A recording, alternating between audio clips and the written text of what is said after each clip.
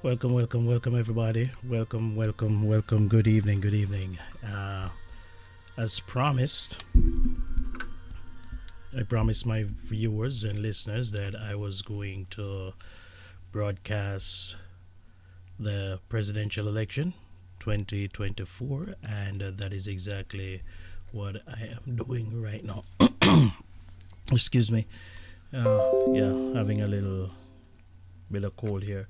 But yeah, this is the United States presidential election. It is early days yet, so a lot of states are not reporting just yet. So it is very, very early, very, very early in the night. And so a lot of people are panicking. People are saying, oh, this doesn't look good. It's very, very early. So nothing yet to start getting panicked about. So there are many different channels that are showing the election. I'm picking up this feed here uh, from NBC, MSNBC to be exact. So yeah, those of you who are on, you can share the link, share it with your friends, and let's have a watch party. All right, let's have a watch party here tonight.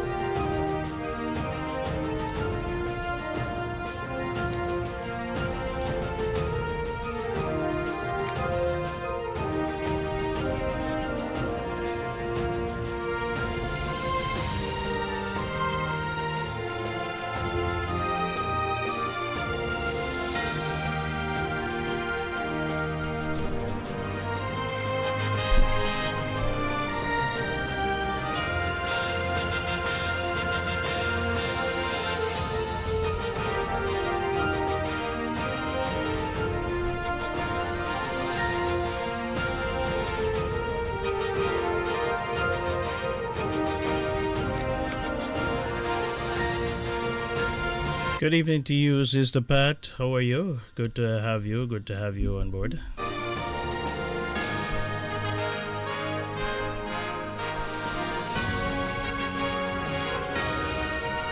So we are seeing right now Donald Trump is leading in the nationwide vote. He's leading 54%. Yeah, he's at 54%. What was that? Let me see. 55 to 44 with Harris. That's 55 to 44.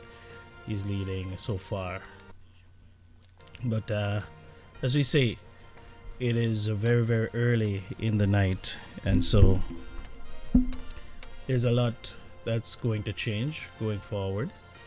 And throughout the night, it's going to swing back and forth. I'm gonna see if I can pick up a little bit more information, and I'll come back and share that with you guys as soon as I get a little bit more information. Stick and stay, don't go anywhere.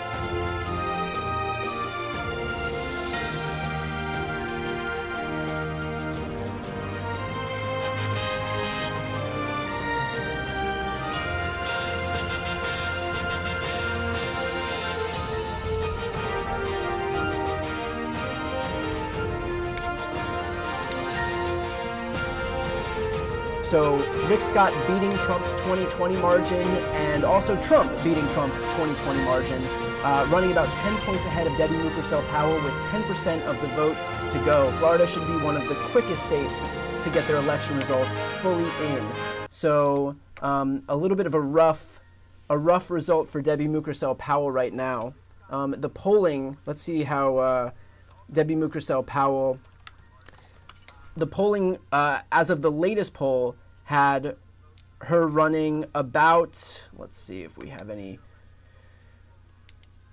Morning Consult had Rick Scott running 3 points ahead.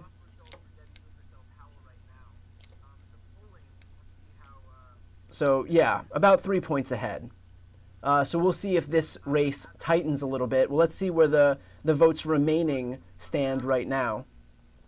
So here we go. Population centers. Palm Beach, Orange, Pinellas. All right, so ladies and gentlemen, these are some of the guys that these are some of the channels that I follow.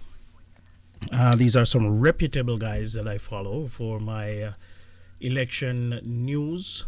And so I'm going to share some of the information that they are giving with you right now, and we can all follow along. All right, I'm going to be switching from channel to channel as we go along in the evening, depending on who is giving what kind of news. All right, we have no results in from Palm Beach County. We have no results in from Polk County, and we have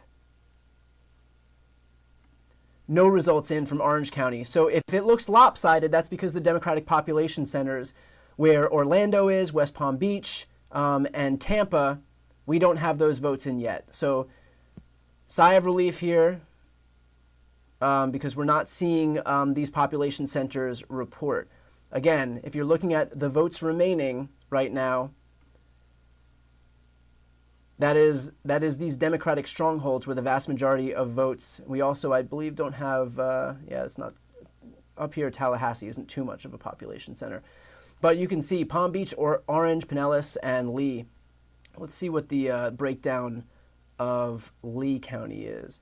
That is a Trump-friendly county. Palm Beach is a Democrat-friendly county. Pinellas is pretty damn close.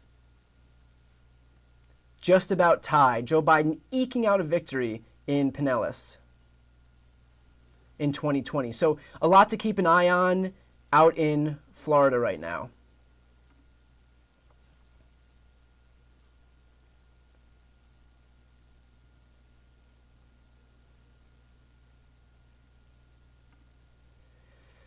"7:30.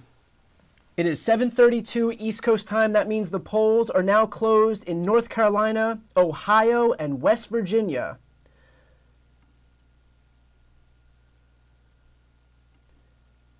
Now, here's a call. Jim Justice has won in North Carolina. In West Virginia. That means that we officially have seen our first flip in the U.S. Senate of the election cycle. We all, of course, expected, since Joe Manchin was not running, this seat was pretty much a giveaway, and without a single vote being counted thus far, the race has been called for Jim Justice. So this is a loss for the Democrats on the U.S. Senate column, one that was fully expected as we move ahead here. Back to the presidential map. That state of West Virginia has also been called for Donald Trump. So as it stands right now, Kamala Harris has 3 electoral votes from the state of Vermont. And then, of course, Trump has 32 from the safe red states of West Virginia, Kentucky, Indiana, and South Carolina. All eyes, of course, are on Georgia as these votes continue to come in. We have about 7% of the state reporting right now. 0% reporting from Fulton County, 0% reporting from DeKalb County, 0% reporting from Clayton, 0% reporting from Richmond County, where Augusta is, 0% reporting from Chatham County. So for anybody looking at this map and getting worried because we're seeing Donald Trump up by 18 points in Georgia, do not worry. None of the population centers have counted their votes thus far. Let's head over to North Carolina, where the polls have just closed. We don't have any numbers reporting yet, but as soon as they come in, we'll make sure to bring them to you. No polls, no numbers reporting thus far.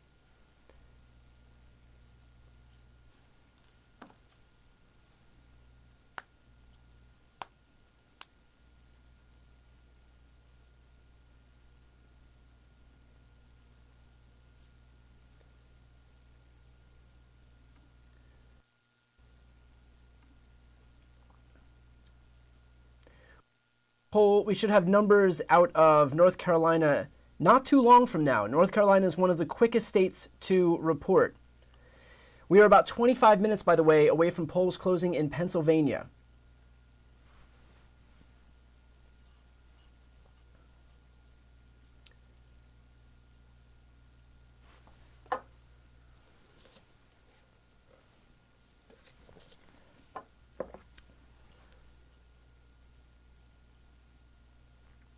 Let's go back to Georgia and see how it's looking out in that state. Not much different from previously, where we saw about 7% reporting. We now have 8% reporting. Still nothing coming out of Fulton County. Still nothing coming out of DeKalb County. Let's go back to Georgia and see how it's looking out in that. So, for those of you listening in, Georgia is reporting, what's that, 7%. There's not much reporting going on yet. So, it's still early days, very, very, very, very early, and it is going to fluctuate We are expecting it to be very close in Georgia, and I'm kind of expecting Kamala to pull out a victory in Georgia. So let's see what's going to happen as the night progresses. All right. To Indiana, where we were keeping a close eye on. Indiana is Donald Trump's country, so Donald Trump is definitely going to win Indiana going away. But here's why this is important. Just to give a historical comparison here, look at the numbers, how Kamala Harris is overperforming Joe Biden's 2020 numbers and how Donald Trump is underperforming his 2020 numbers. While Kamala Harris may not be leading in this county, to see her pretty much tied in a county where Donald Trump was leading by 7 points is pretty telling, and I think we can read a lot from the tea leaves there. Of course, that's only 59% of the vote reporting here, so we still have much more of the vote to come in, but already an interesting story being told out in Indiana.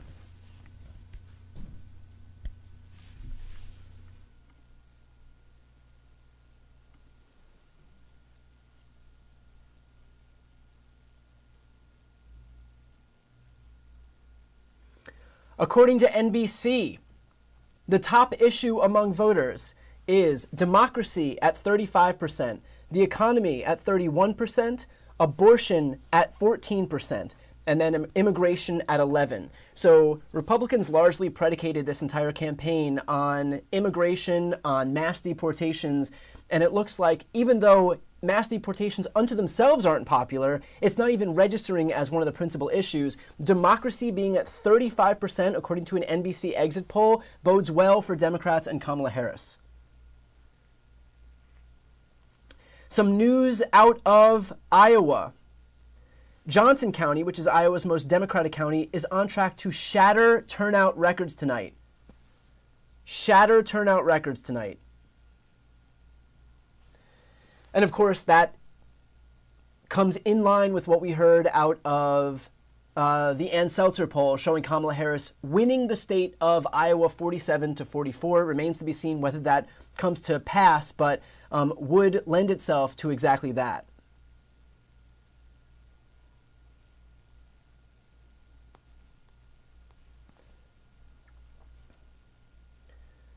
To give a lay of the land right now, this is where it stands on the presidential plane. Safe Republican states of Indiana, Kentucky, West Virginia, and South Carolina have been called for Donald Trump. Vermont has been called for Kamala Harris. At the U.S. Senate, we have Indiana and West Virginia called for the Republican candidates. So we have the race called for Jim Banks in Indiana, and we also have the race called for Jim Justice in West Virginia. That is a flip since Joe Manchin opted not to run. And then, of course, for the Democrats, we have Bernie Sanders, who maintained his seat in the state of Vermont, an independent who caucuses with the Democrats.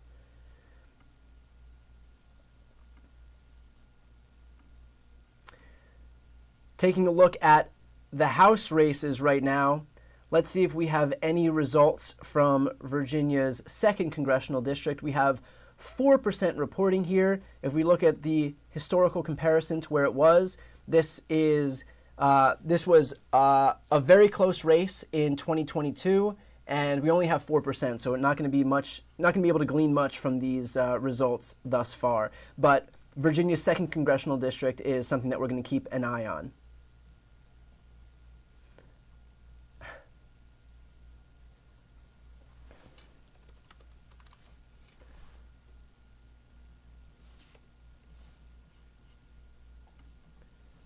Let's see if we can go.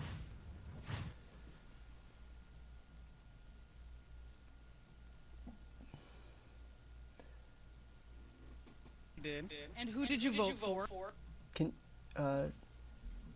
we hear this on the stream? Tell me about how you came to this decision. So I wasn't gonna vote at all until my girlfriend was blowing up my phone, telling me to go vote. And if I did, she was gonna break up with me. So now I'm here. Was she seriously gonna break up with you? No, I made that up to say that, but But it's funny to say that. So she asked you to vote for Harris. She did. And so you voted for Biden in 2020, but what were you going to do this time? I wasn't going to vote at all. You were just going to stay home. I was going to stay home, eat some chips or something. I don't know. And so you came just before polls closed. But here's the thing: how long did it? Most people have been saying it's taken them 5 or 10 minutes. Tell us Oh, we have an echo here, so I'm going to. how long it took you to vote. So I got off of work at 4:30. Drove here about 30 minutes. I think I walked in like at 5:05ish, and I was waiting for about 2 hours. I just walked out. Brian, 2 hours to fix your address, right? 2 hours. Brian Flores, thank you so much. Aaron, back to you. Okay. Sorry about that. Sorry about the little bit of echo there, but I just thought that was an interesting little video there that we had. Okay, let's head back to some of these poll results that we have here.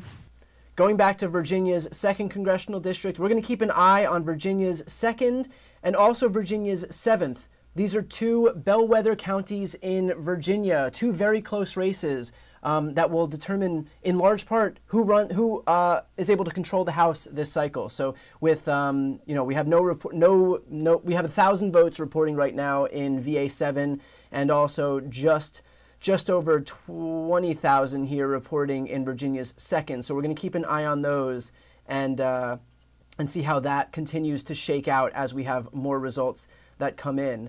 So let's go back to the presidential race and see if we have any results out of North Carolina here.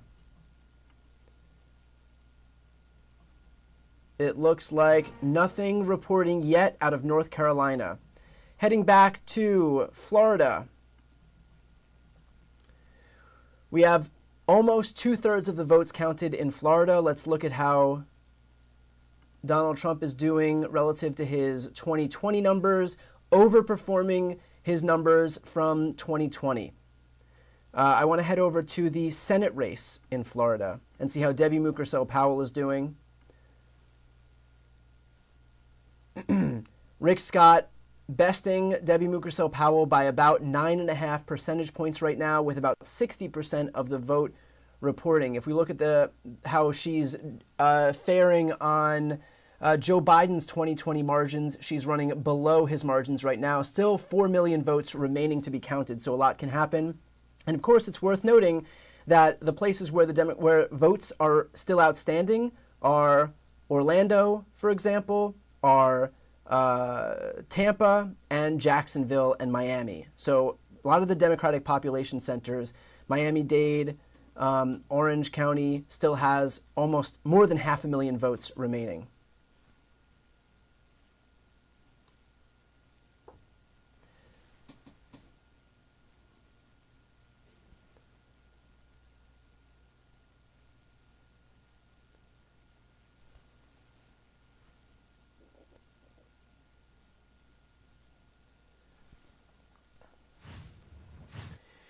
Let's hear from a voter. It's going to be a long night, ladies and gentlemen. It is going to be a long night, so make sure that you get your coffee, get your whatever you need to use to keep you awake. You need to get your energy drink, because it is going to be a very, very long night. We're all dads. Welcoming to everybody. So yeah, that's why I cast my vote today. So we are seeing a lot of these kind of voters come out and learning about why they're coming out to vote. Again, we saw that democracy, that abortion rights are first and foremost on people's minds.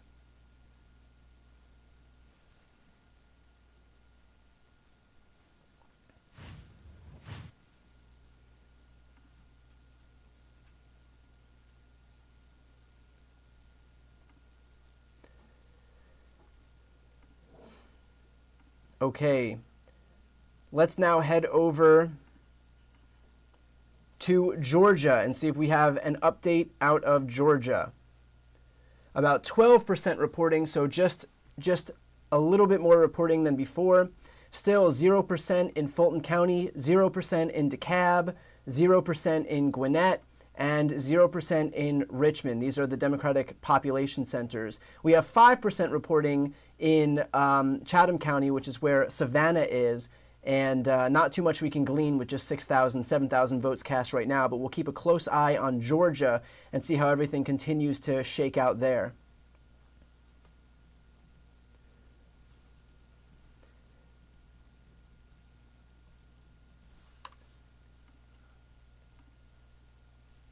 Remember, we are looking at the gubernatorial races in the country right now. I anticipate that we will see a call soon for the North Carolina governor. I do want to announce that Fox has called the race for Josh Stein over Mark Robinson, the lieutenant governor right there, who obviously got himself into a lot of hot water, what with his pro-Nazi comments and some issues he had with some posting boards that he felt the need to post on.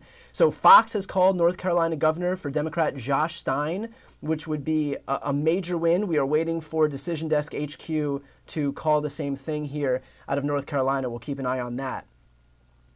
But let's go back to the presidential race.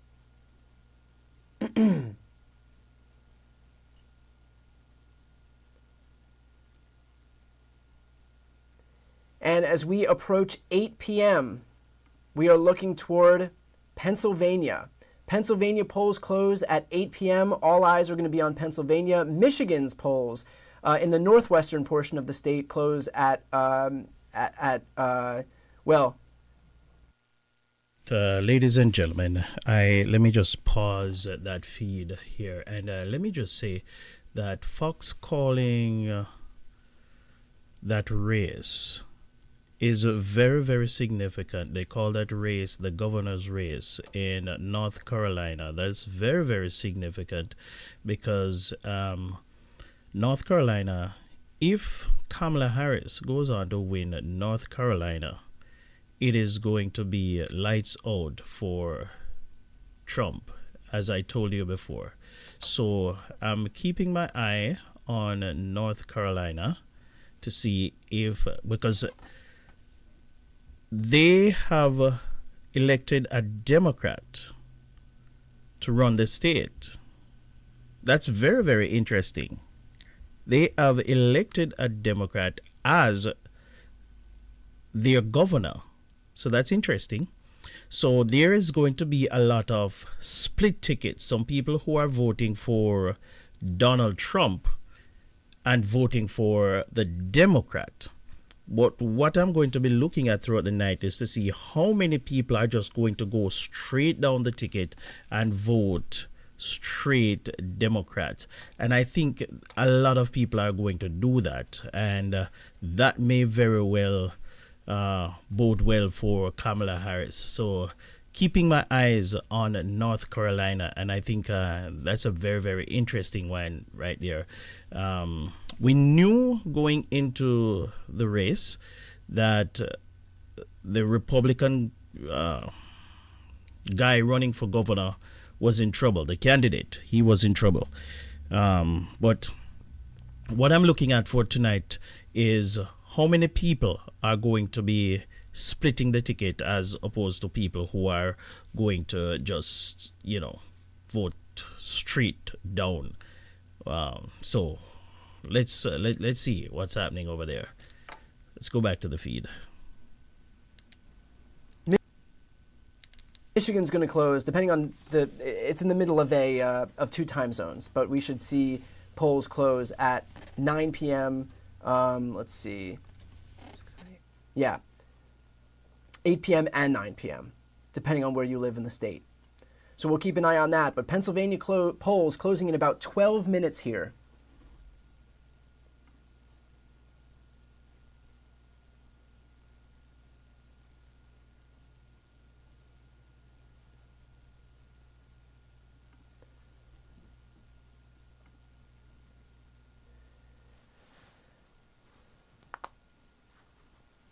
%, reporting out of Georgia. Not much we can read from 19% reporting thus far.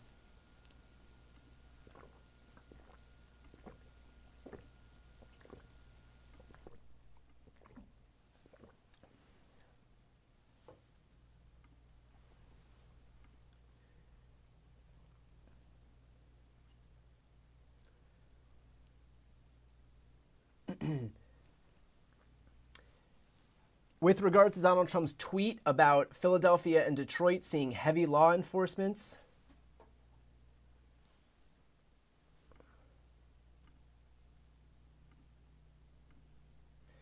with regard to Trump's tweet about seeing heavy law enforcement in Philadelphia and Detroit, Detroit's mayor's office said they don't know what Trump is talking about. A spokesman for Detroit's elections department says, "We are unaware of any police presence in the city for elections beyond what was outlined in a press conference last Thursday and widely reported nationally." So again, Donald Trump doing his level best to spread disinformation that he can later use as a predicate to help him cast doubt on the election results.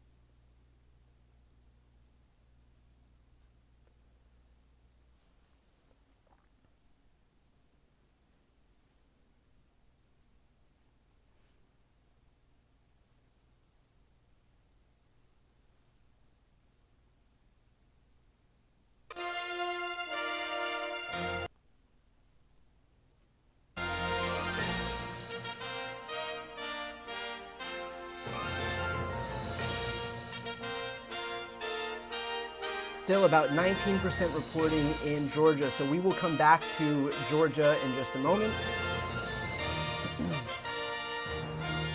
Let's take a look over to Virginia. 21% of the vote is in right now. What I'm especially interested in Virginia, again, probably too soon to glean much from the numbers, but right now Kamala Harris is leading Donald Trump by 13 points in Virginia. He is running below his 2020 margin, and Kamala is running above Joe Biden's 2020 margin. So a good piece of news right now as it stands in Virginia. But again, only 20% of the vote thus far. I want to go to the House races in Virginia and see if we have any news there. There are two bellwether counties bellwether districts that we're going to be looking at. The first is Virginia's 2nd congressional district, only 7% of the vote in right now. The other is the 7th congressional district, 12% reporting thus far. So two races that we're going to keep a close eye on this evening as the results continue to come in.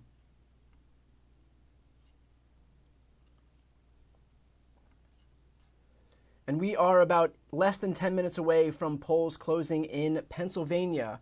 All eyes will be on Pennsylvania shortly.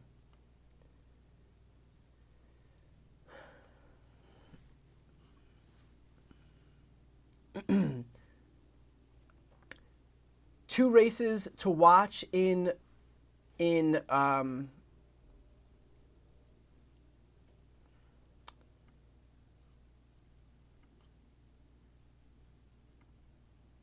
Florida here,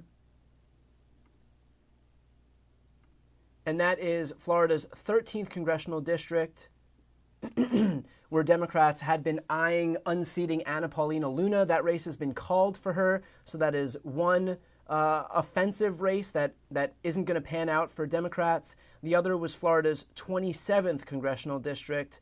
Let's see how that turned out. Again, that has been called for Republicans as well. So a story that we've seen in a few election cycles thus far is Florida Republicans bucking the national trend and overperforming among the GOP as that state continues to move farther and farther to the right. So those are two targets that we were keeping an eye on out of Florida that seem to be out of reach or are out of reach for Democrats.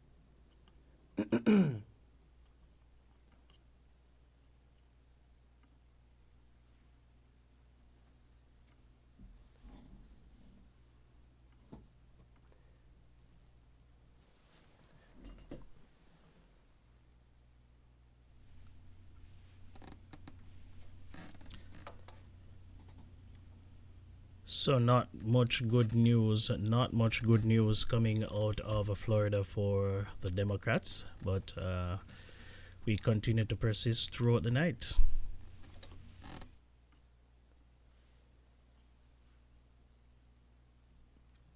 Now, here's what to expect out of Pennsylvania.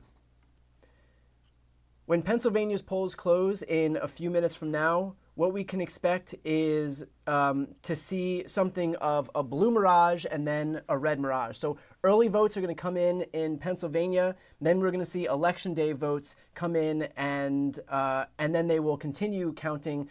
So dominated by mail ballots, overwhelmingly from Philly and Allegheny counties. So that's going to be the initial votes come in. So they will be heavily blue. And then in-person votes are going to be reported. And so that will be heavily red.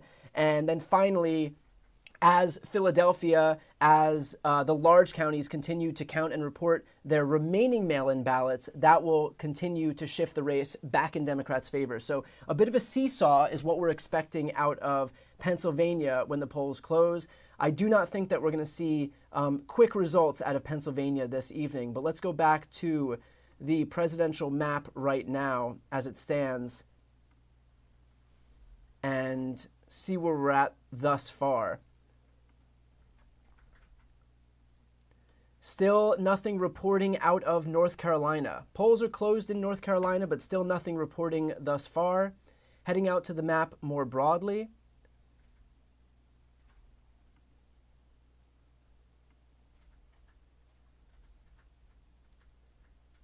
Oh, hey, Joe.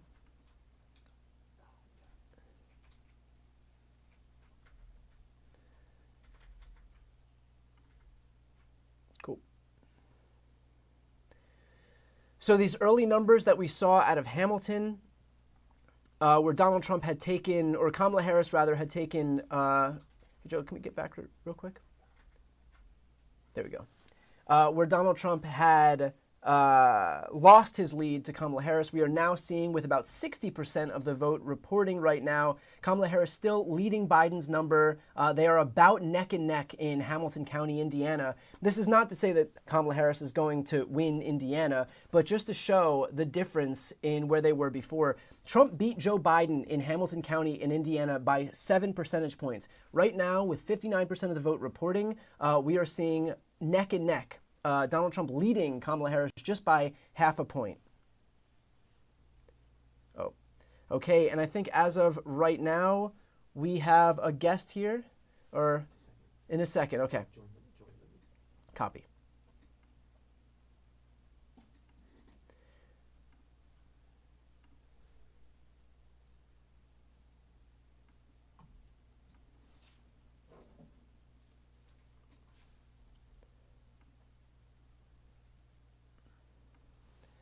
And going back to, let's see.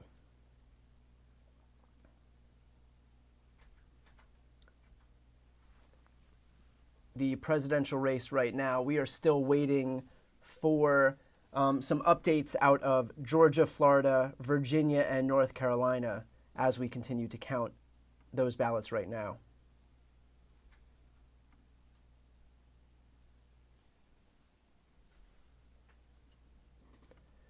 Let's head back into Georgia, see if we have any further. Let's see. Joe, can I get... We have 0 counted from Fulton County, 0 from DeKalb. So all of the major population centers, we don't have votes counted.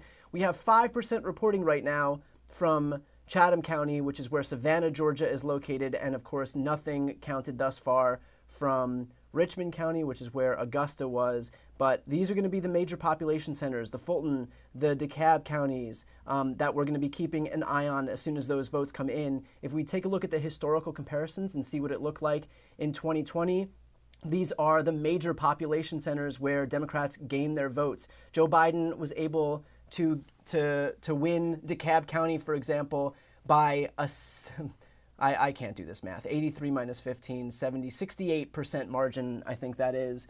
So that's clearly where the vast majority of Democratic votes come from. If you take a look over at Fulton County, it's much the same. whatever 72 minus 26 is, that's going to be that margin as well. And we have, do we have these votes reporting here? 55% of the votes reporting right now. Okay, it looks like we do have votes reporting out of Fulton County. So Kamala Harris nearly matching Joe Biden's margin, but right now falling a little bit behind. So if we want Democrats to win the state of Georgia, they're going to need to match Joe Biden's 2020 margin.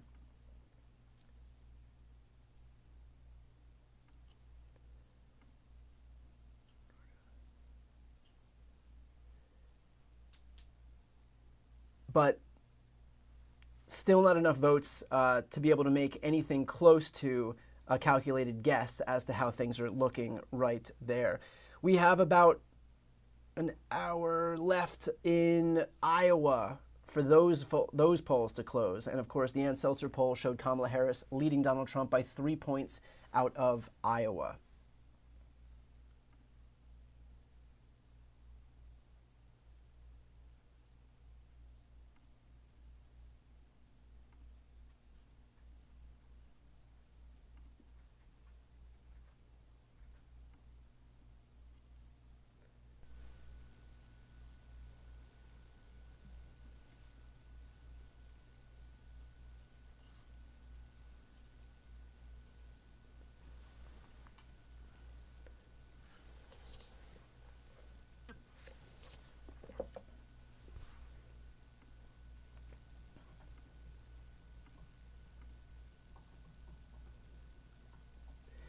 It is 8 o'clock Eastern right now.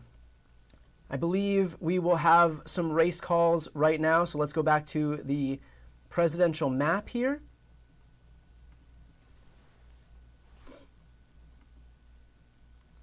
Moments away, likely from a state like, for example, Massachusetts being called. I know NBC has just called Massachusetts for Kamala Harris.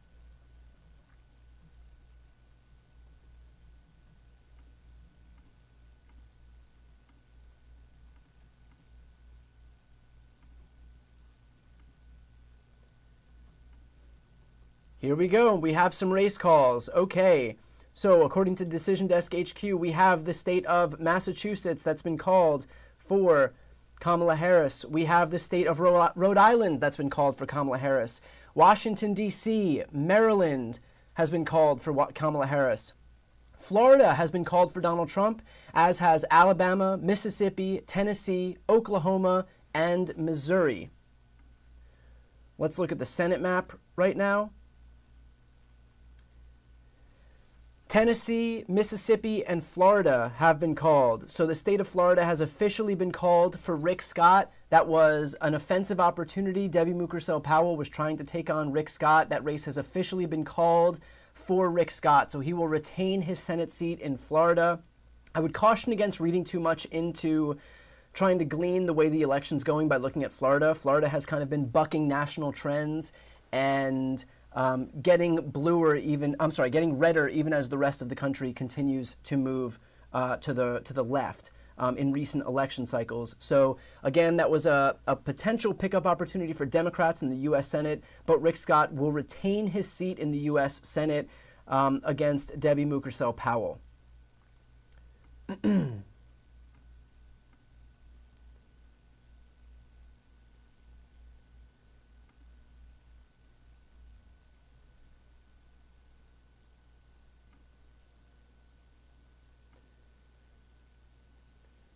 And the polls have closed in Pennsylvania.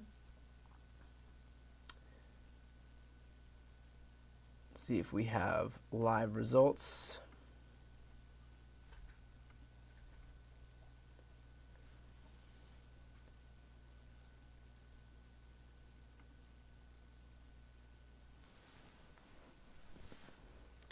Okay, and I believe we are bringing on a guest in just a moment now. Are we ready?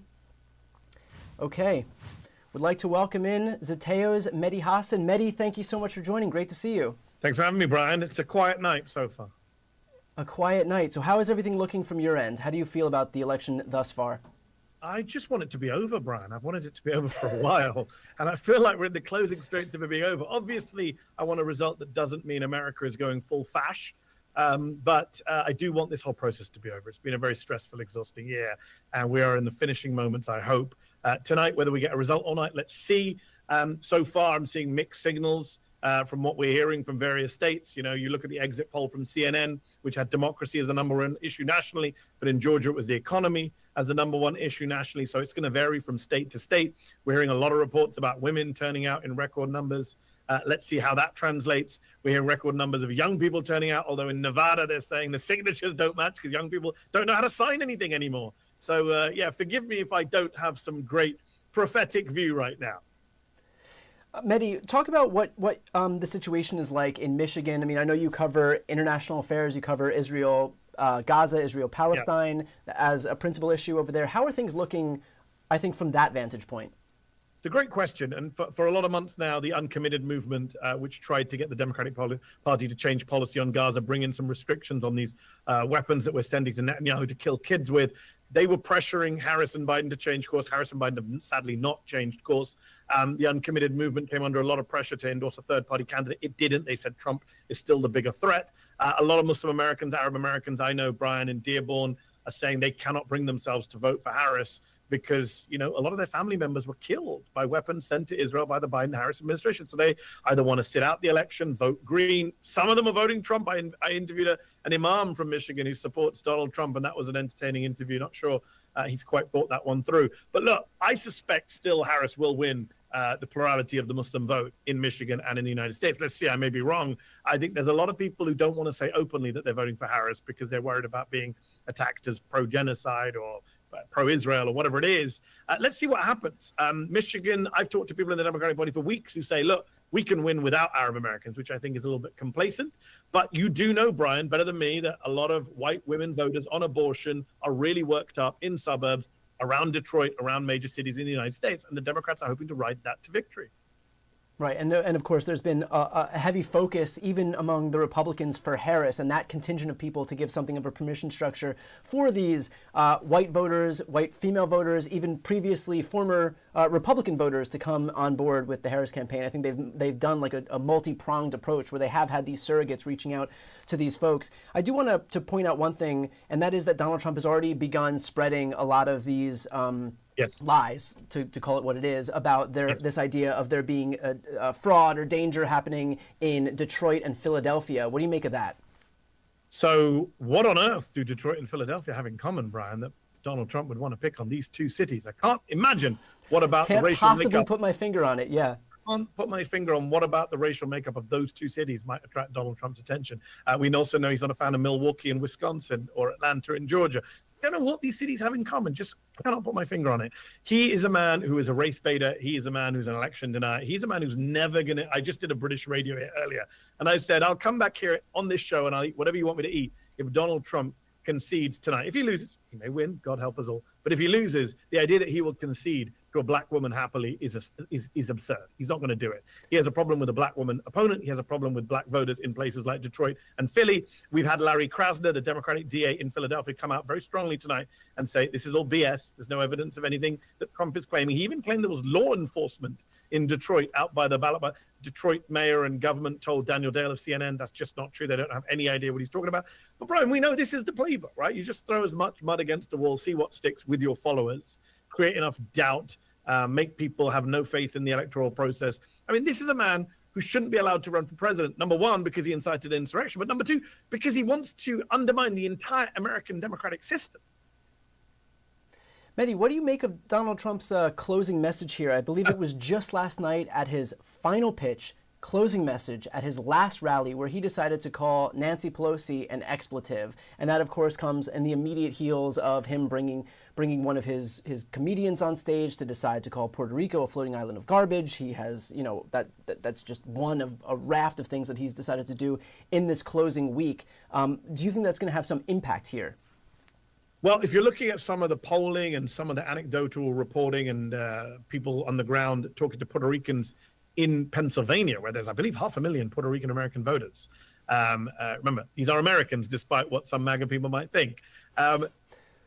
I think it could hurt him. Wouldn't it be hilarious, Brian, if he lost Pennsylvania because of a racist comedian who his campaign booked to warm him up in New York, of all places? I mean, it's finally cutting through to some communities how racist this man is. You talk about a closing message. This is a closing message which was supposed to be about the economy and immigration.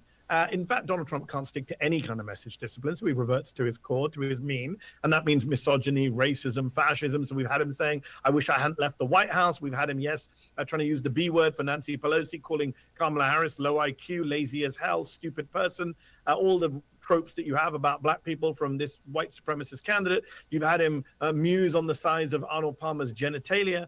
You've had him talk about the UFC setting up a league for migrants to fight for survival in. This kind of insane, fascistic, dystopian worldview that he adopts.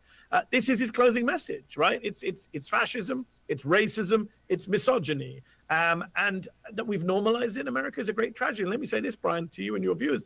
Donald Trump might lose tonight. He may win. God help us all. But even if he loses, we can celebrate for a day or two. But the reality is tens of millions of people will have happily voted for this guy, despite the racism, the misogyny, and the fascism. We have a real problem in this country that tens of millions of Americans have signed on for MAGA fascism. They've made that very clear, and it's not going away even if Donald Trump loses tonight.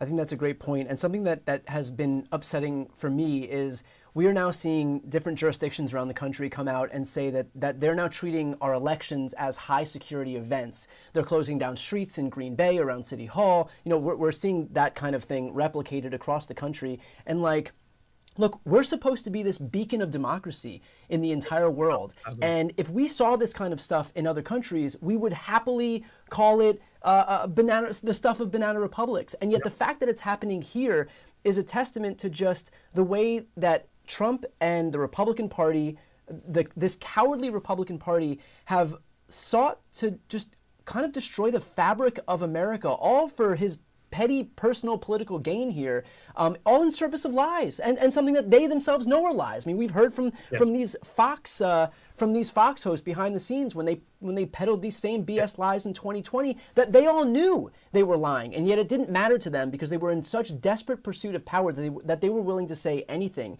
And just to look at the way that they have fundamentally changed how American elections are perceived is, I think, the great tragedy in all of this, where this, any of us a few years back would go to the polling place and not in a million years would think that this is a cause for danger or these bomb threats, as we're seeing across the country, even though we're learning more and more that these bomb threats are emanating out of Russia. But this isn't something that happens in this country. And I hope the Republican Party can look at this insofar as they have an ounce of shame left and see how they have fundamentally changed the fabric of our country, all in service of Donald Trump's easily disprovable lies.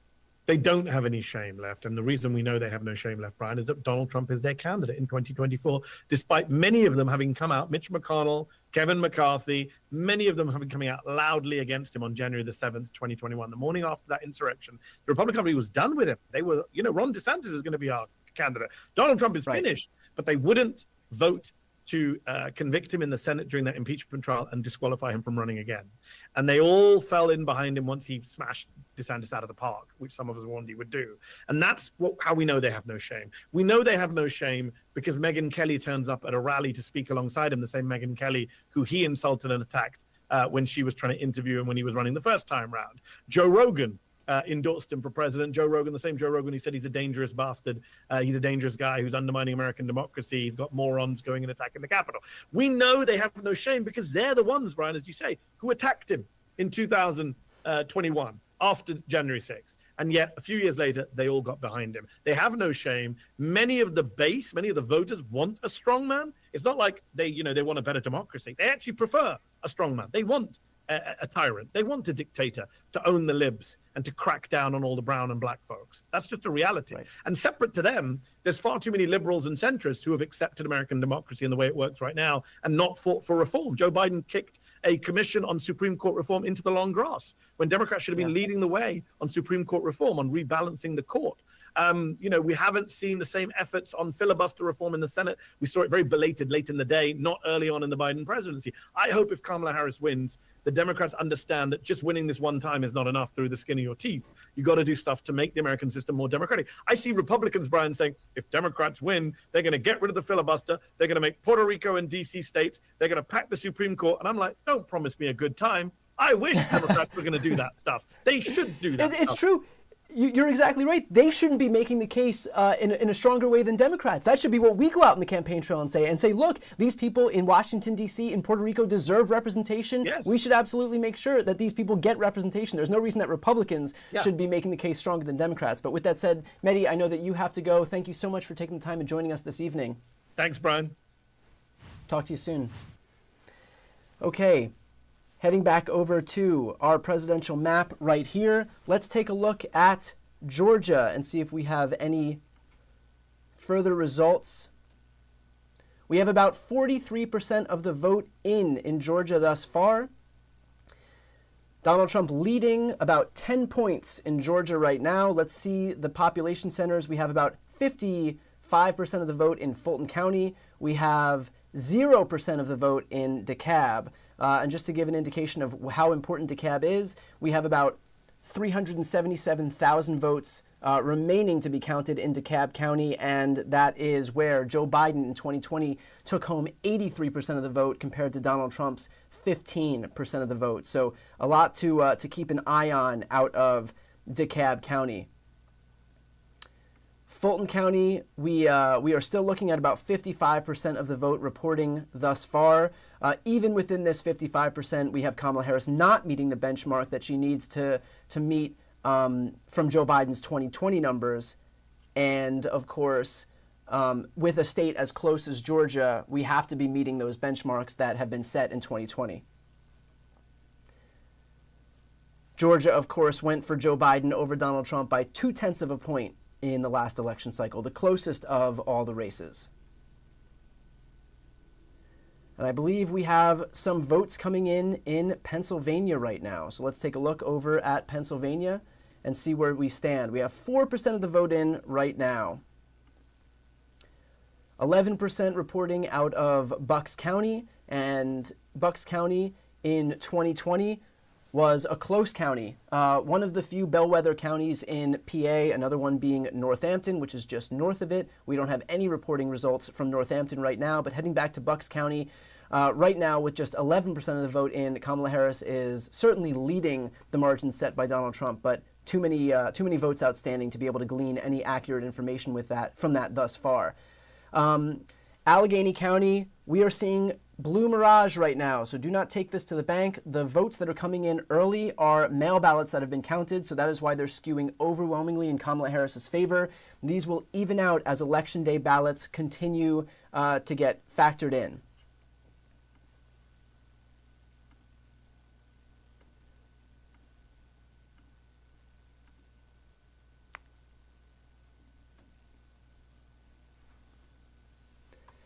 Again, I would caution for people looking at any partial results. There is not much we can learn from partial results. I have to remind you that Pennsylvania was decided by a point in 2020. We likely won't even see the results out of Pennsylvania this evening. So do not read too much into Pennsylvania. Do not read into any of these states until we have full reporting results thus far. Just a quick note for those who are watching the stream right now. Okay, ladies and gentlemen, so just a little bit of information here from my end. Georgia isn't really looking too promising for the Democrats at this point. So I think Kamala Harris is underperforming, and it's a little bit concerning. So if Georgia goes and North Carolina goes, it's going to start getting tricky. Florida, I mean, nobody was expecting them to win in Florida, but Florida has already been called. There is no, So the night is still young, but there is nothing to celebrate just yet. Absolutely nothing on the Democratic side to celebrate just yet. I think Donald Trump and the Trump camp would feel pretty good so far with what is going on, but we will continue to watch and to see what is happening. If you want to support this stream, I don't.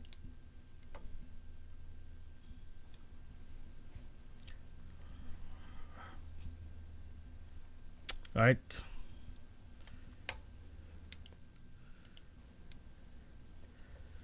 So, yeah. Now, if you look at this margin right here, 83.3 to 14.2, the margin Kamala Harris wants to beat is 71 points. A 71-point margin. She is sitting at 71.1. So in Clayton County, Georgia, Kamala Harris is meeting the number she needs to meet.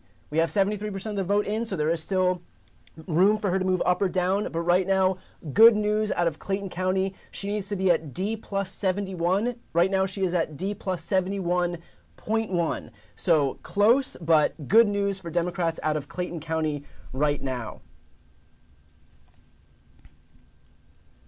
Let's see.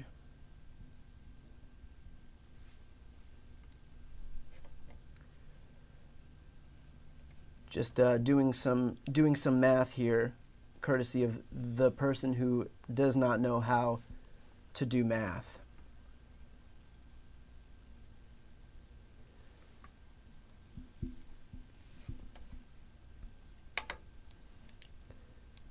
So we are still waiting for more of these votes to come in right now. We will take a look back. We'll check back in to see how things are looking in Fulton County. It looks like we did get some more votes, and Kamala Harris, her margin has ticked up a little bit. So we're looking at 71.5%, getting closer to that 72.6% that Joe Biden hit in 2020. So good news for Kamala Harris as that number continues to tick up and Trump's number continues to tick down.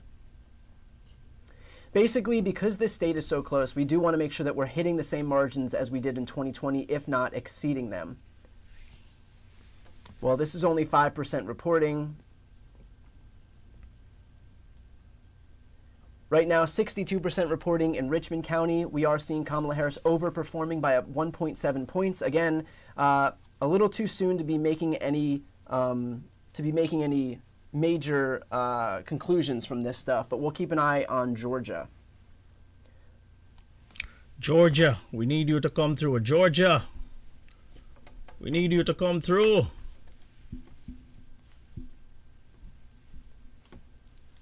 Georgia, we're counting on you. We're counting on you, Georgia.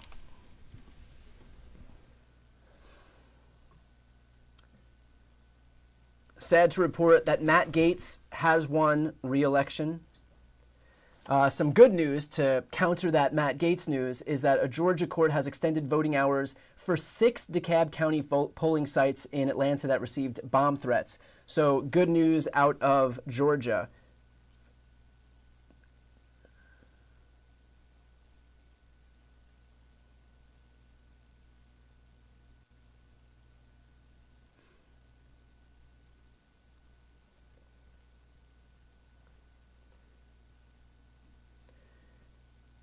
The Harris campaign is reporting that they are seeing college campus lines of 1 to 2 hours at 8 different colleges in Wisconsin, and of course to ensure that people stay in line.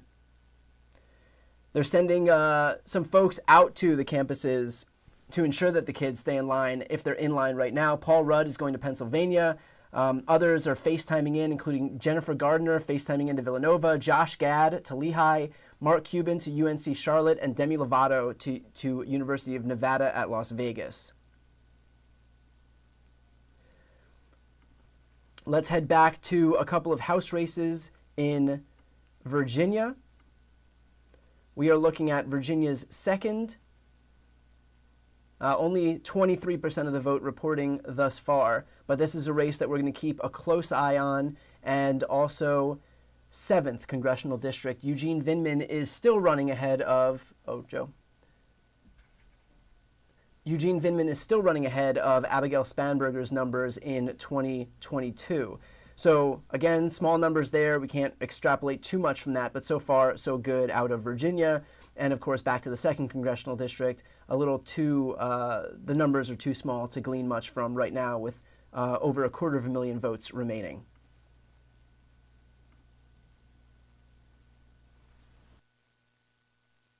Don't forget to like. Don't forget to like. Hit that like button.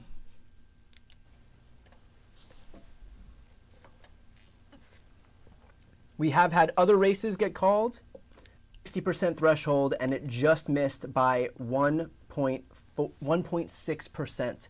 So a bad result out of Florida, where again the right to reproductive freedom being on the ballot needed to win by 60%, and it only hit 58.4% with 99% reporting. So bad news out of Florida for that abortion rights initiative.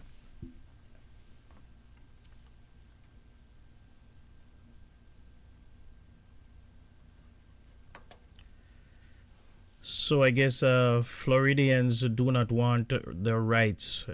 Floridians do not want to have abortion rights. Good for them.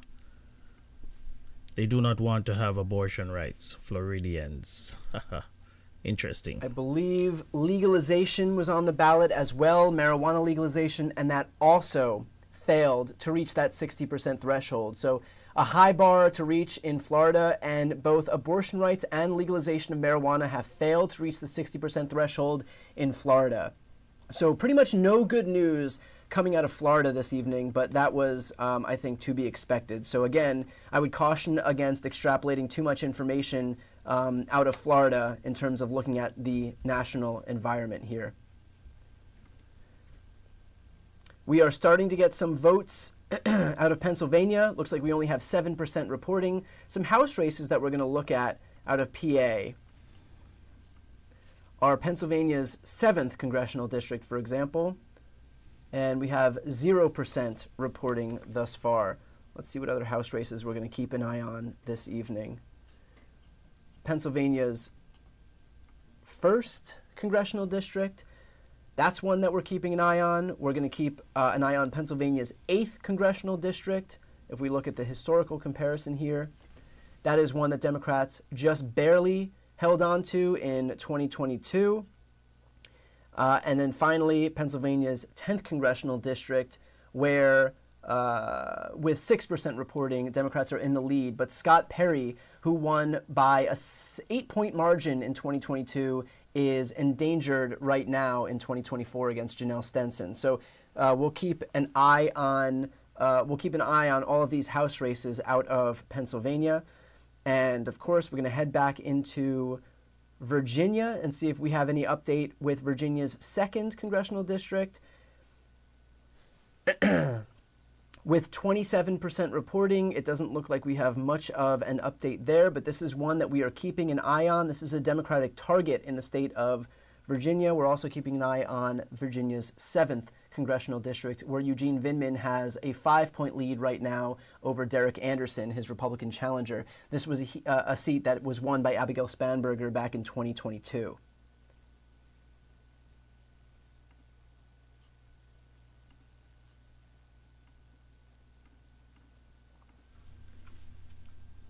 It's going to be a long night, ladies and gentlemen.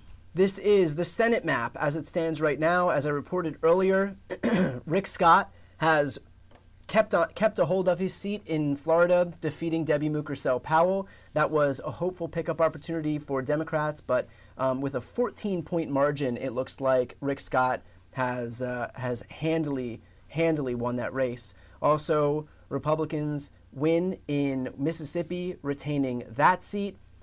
Democrats will win in Virginia, so that's some good news, as there was talk lately about Tim Kaine being a target for an offensive opportunity by Republicans. Tim Kaine holds onto his seat by a 6-point margin, so good news out of the U.S. Senate in Virginia, where Democrats are able to fend off a potential flip by Republicans. So that is some good news this evening. Back to the presidential map here as we await some more results.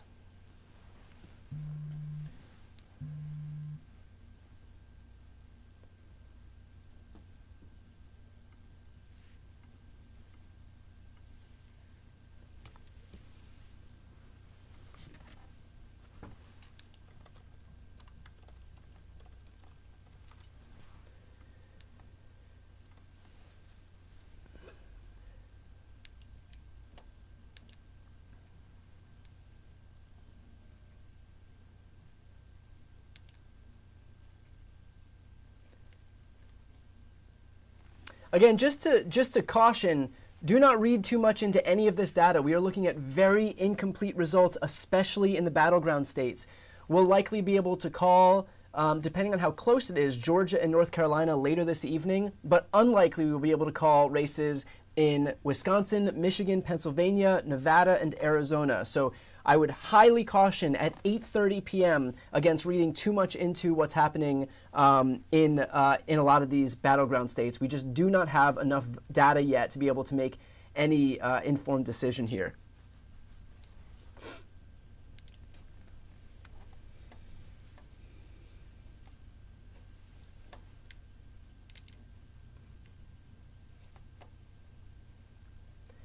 Now at 8:30, I believe we'll have some calls here that we can make.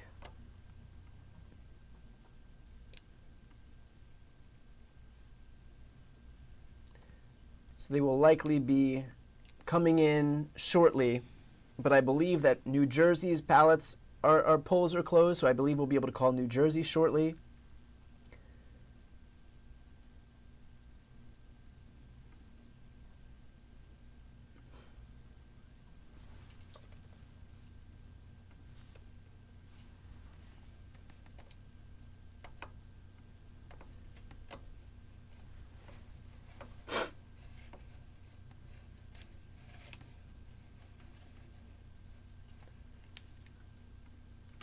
Again, highly recommend that nobody draws too many conclusions from the very incomplete vote totals that we have thus far.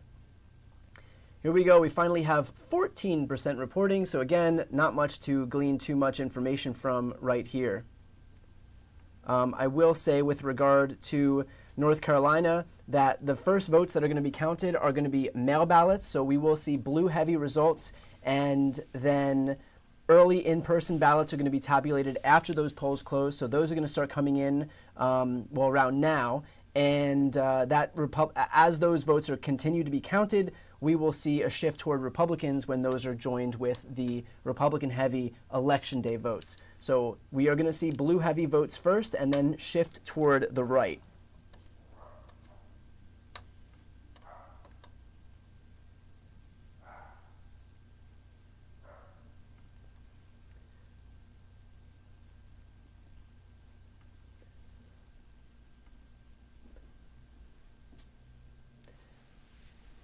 With only 6% reporting, there's a few counties that we're going to be keeping an eye out for. Again, 6% isn't enough to tell us anything really, but basically at this point we want to make sure that Kamala Harris is beating the benchmarks set by Joe Biden, because Trump won this state in 2020, so she has to beat the benchmarks that were set by Joe Biden back then.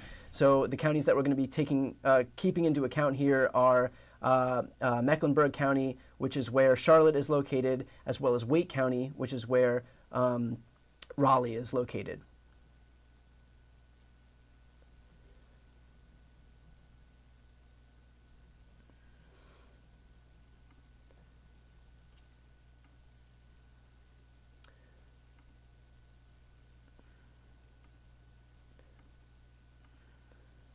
Let's go to the Senate map. We have no new calls as of right now for Decision Desk HQ. And as soon as we have those calls, we will make them.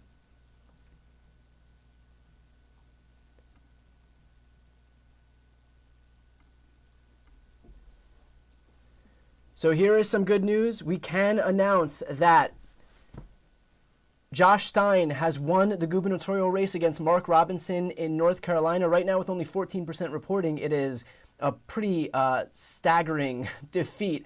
A lot of votes still left to come in, but obviously a big enough margin that that DDHQ felt comfortable making this call. So Josh Stein has defeated Mark Robinson in North Carolina, and Democrats will retain the gubernatorial seat in that state. So that is some good news out of North Carolina.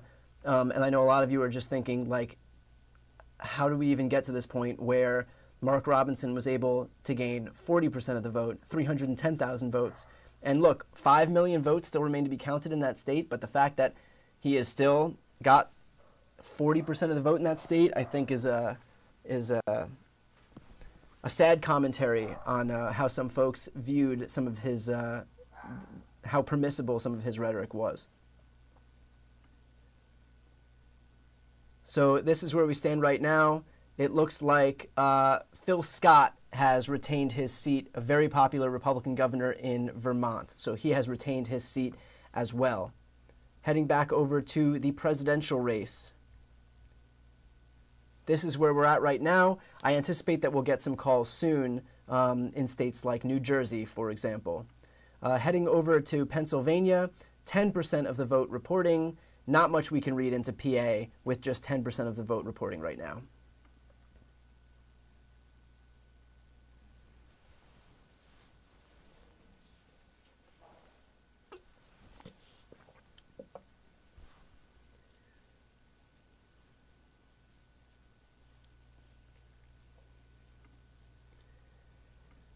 Let's head down to Georgia and see how things are looking there.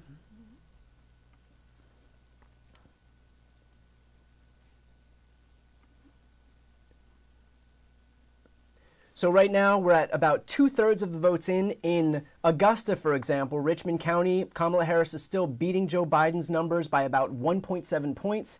Trump is coming in under his number by about a point here. So good news so far out of Richmond. I want to go to Chatham County, only 5%. Not much we can learn from that. Let's see. I want to find... Still nothing from DeKalb County. Let's go to Fayette County. Donald Trump not meeting his number right now with about 90% of the vote in. He's not meeting his 2020 numbers. That is good news in this Atlanta suburb, this Republican Atlanta suburb. This is the suburb that he won by, 4, 5, 6, almost 7 points in 2020. Right now, he is just eking out 48.1 to 51.2. So about 3 points difference between the two. So Kamala Harris certainly closing the gap in this crucial county that I think can give us some indication of what the rest of the state hopefully looks like here. But good numbers out of Fayette County, where we have 89% of the vote already reporting right now.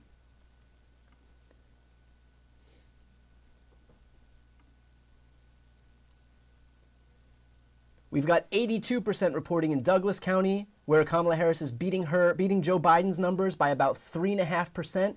Donald Trump is missing out on his numbers by a few percentage points. So some good news out of these high reporting counties in the Atlanta suburbs. This is exactly the kind of thing that we want to see out of Atlanta.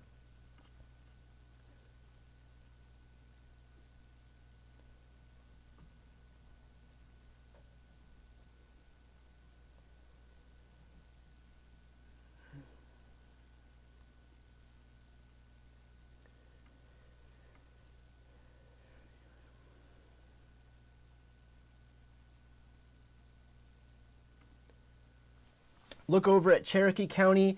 Donald Trump had 68.8% of the vote in 2020. He's just eking out a higher number, but then again, so is Kamala Harris. So that is pretty much a wash, and that is an area where Democrats are hoping to gain. So with 78% of the vote in, we'll see how that does. Democrats are gaining by about 0.5%, but Donald Trump is as well. So we'll see. We'll keep an eye on Cherokee County out in Georgia here. But so far, numbers are looking good in Georgia. Again, I would caution not to read too much into it as it stands right now.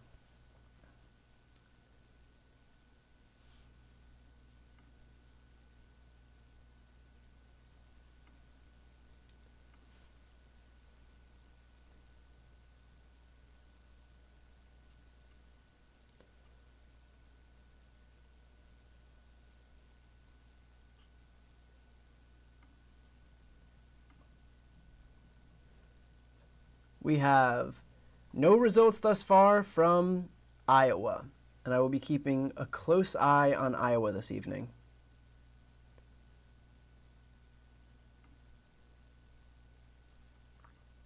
.6% reporting out of Kansas.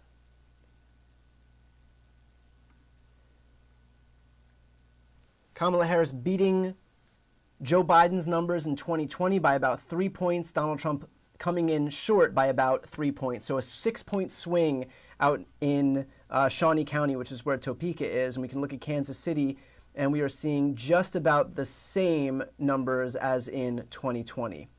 So not a lot of information that we can get right now. We look in, as we await some more numbers, 0% reporting out in Wichita.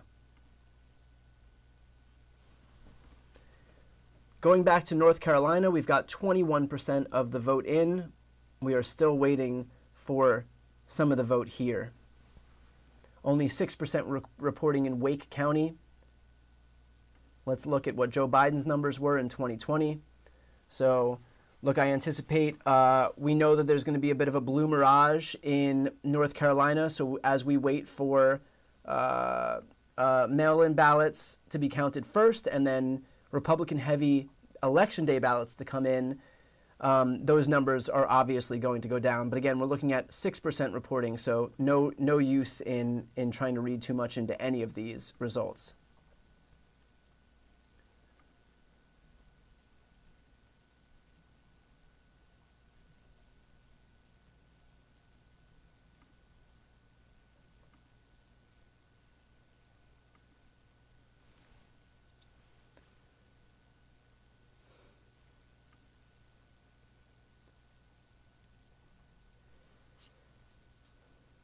I'm hearing that the AP has called Illinois and New Jersey safe blue states. I anticipate that those will be called as well for Kamala Harris shortly on this map from Decision Desk HQ.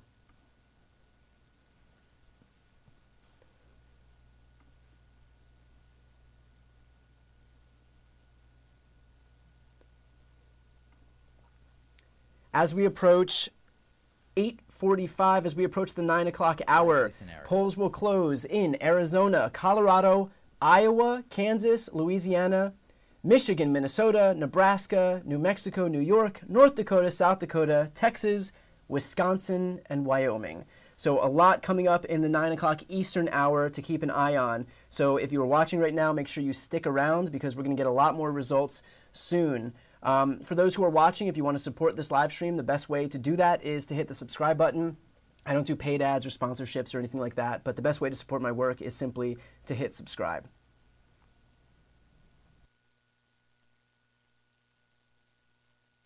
It's early in North Carolina.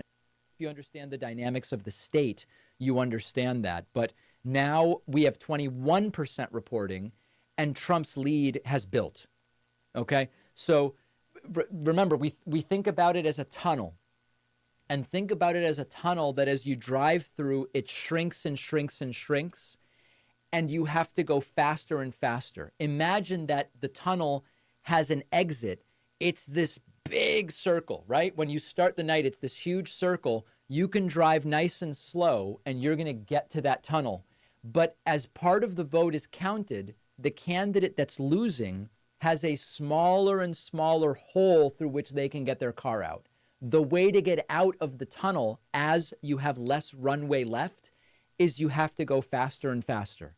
And so, again, to give you the numbers now, 21% is roughly 1/5, okay? In the first fifth of the vote, Trump won by 5. Uh-oh. Oh, dear. We just had an update. We now have a quarter of the vote in North Carolina, and Trump's lead has swelled from 65,000 to 95,000. Oh, boy. Oh, boy. Oh, yeah. The tunnel is closing. Okay, let me redo the math that I was just doing. Trump, in the first quarter of the vote, built a 95,000 vote lead. This means that now Harris must win the last 3/4 of the vote by that same 95,000. Totally doable. Totally doable. But you've got to start making that up. Now, a couple of the other things that we are looking at. Maine is starting to report, but it is so early. So early. Nothing really doing there. Of greater concern is Virginia. Okay? Virginia was supposed to be Harris plus 5. Harris plus 5. It's currently Trump leading by 0.5 point with 43% counted. Early. Okay? And then we do have Pennsylvania. Pennsylvania is counting excruciatingly slowly. But what I want to make a note of, and where is that damn pen? Excuse me just one second. Okay, I got myself a Sharpie here. What I want to make a note of in PA is that, okay, at 12%, it is Harris plus 333K. Okay? What I want to track in Pennsylvania is the trajectory in terms of the absolute vote margin. Let me remind myself, PA 2020 Trump-Biden results. In 2020, Biden won Pennsylvania by 23 and 58 is 81,000, 81K. Biden plus 81K. So think of that. Right now, Harris is winning by 333 in Pennsylvania. Biden only, oh, hold on a second. We now have an update. With 13% reporting, Harris is winning by 22 and 7 is 29, 229. I'm sorry, 329. So this is exactly why we're doing this. We just got 1% more of the vote from Pennsylvania, and Harris's lead declined by 4K. That's the kind of trajectory that we need to keep an eye on in terms of the direction that that is going. If it tightens, it'll tell us we're probably in for kind of a long runway as far as Pennsylvania is concerned. Georgia is now at 62% reporting. What I want to dig into in Georgia is how much of the city vote is in. Let's take a look. In Fulton County, 74% of the vote is in. And I think the problem is, let's see here, 2020 Fulton County Trump-Biden results. In 2020, the raw vote margin in Fulton County was 243. Okay? Here's my concern about Georgia. They've counted 3/4 of Fulton County. Harris's lead is 178. Right now, Harris is tracking to win Fulton County by less than Biden won it in 2020. To me, that's a sign that it's going in the very much wrong direction. We need more data. In Augusta, they've counted 2/3 of the vote. In Savannah, they've only counted 5% of the vote. Okay? Let's look at Chatham, Georgia County 2020 results. In Chatham County in 2020, Biden won by 12K. Harris is currently winning by 3,500. That's a potential source of votes for Kamala Harris. So we're really tracking that closely, but I don't want to pretend that Georgia's looking good. It is very plausible that Trump is going to take Georgia, and then it's going to come down to the rest of the map. Let's take a little bit of a look at Senate. Hold on, here's Senate. If we look at the Senate, Ted Cruz has now taken a lead in Texas. We have hopes that Colin Allred will defeat Ted Cruz. We have hopes for that. Right now, with 52% reporting, Cruz is winning by a few points, and that is where the polling was, okay? And then let's look over here at House. House, so early, we are still very far from being able to declare a majority. But president is where a lot of the focus is right now. Early leads for Harris in Kansas and Missouri, although we must wait there to see what happens. We still are at 62% in Georgia, 24% in North Carolina, and 13% in Pennsylvania. Let's check in with Fox News. Hearing their voices. Hi, Harris. And watching everything you guys are doing, Martha. Thank you. This is Voters' Voices, and I'm Harris Faulkner. Here with me, polling expert Lee Carter. And we have a fabulous audience of voters talking with us about the top issues in the race for the White House. Most polls show the economy is the voters' top issue. Now a clip from Vice President Kamala Harris. The lines on the screen show how voters reacted to the comment in real time. That's what you've gathered. And the red lines represent Republicans, the blue Democrats, the gray are independents. Here it is. While inflation is down and wages are up, prices are still too high. You know it and I know it. And unlike Donald Trump, who had $400 million served to him on a silver platter, I come from the middle class. And I will never forget where I come from, which is why my common sense plan will lower the prices you pay on everything from prescription drugs to groceries to housing. Donald Trump will raise costs on you and your families. In fact, independent economists have analyzed our plans and found that mine will cut your costs and strengthen our economy. His will increase inflation and lead to a recession by the middle of next year. Independents, Republicans didn't find what they wanted. Again, we're watching for independents. That's right. So you can see there, independents gave this a D, Democrats gave it an A, Republicans gave... I'm not finding that nonsense particularly interesting. I'm not going to lie. It's no real big surprises there, at least as far as I can tell. Split screen, that other video that you're looking at, that's the inside of the vote count, the tabulation center. They are looking at the ballots. They are processing ballots. All of this is with the early vote. After the polls close, about an hour after.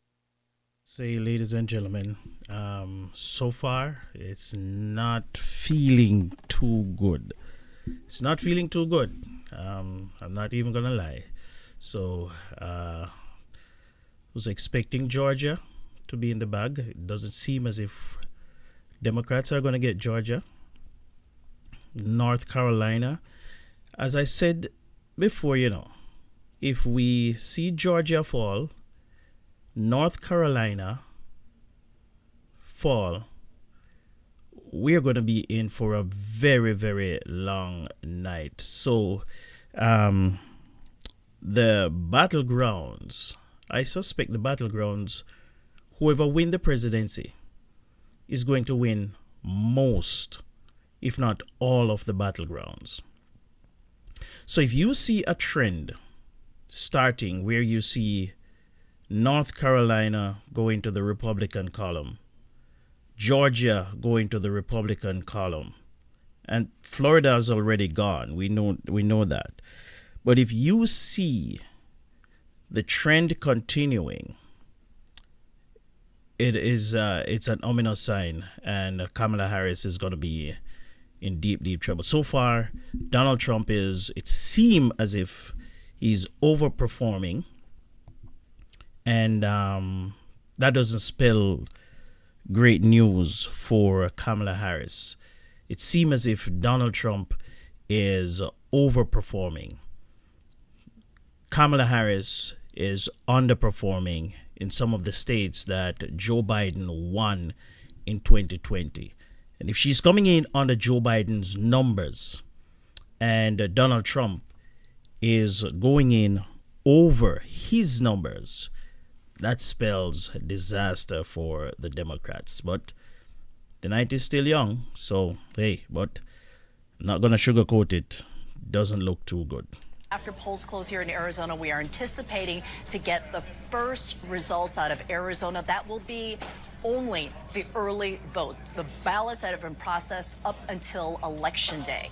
And then, as the night moves on, Aaron, those ballots that are out at the vote centers will be processed. They're counted, separated in there, and then brought over here to the tabulation center to be processed. And that information is going to start to come out as well. So it is a multi-step process. It takes time. There has to be signature verification. The ballots have to be cured here in Maricopa County. But something I want to address very quickly, because this is something that's happening right here in Arizona as we watch this clock wind down before polls close, is that there's still long lines at some of the spots that we are watching at some of these vote centers. Not only are there long lines, we have reports of low credibility bomb threats in Georgia in overwhelmingly black precincts. The idea being that there is an attempt made here to try to shut down places where disproportionately Democrats are voting. That is the news that we are getting out of Georgia, although there is not at this time reason to believe that it is affecting the results overall. We are 4 minutes away from a huge tranche of results from a number of different states.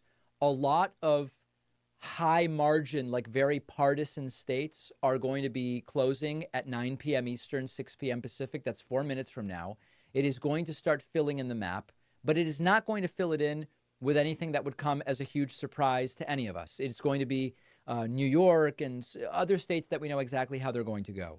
However, Arizona will close at 9 p.m. Eastern, and then the vote count will start. Notoriously very slow counting there in Arizona, as everybody knows. We're going to be following that very closely. I want to say thank you to the 5, 10, 15 folks who just got membership. So, ladies and gentlemen, once again, there is really nothing so far. If you are a Democrat and watching, there is nothing to celebrate so far.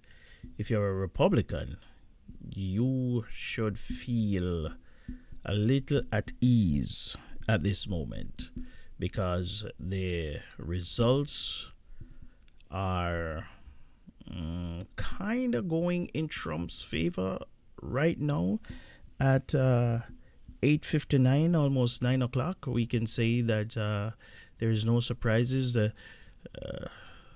two states that we thought were going to be very competitive so far, they are really not. Trump is leading in them. North Carolina is one, and Georgia is the other. So nothing to celebrate for the Democrats. But as I say, the votes are coming in, and we don't know. But it's not. I'm not sure what's going to happen, but I know it's not looking too good right now. Harris's lead is 328. So here's the good news, and if we want good news from Pennsylvania, it's the following. With every percentage point of the report, oh, hold on, we got another one. Now we're at 15%. Let me see if I'm going to be wrong about this. Now it is it actually went back up. So here's the good news. With 12% reporting in Pennsylvania, Harris was winning by 333. With 15% now reporting, she's winning by 334. We talk about the tunnel that you've got to get out of before it closes. The fact that we just counted an additional 3% of the vote and Harris's lead went up, that's very good news. On the other hand, it's very regionalized, and it has to do with where the vote in Pennsylvania is coming from. And we heard from John King on CNN that there is a lot of rural Pennsylvania, or rural, as some like to say, still to be counted. So we just can't really say too much about that. Let's see. What am I getting here from the team? It seems that my production team isn't super worried right now. Okay, well, that's good news. That's good news. let's get back over to CNN here. And we are now getting those 9 p.m. poll closings. Let's listen. Critical moment in this race. Biggest wave of results this evening. 163 electoral votes will be up for grabs, and we're watching several crucial battlegrounds. CNN's going to bring you this projection right now. CNN projects that Texas will go to Donald Trump. The state of Texas, as expected, to Donald Trump with its big bucket of 40 electoral votes. CNN also projects that North Dakota will go to Donald Trump. As expected, North Dakota with its 3 electoral votes. 2 more for Trump now. CNN projects that South Dakota will go to Donald Trump. South Dakota, as expected, with its 3 electoral votes to Donald Trump. And CNN projects that Wyoming will go to Donald Trump. Wyoming with its 3 electoral votes. CNN is not making any projections in the following states that just closed their polls. Arizona, that's a big battleground. Colorado, Iowa, Kansas, Louisiana, battleground Michigan, Minnesota, Nebraska, New Mexico, New York, and battleground Wisconsin. Let's look at the electoral map now. Donald Trump has 154 electoral votes. Kamala Harris has 27 electoral votes. 270 are needed to win. Let's bring you a key race alert now. In battleground Pennsylvania, Kamala Harris in the lead with 64.4% of the vote. Donald Trump has 34.7% of the vote. Kamala Harris in the lead there with 326,000 plus votes. Only an estimated 16% of the vote has been counted in Pennsylvania. In battleground Michigan, Kamala Harris in the lead, 54.8% of the vote. Donald Trump with 43.3% of the vote. Kamala Harris with a 55,000 plus vote lead. That's with only an estimated 8% of the vote counted in Michigan. Still very early in Michigan. In battleground North Carolina, Donald Trump in the lead there now, 51.8% of the vote. Kamala Harris with 47.1% of the vote. Donald Trump with a more than 106,000 vote lead. That's with 39% of the estimated vote counted in battleground North Carolina. In battleground Georgia, Donald Trump in the lead there, 52.8% of the vote. Kamala Harris with 46.6% of the vote. Donald Trump has a healthy 221,000 plus vote lead. That's with an estimated 66% of the vote counted in Georgia. About 2/3 of the vote in Georgia has been counted. In the Commonwealth of Virginia, Donald Trump in the lead there now with 49.3% of the vote. Kamala Harris with 48.7% of the vote. Donald Trump with a 13,334 vote lead. Virginia. That's with half the vote counted in the Commonwealth of Virginia. 50% leading in counted there in Virginia. Virginia. In the state of New Hampshire, Kamala Harris has 53.6% of the vote. Donald Trump has 45.7% of the vote. Kamala Harris in the lead there by roughly 6. All right, so let's game out a scenario here because we are kind of getting down to this point in time. Let's see. Producer Pat is telling me that if she gets Pennsylvania, this is the scenario. This is exactly the scenario that Pat is outlining. She can lose Georgia and North Carolina and Nevada and Arizona. But if she gets Pennsylvania, Michigan, and Wisconsin, she has the 270 she needs. This is a completely plausible scenario here. Completely plausible scenario. And that's 270. So actually, this isn't looking so bad, right? Yeah, now people are saying they're nervous about Virginia. Virginia's been called by Decision Desk already, which is interesting because the Washington Post has not called Virginia. Let's see if I refresh if they have any updated numbers. Yeah, Washington Post has not called Virginia. And Associated Press has not called Virginia. But Decision Desk has called it. Apparently very, very confident here. Now hold on a second. I have people telling me that Maine is not going to go all for blue.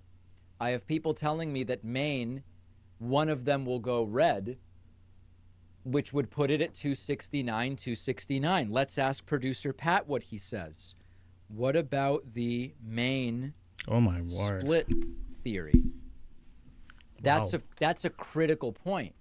If one of those Maine electoral votes, which is typical, you've got a tie. The tie Donald is Trump expected. But wait a second. One of Nebraska's will go blue. One of Nebraska's will go blue, which would put it back to 270. Nebraska 1 would go blue. It wouldn't be this one. It would be this one. Wow. Wow. Wow is so right. then we are back to 270 in this scenario. Yeah, this is now looking like a possible and plausible scenario. If you were just tuning in, we may be looking at the closest electoral scenario. It assumes a Maine district and a Nebraska. Okay, so this is the scenario producer Pat is talking about, where there's a Nebraska that goes blue and a Maine that goes red, basically a wash.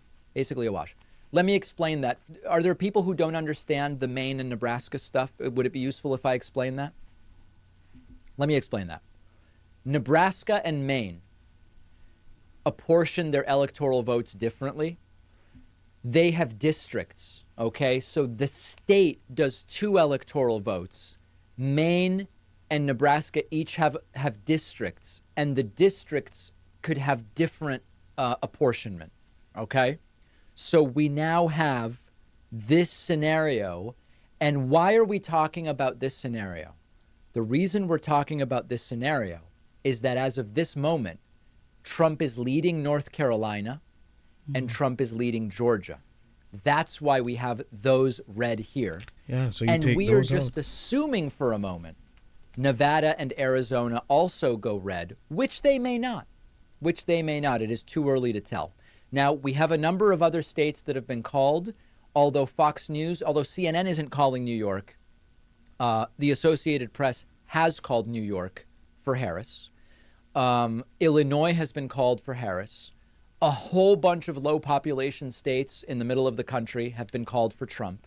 We have early Colorado reporting, too early to call, but expected to go blue. We have early Kansas reporting, expected to go red. We have early Missouri reporting, expected to go red. So far, for people who don't follow these closely, people from other countries, or if this is your first election, you might look at this map and go, "Oh my God, look look at this." You have to know what to look for here.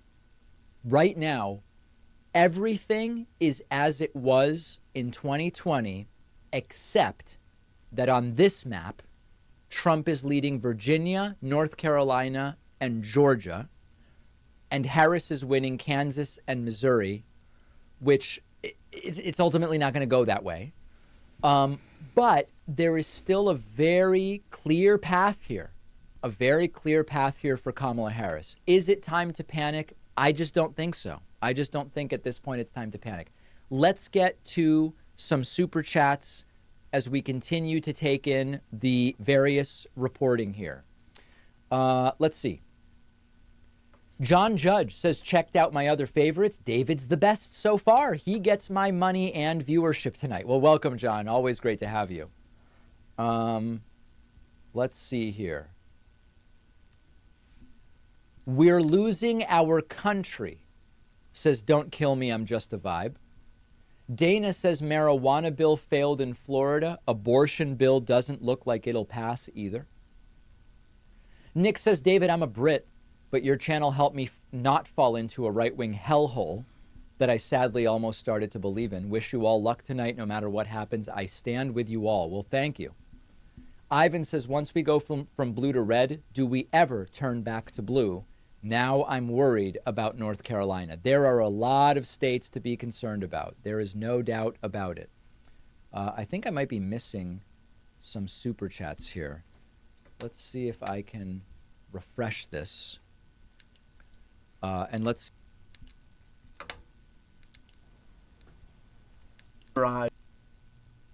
to the true vote. Whether Democrats have enough, obviously, will be the question here tonight.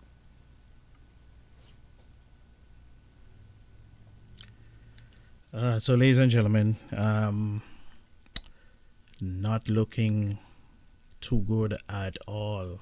It is a little bit iffy here. Kamala Harris still has a path to 270. But with those two, and I think Arizona, it's getting smaller and smaller. her path to 270 is getting smaller and smaller. And as I say, I am not one to sugarcoat anything. It's very, very possible that she may get more than 270. But at this point, the Trump camp, I think they are celebrating, to be honest with you. I think they have a lot to celebrate. Donald Trump, yeah, he's looking good.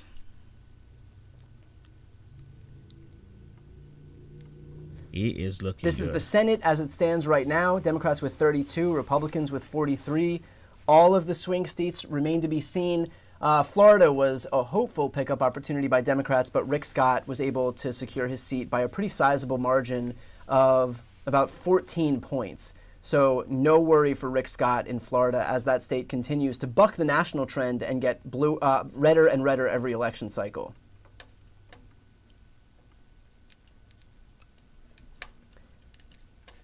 You know, one of the things, ladies and gentlemen, let me just pause here for a moment. One of the things that I do not understand, you see, I cannot understand how it is that Donald Trump has stated what he's going to do, sounding more and more like a dictator, and we have America voting for him in such large numbers. And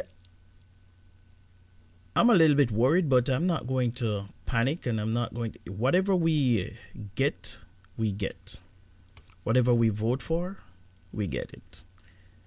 And if we lose our democracy, we will deserve it. So the election is the election. Kamala Harris has nothing to be ashamed of. She ran a very, very good campaign. Excellent campaign. The people in the United States are voting for Donald Trump in very, very large numbers. Very large numbers.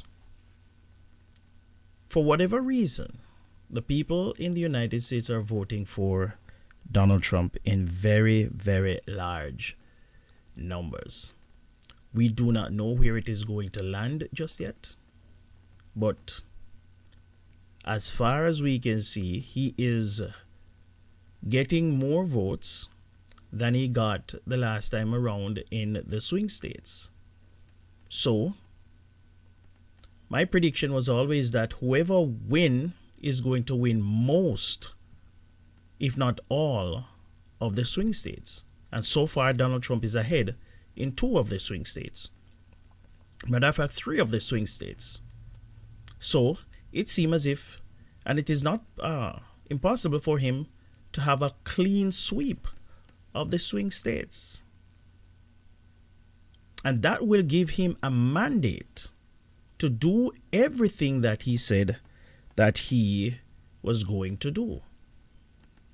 Nobody can say that he did not say what he was going to do. That is one of the things with Donald Trump. He says what he's going, he says it out loud.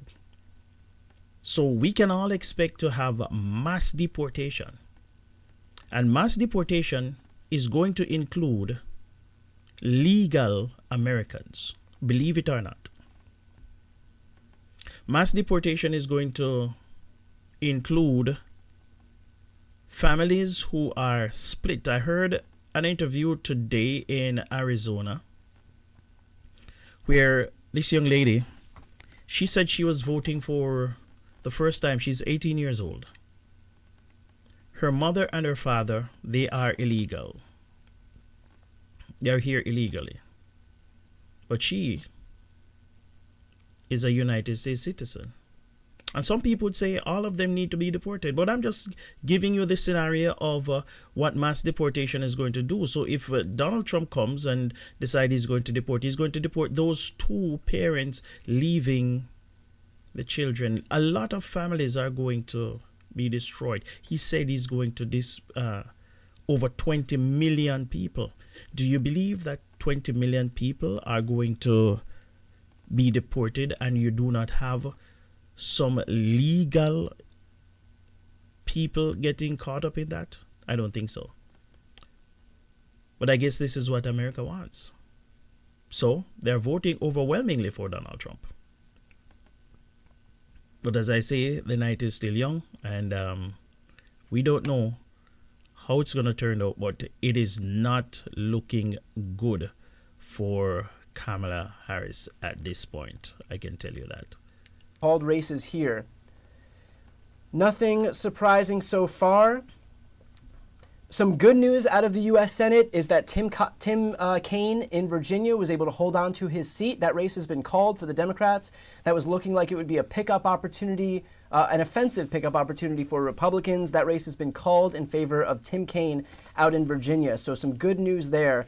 Not so good news down in Florida, where Democrats were hoping to pick off Rick Scott. And you can see here that his margin is certainly high enough that it doesn't seem like anything close to a race, as Debbie Mukersel Powell trails Rick Scott by about 13 points. So a big overperformance from Republicans in Florida, which often seems to be the case.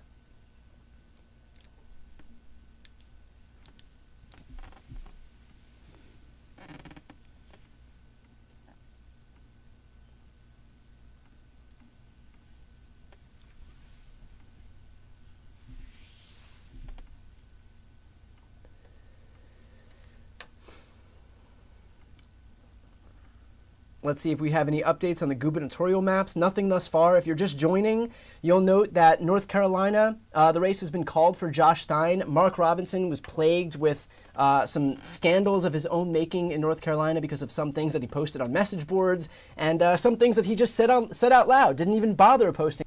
One of the things I was hoping for that race in North Carolina was that the people who were voting for the Democrat for governor would have voted for Kamala Harris, but they are voting for the Democrat as governor and Donald Trump. So, yeah, it's a split ticket thing that's going on down there in North Carolina. Not good news. To message boards. So Josh Stein has been called for the gubernatorial race there, and that is a hold as far as North Carolina's gubernatorial seat is concerned. We can zoom out now to the presidential race and see if we have any updates here. So far, no updates on this front. We are also waiting for Nebraska's smaller districts to be called for the presidential race, and you can see thus far that we are still waiting on them.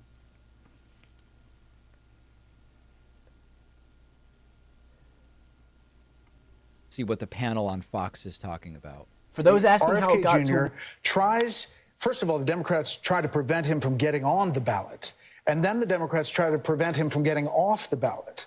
Now, he's on the ballot in Michigan and Wisconsin, also Minnesota, but Michigan and Wisconsin, obviously, if it comes down to really tight, that could make a difference. Why would anyone vote for someone who doesn't want to be the president and has asked you not to? That's what I'm trying to figure out. Who are these 0.4% that are voting for someone who has begged you not to vote for him? If you want to see him in Washington, don't vote for him. But it reminds me of Jill Stein. I mean, I think Jill Stein cost Hillary Clinton a state. I know that Trey Ross Gowdy, Perot shockingly, Bush shockingly, Trey Gowdy with a salient analysis. Incredible. Super chats are pouring in from Ireland. Coverage is fantastic. Welcome, Anthony. Thanks for staying up late. How do I handle family or friends that vote Trump or not at all? I want to block all of them. You know what? Let's table that until after the election. David Newton says, truly shocking that it's close at all, much less this 194. Close. Yes. This is the bastion of Republican support. Look, none of these races are surprises. I want to caution. I know that this is that there's a lot of red on this map. There's nobody that's surprised that North Dakota, South Dakota, Wyoming, Nebraska, Kansas, and Oklahoma and Texas went for Donald Trump. This is all completely unsurprising results thus far. A lot of the states where Kamala's support resides is California, for example, with 54 electoral votes. That is going to immediately bump her half the way closer to where Donald Trump is right now. And Oregon, Washington, and Hawaii we have waiting as well. And as soon as they call New Jersey, which I don't think is going to be too much longer, or the state of Connecticut, which I don't think is going to be too much longer, that will add to the vote totals also. Let's take a look at Virginia and see where we're standing right now. The votes remaining in Virginia continue to be the Atlanta suburbs, Savannah, Augusta, and Columbus. So all of the Democratic population centers.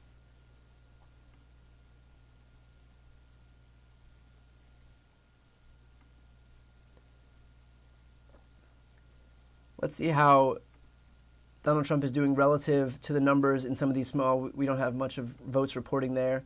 Here we go. Russian bomb overperformance in Heard County for Donald Trump has gone from winning Florida by 3.8 in 2020 to currently leading in Florida by 1.5 million votes. 1.5 million votes, winning by 13.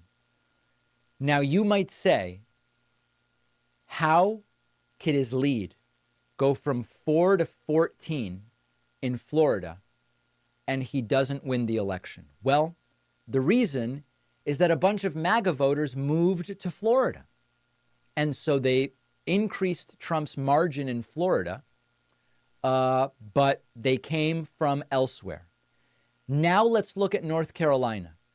North Carolina, with 49% reporting, has just tightened up to only a 46,000 vote margin for Trump. That is potentially good news for Kamala Harris. And let's see where we are. Maine, still very little vote. Wisconsin, very little. Minnesota, very little. New Mexico and Colorado expected to go blue. Kansas and Missouri expected to go red. Now, here's something very interesting. Very, very interesting. You may remember the Seltzer poll. This is not the Club Soda poll. This is not the Sparkling Water poll. This is the Seltzer poll. Everybody has been saying Trump's going to win Iowa, except for Jay Ann Seltzer. Jay Ann Seltzer said Kamala's winning Iowa by 3. And one of the things we said was, if Kamala really wins Iowa, or even if Kamala loses Iowa, but only by like 1 or 2, that portends something for Kamala Harris nationally. With 9% reporting, Harris is winning by 17.5 in Iowa. Now, it's presumably still very early. Right. This includes 60% of the Des Moines vote, which is where Harris is very strong. Iowa is like, you've got Des Moines and you've got Cedar Rapids. And then other than that, it's rural and it's not so good. It's not so good. So we have to keep an eye on that, but certainly interesting results there. Wisconsin now has 4% of the vote, Trump winning until we get to at least 15% of the vote. Until we get to at least 15% of the vote, I just don't think we can really even start to worry about that. Most of my focus right now is on Pennsylvania and on Georgia. Now, it looks like we got another little tick here to 22%. Let's see where the margin is. At 22%, the Harris margin is 247. Folks, I'm getting worried about Pennsylvania. I'm getting very worried about Pennsylvania. Harris has lost nearly 100,000 in margin over the last 10%. You don't have to be a math genius to realize if you lose, let me be exact here, 333 minus 247, 86. If every 10% of the vote in Pennsylvania, Harris loses 86,000 votes, she loses Pennsylvania. So at some point, At some point, this trend has to turn around. Otherwise, it's not going to be good. All right, let's catch up with what's happening over on CNN as we continue to build towards some other poll ahead closings. by more than 15,000 votes. That's with more. I will take a 5, and then we will continue. Don't go anywhere. Please clap. Commonwealth of Virginia. In New Hampshire, Harris with 53.4% of the vote. Donald Trump with 45.9% of the vote. Harris with an 18,000 plus vote lead. That's with under a third of the vote counted in New Hampshire. 30% of the estimated vote counted in New Hampshire. In Ohio, Donald Trump in the lead, 54.3% of the vote. Harris with 44.8% of the vote. Donald Trump with a 332,000 plus vote lead. That's with almost 60%, 58% of the estimated vote counted in the Buckeye state. Now let's go to John King at the Magic Wall. John. So, Jake, you lay out the results, and there are some surprises there, right? At least where we are right now. So we just want to go back and follow up where we were. David Chelling was talking about some of the outstanding vote. We know in Virginia is early vote, and that percentage is going to jump, and we know that the vice president is doing quite well in that vote. So I just want to show you what he means by how this can change. Again, Donald Trump's lead has been shrinking. It was 16,000 not that long ago. It's 12,395 now. Look at the Northern Virginia suburbs here. I just want to show you these circles help us understand where are there live outstanding votes, meaning votes that we know are out there that have not been counted yet.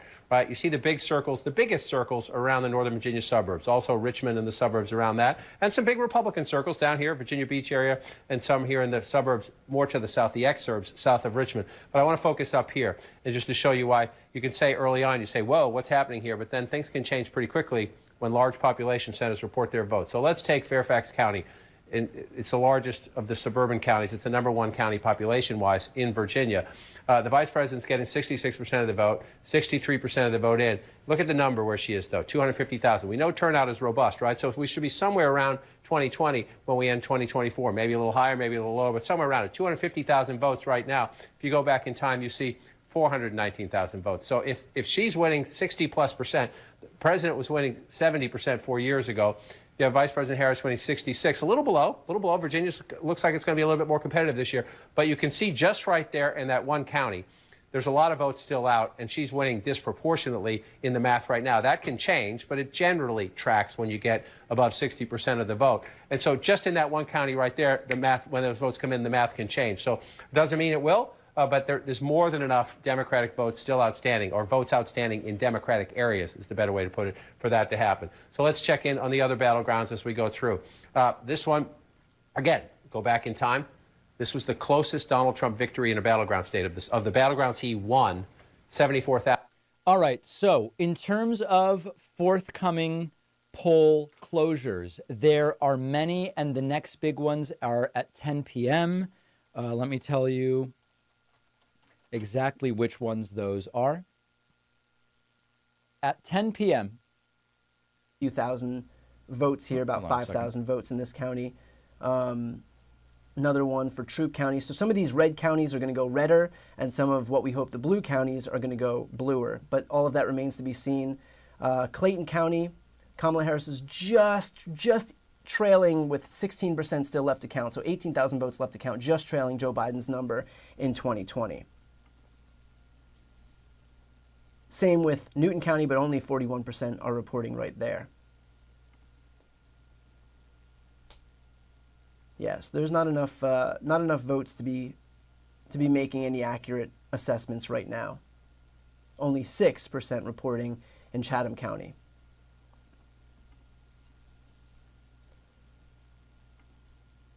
Let's see how things are looking in North Carolina.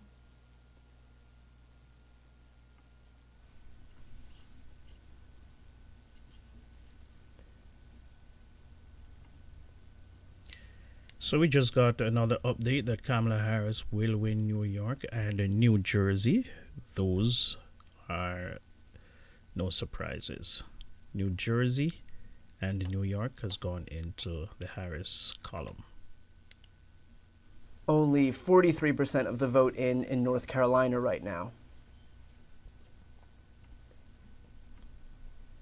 So it is 9:15 right now. We should see some of these states get called shortly.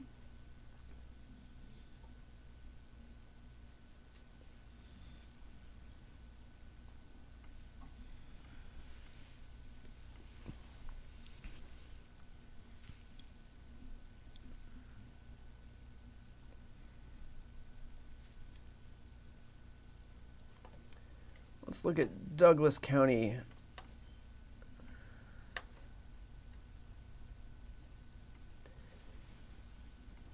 So if we look at Douglas County right now, 95% of the vote reporting, Joe Biden had 62% of the vote. Kamala Harris right now was 65.5% of the vote. Trump not meeting his numbers in Douglas County. So again, for a lot of these smaller counties that we've seen on the outskirts of Atlanta, where Donald Trump is beating his numbers, we're seeing some of the counties closer to Atlanta, Kamala Harris extend her lead over Joe Biden's lead in 2020. So that's what we expect to see to compensate for some of these rural districts getting even redder. But this is with 95% of the vote reporting. So this is a good overperformance thus far by Kamala Harris in Douglas County.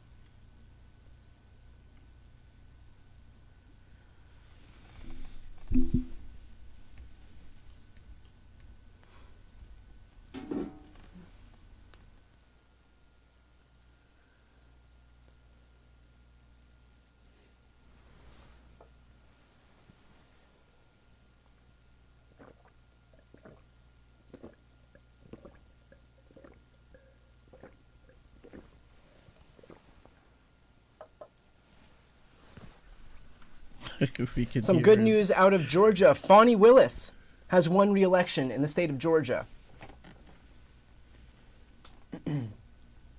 Thanks.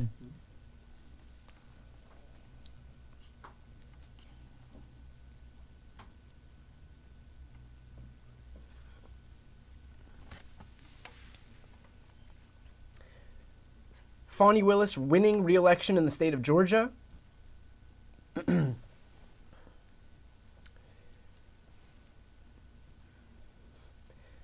I'm reading a projection that Democrats have won the Michigan Supreme Court race, flipping that court 5 liberal, 1 moderate, 1 conservative. So that is some good news out of Michigan.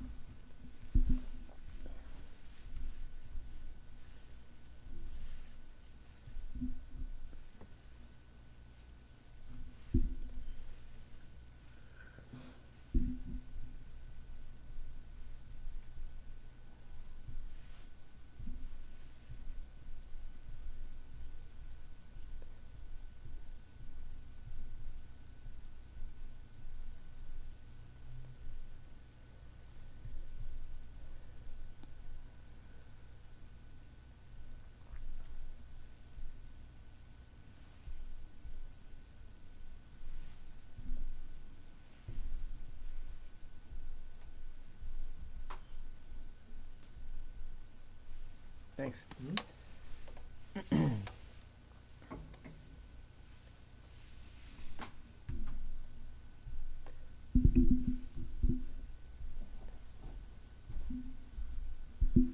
Again, do not read too much into incomplete results. I cannot say that enough. I know people are going to look at maps that seem overwhelmingly red and get worried. Just to give some background here, Biden won Georgia in 2020 by 12,000 votes. Trump won North Carolina by just 75,000 votes. Biden won Pennsylvania by 82,000 votes. So a lot left to be counted here. I believe Biden won Wisconsin by 20,000 votes. So a lot left to be counted, and with hundreds and hundreds of thousands of votes, if not millions, we're looking at 1.6 million left in Georgia. The notion that we could determine who's going to be the winner right now is completely backwards. So a lot of votes left to be counted. Do not worry or panic because of the results with 69% reporting.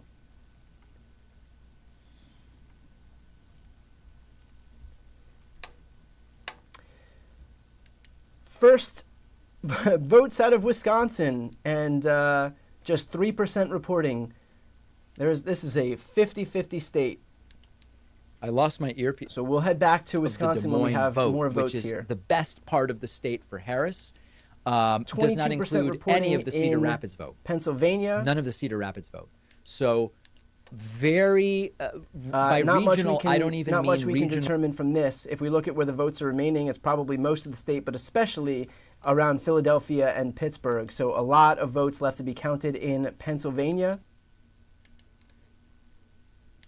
As far as the country, I mean within states, highly regionalized results. Andy says this race is closer than David's eyeballs. Wow, that is rough. That is really, really rough. Yeah, all right. I mean, cool. Sounds good. Just as a thought experiment, all else as it is now, if we just assume Pennsylvania does not go to Harris, what are her chances? Okay, let's explore that scenario specifically. Let's flip Pennsylvania red. What is Harris's path then? She still has a path, okay? If she can get North Carolina and either Nevada or Arizona, either one does it. Here's just Arizona, here's just Nevada, she wins. If she loses Pennsylvania and loses North Carolina, but gets Arizona, she does not win. That would not be enough. However, she could lose Pennsylvania and North Carolina and Georgia if she wins Nevada and Arizona, and if J. Ann Seltzer is right and Harris wins Iowa, she also wins. She also wins.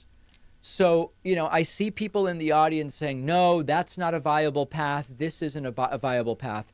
Here's what I think is the critical thing to understand. The point I'm trying to make is that Harris still has a very obvious path, which is Pennsylvania, Michigan, Wisconsin, which she's winning right now. Okay? If she wins those three, she's basically got it under most situations. And she's winning all of these. She's winning all of these right now. And in fact, we can do that scenario. Put this red, this goes red, this.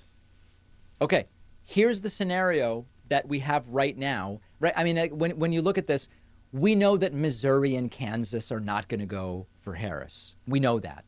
New Mexico probably will go for Harris. It's just these are early counts. If we just really focus in on what we know, forget about Iowa even. Here is, oh wait, no, this has Iowa, sorry. This is Harris losing everything, but she holds Pennsylvania, Michigan, Wisconsin. She wins, okay? And so the point here is that there are a lot of paths here. Now, I am being told to look at Decision Desk for Georgia. Did they call it? They did not. Okay. 75% of the vote. Georgia is going to go to Trump soon, and Harris doesn't actually need it.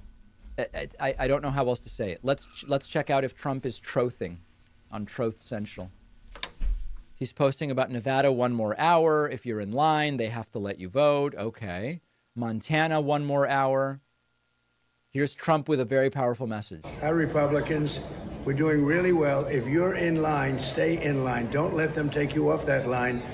By the way, who's trying to take Republicans off of the line? I mean, it's just like, we want everybody to vote. I'm going to tell you guys right now, if Harris just loses this fair and square, then she just lost, right? I mean, it's like the country is very screwed up, obviously. But if she lost, she lost. Getting people out of line. Give me a break, dude. Vote. Stay on the line. They can't do anything about it. And vote. We're going to win it big. Thank you. All right. Immediately hang up the phone and run out and vote. Like immediately. Just bring the transistor radio or boombox with you while you go to vote, and you can listen to the show. Give Sean his worst radio ratings of off the phone. We'll talk very nicely, and nobody should be listening. Everybody has to run. There you go.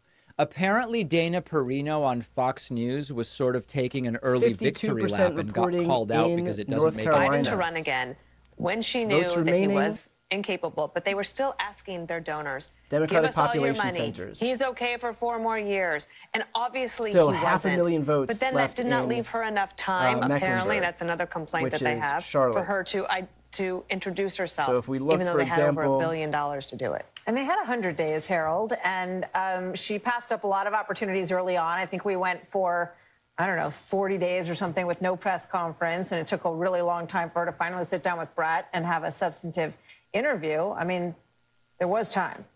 Sure. Again, we're acting like this thing is over. I hear you. No, we're not. No, we're not. I was just playing off of Dana's point. But I do think after the debate, she performed so well against Trump. This whole decision. All right. So Harold Ford saying, it might be a little early for the victory lap. I'm told there may be a reversal now in the polling markets. Let's take a look. Predict it steady, Trump at 73. Kalshi steady. Let me refresh in case you need to. Kalshi steady. Oh no, Trump at 74, 72. And then Polymarket actually, Polymarket is now seeing a reversal. This is very interesting. The peak here that we saw for Trump of 78, it's actually starting to reverse. And I think the reason that it's reversing is that there is a really clear path here for Kamala Harris. It doesn't mean she's going to win this, but there is a super clear path, which is just she wins Pennsylvania, she wins Michigan, she wins Wisconsin. Now, I know you might be concerned about Minnesota being red. It's 1% reporting. I don't see any way, especially with Tim Walz being from Minnesota and the polling being so overwhelming there. I don't see any way that Minnesota goes for Trump at all. So that's sort of a non-factor. And then interestingly, Iowa actually chugging along. And what a humiliation it would be for Trump if he ends up losing Iowa, a state that he did win in 2020. Now, here's a question via Super Chat. Are mail-in ballots being counted? Yes, they are. Mail-in ballots in some states are mostly reported right at closing. In other states like Pennsylvania, they start being counted as we go. Now, let me tell you a little bit about what's happening here in Pennsylvania. We just got another 5% of the vote, and Harris's lead is now down to 116. I don't want to alarm you. And again, we're still looking at where is the vote from? Where is the vote from? But Harris's lead from 12 to 32% of the vote counted has shrunk by 66%. 66%. If Pennsylvania goes Trump, it's very bad. Very, very, very bad. Now, one of the things going into this election, what he's saying here makes a lot of sense. Pennsylvania, there were a lot of Amish out there in Pennsylvania who vowed, and they have a lot of people out there who are Amish, and they vowed that they were going to vote against Harris. They had some dispute or the other, and they vowed that they were going to vote against Harris. And it seemed as if they really came out against her in Pennsylvania in their numbers. And if they came out in their numbers, that may be why Pennsylvania is not looking so great for Harris. And if Pennsylvania falls, then that's it. That's lights out for Harris. And as I said earlier, the person who is going to win, I suspect the person who is going to win the election is going to win most or all of the swing states. I said that before, and I was bullish on Kamala Harris. Obviously, I was hoping that she would have been the person, but I'm still thinking that the person who is going to win most or all of the swing states. And right now, Donald Trump is leading. Donald Trump is leading it. Most times, people, not to be alarmist, but when an election starts, the person who starts off in the lead normally does not fall behind. And I want you to think about that. I've been following elections for a very, very long time. The person who starts off leading does not fall behind. And so far, it has been Donald Trump all the way, all night. So start thinking about the possibility of, if you're a Trump supporter, you can start celebrating. You know, it may be a little bit preemptive, but you can feel very good. If you are a Harris supporter, trust me, you can start thinking about a Donald Trump victory, because he is leading, and the indication is that he may just very well have a clean sweep. Pittsburgh, 57% of places here that have just, it's bad. It's red. It's going to be red, okay? A lot of these places, these rural places, have 0. Now, we don't know, I mean, I don't know how many total people there are in those places. Let's look it up. For example, Butler. Votes, total presidential votes in Butler County, PA, 2020. In Butler, for example, this is just to give us a sense. All right, let me go back over to my friend Brian. Let me hear what Brian is saying over here. That is a county that Joe Biden won by over 30 points in 2020. So the fact that the vast majority of votes are still outstanding there is at least a sign of good news. There are 90% of votes still remaining. 90%. That's 500,000 votes still outstanding in Mecklenburg County, which is Charlotte, North Carolina. So we'll keep an eye on North Carolina there.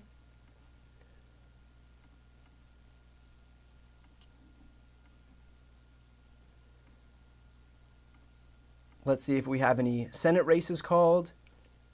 We do. We have New Jersey Senate race has been called for Andy Kim. So good news for Democrats. Held onto that seat that was previously held by Bob Menendez.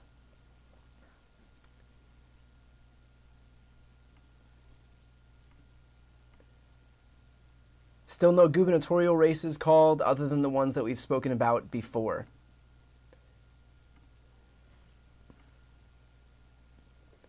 And this is where we stand right now. Not much we can determine from this map. A lot of votes left to be counted. None of the swing states have been called. In terms of, I know a lot of people are asking who's winning. No way to tell. There is no way to tell. It is still a jump ball. We are waiting to find out results from North Carolina, Georgia, Wisconsin, Michigan, Pennsylvania, Nevada, and Arizona. According to the decision desk, I'm getting ahead of my friend Brian here. According to the decision desk, North Carolina has been called for Donald Trump. So North Carolina has been called for Donald Trump. So Brian is a little bit behind here. But North Carolina is out of the question right now. He's a little bit behind. I don't know. See if we can get him to speed that up with his decision. But North Carolina has been called for Donald Trump. All right. So let me see what's going on this other channel. This is where we are. 113,000. Yeah. So like Trump beat Biden by 37 there. So I'm not going to lie. On the one hand, there is about 500,000 votes that Harris will gain in margin from these cities.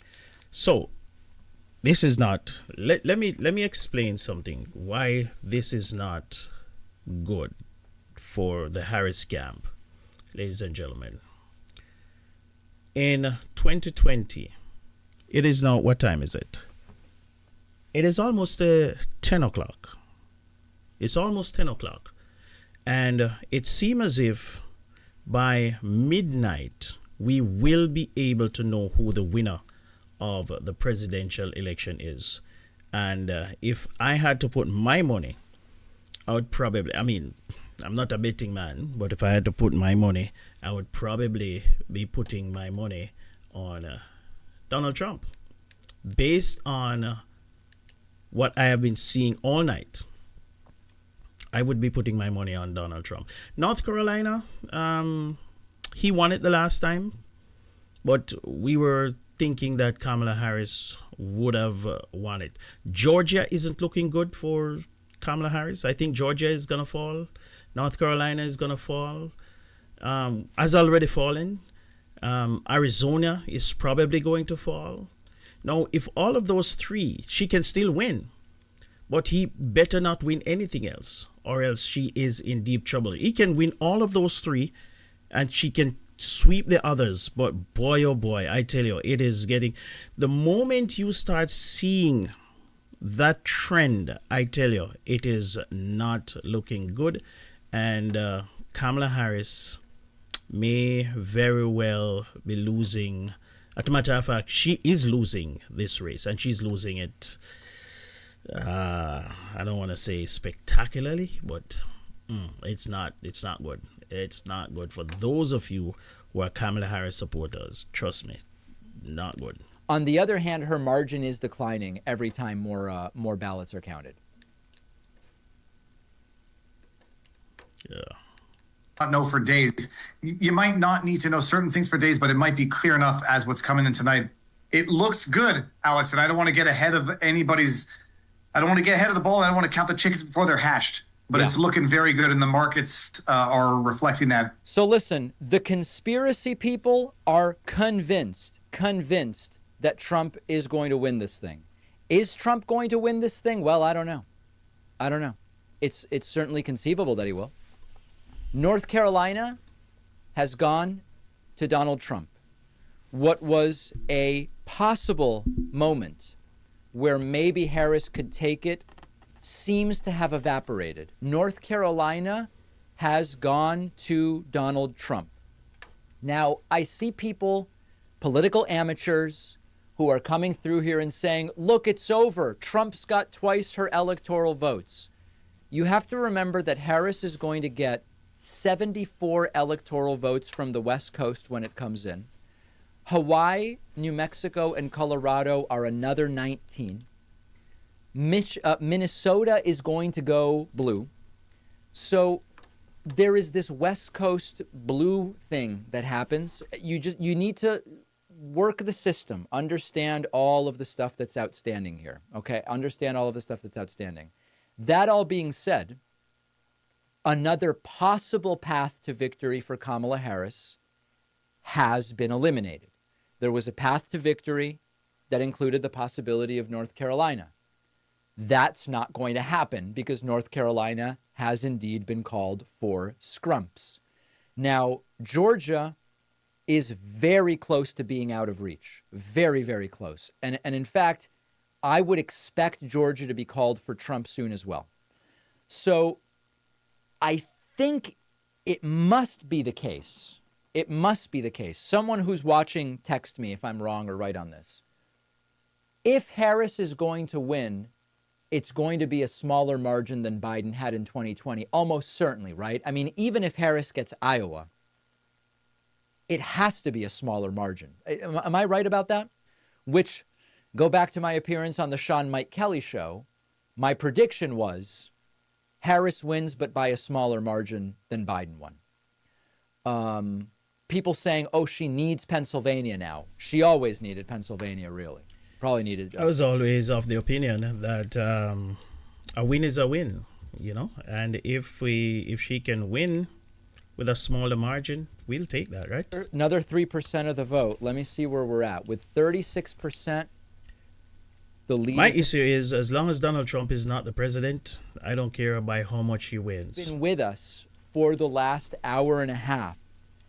Kamala Harris's lead in Pennsylvania has experienced shrinkage from 333,000 votes to 84,000 votes. Actually, hold on. Now it's 26 plus. Oh, my goodness. There go another 30,000 votes. At 37%, Harris's lead is only 51. This is the concern. 333 minus 51. 84% of Harris's lead in Pennsylvania has evaporated. Now, if Harris loses Pennsylvania, that is it for the election. It's lights out, and they are going to call the election for Donald Trump tonight. It is 9:59, 9:57. This does not mean... And I am expecting to hear them call the election for Donald Trump start to see you tonight. Not even waiting for tomorrow, because it's not looking good for Harris. I am not saying this sarcastically. I said it about an hour and a half ago. I am thrilled that Jill Stein is getting no votes. I am absolutely thrilled. She's horrible, and the best she could have hoped to do was help Trump. Fortunately, the pathetic little vote totals that she's getting aren't anywhere close to the margins right now. Right now. Imagine if the Pennsylvania margin shrinks to 10K and Jill Stein got 11K. We'll be able to thank Jill Stein for some horrible, horrible stuff. Truly, truly horrible stuff. All right, let's get back over here. I do want to hear this analysis of North Carolina. Let's just get caught up with the stream. The CNN stream seems to fall behind very, very quickly here. County will give us a strong indication after that first drop, but it takes a long time to count all of the ballots. The first drop that we're going to see, the first results, will be the early vote that is counted before Election Day. And it's not all of them, but it is the majority of the early vote that is counted before Election Day. That is what we are going to know in just minutes. I have very, very good news from the world of the Senate. Our friend and former guest on the David Pakman Show, oh boy, Ruben Gallego. Oh, well, okay. Washington Post hasn't called it. Hold on, let's look at Decision Desk HQ. Oh, they haven't called it either. Okay. NBC has called that Kari Lake has lost and Ruben Gallego will be the next senator from Arizona. There are two reasons I like this. Number one, Ruben's an awesome guy. He's been on the show. He was on the English language show in 2020 when I was doing the Spanish language show. He was on in Spanish. He's an all-around good guy. Ruben Gallego has won in Arizona, and he defeated Kari Lake, who is a disgusting bottom feeder of a person who still claims she should be governor, even though she lost in 2022. And she has lost again.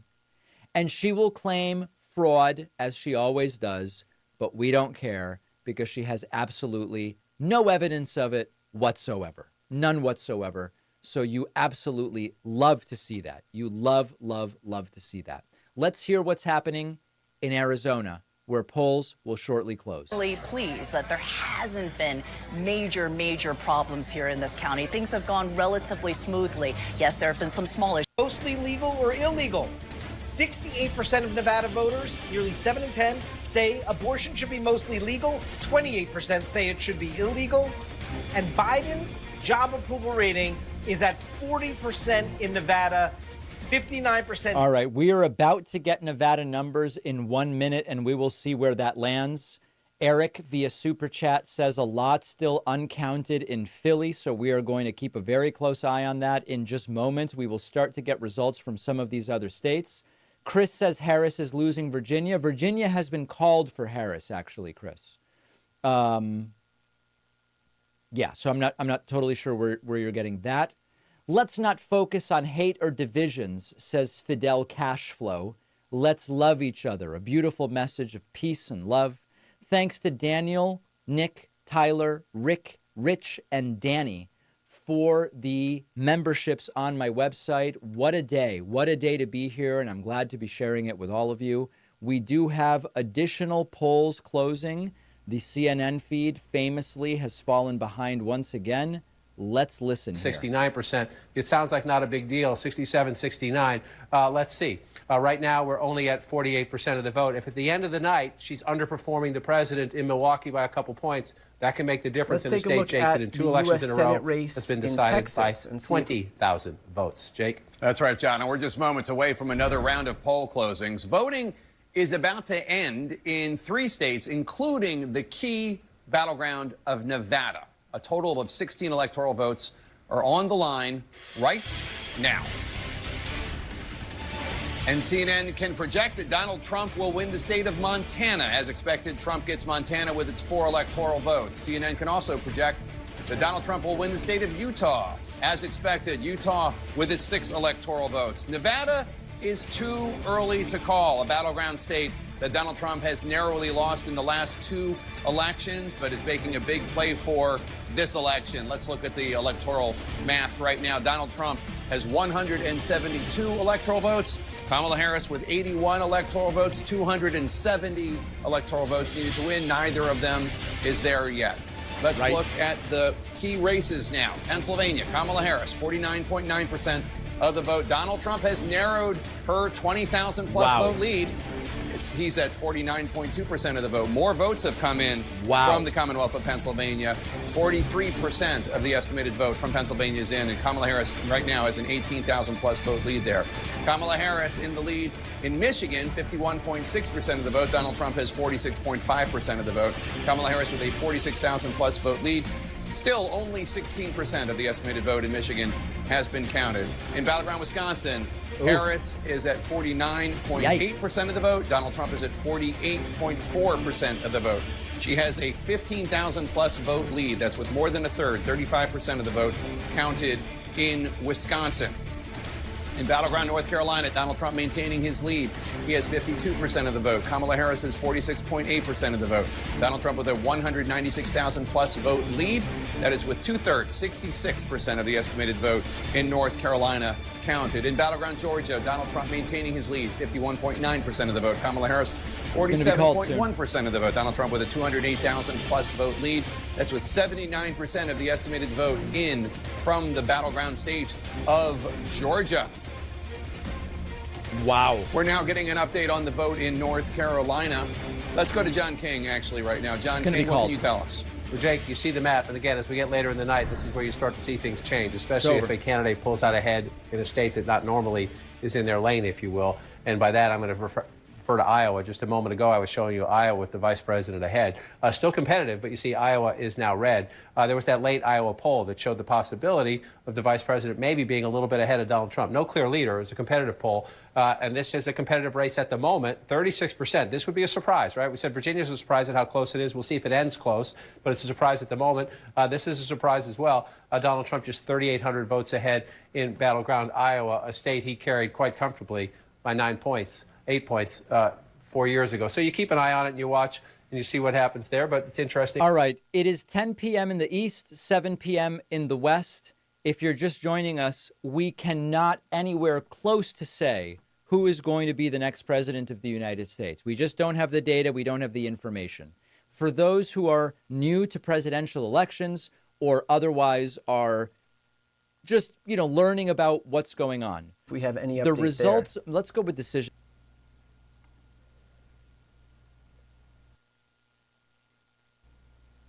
So it looks like Ted Cruz has taken the lead over Colin Allred, but there's still a third of the votes left to count. So we only have 64% of the votes in. There are still 4.3 million votes remaining. And if we look at where the votes are remaining, obviously they are the Democratic population centers. We have 500,000 votes left in Harris, which is right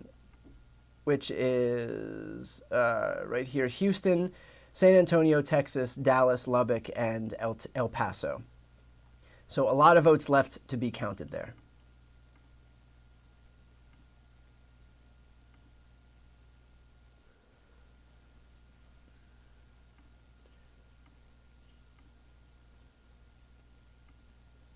Okay, it looks like we have a call. Decision Desk has called North Carolina for Donald Trump. Donald Trump has won the swing state of North Carolina. Just to give some comparison here, this is a state that he just eked out a victory, 50.1 to 48.7 in 2020. There's still 48% of the vote remaining, but Decision Desk HQ has called North Carolina for Donald Trump at this hour.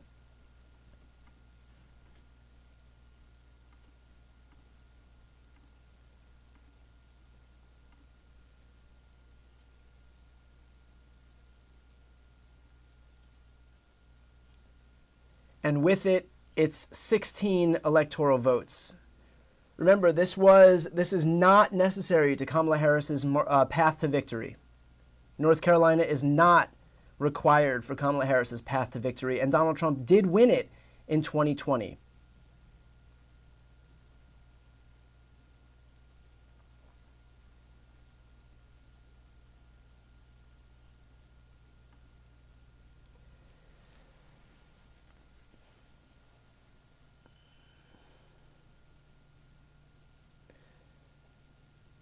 I do want to point your attention toward some results so far in Georgia. So it looks like thus far, the Atlanta suburbs are shifting 4 to 7 points in Kamala Harris's favor. The rural suburbs, the rural counties are swinging 2 to 5 points toward Trump. So if you look at some of these margins here, where the vote totals are the highest at the top, so 91,000 votes in Paulding County, 4.5 points toward Kamala Harris. Columbia, a marginal shift toward Donald Trump, but the next few counties, Fayette, Douglas, Rockdale, Jackson, all pretty large suburbs of Atlanta, are shifting 4 points to the left, 3 points to the left, 4 points, 6.3, 6.7, 2.5. So these are good numbers so far for Kamala Harris out in Atlanta. The numbers that we're looking at right now are in Atlanta. Royal races, no calls thus far since the last time, other than, of course, the big one, which is Josh Stein defeating Mark Robinson, one of the more deplorable figures that I've ever seen. Josh Stein has defeated Mark Robinson after Mark Robinson. All right, so let me just pause here to give you some news coming out of Delaware. The Washington Post is reporting that Lisa Blunt Rochester, a Democrat, is projected to win the Senate seat in Delaware, according to the Associated Press, becoming the first woman senator elected from the state. Blunt Rochester will also become the first black person to represent Delaware in the Senate after beating Republican Eric Hansen. So that's a little bit of news there, coming to you from the Washington Post. And made himself out to be somehow more extreme than Donald Trump.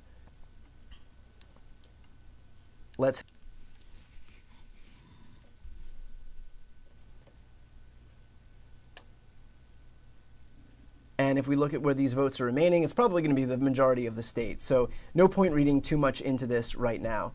But as it stands right now, it looks like actually it's been called. Iowa has been called. So a miss from Ann Seltzer, who hasn't missed since 2004. The state of Iowa has been called for Donald Trump. So, of course, not on the pickup list for Donald Trump, but when the Ann Seltzer poll came out, that was kind of sent shockwaves through the zeitgeist here, because she hasn't been wrong since 2004, but clearly overstated the support for Kamala Harris, as Donald Trump is leading about 49.9 to 48.8. There's still 76% of the vote in, but this race has been called for Donald Trump, and that is Iowa. Again, not part of Kamala Harris's path to victory, but interesting that Ann Seltzer was wrong on a presidential poll, and she hasn't been wrong since 2004. So that is the map as it stands right now.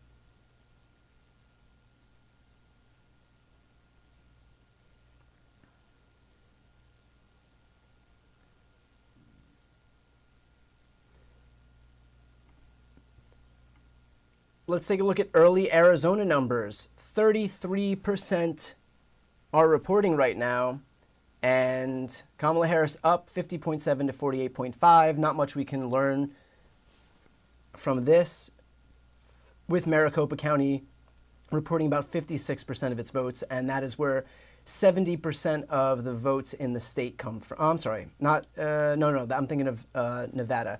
The majority of the votes come from from Maricopa County, but not 70%.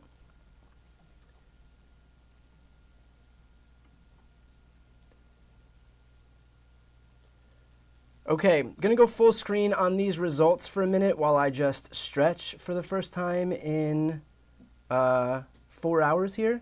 So let's go full on these results. The map will update if we have any results, and I'll be back in just a few minutes.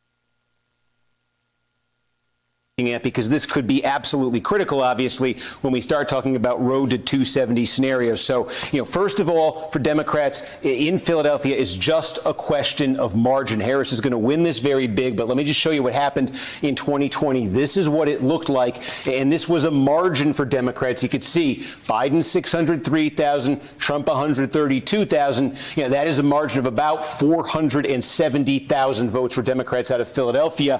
I think one of the numbers to keep an eye on as Philadelphia and Pennsylvania comes in is, does that get up to, if that got to 500,000, maybe set that as a bit of a benchmark here. If Democrats can get that up to 500,000, I think they're going to be feeling very good about what they can do in Pennsylvania. Can they drive that number up? Because, while this is a big number for Democrats, this 81-18 victory for Biden over Trump, there was a little bit of slippage there. This is just the city of Philadelphia. A little bit of slippage there for Democrats. Give it relative to what they used to get out of Philadelphia. It's because in 2020, in part, Trump made gains with Hispanic voters in Hispanic precincts and neighborhoods of Philadelphia. So that's one of the things to watch tonight. Democrats are getting a big margin, but how big? Is it going north of 470? Is it getting up to 5? Or does this tick down another point or two in either direction here? So we're going to be looking out of that in Philadelphia. The other big thing, look, the collar counties of Philadelphia, these four right here. It's Delaware County, Chester County, Montgomery County, and Bucks County. Take them in almost two sections here. Take these three together. Delaware County, where we do have a little bit of vote, can show you right now. Core Democratic County, this is a little bit more racially diverse. You see Biden won this by 26 points. It's just about running up the number for Democrats in Delaware County, as is the case in Chester County. Now, Chester County, again, this fits that profile we talk about. High concentration of college degrees, higher income. There's no county in Pennsylvania in the Trump era that has become more Democratic to the degree that Chester County has. So as you start to look at the results come in here tonight, it'll be a while. See what Biden got here, 58%. Maybe set a benchmark in your head of 60%. Can Harris break 60% in Chester? Because what's happening in Pennsylvania, and this is going to be a theme in the two other northern tier battleground states, what's happening in Pennsylvania is the Democratic base is geographically contracting.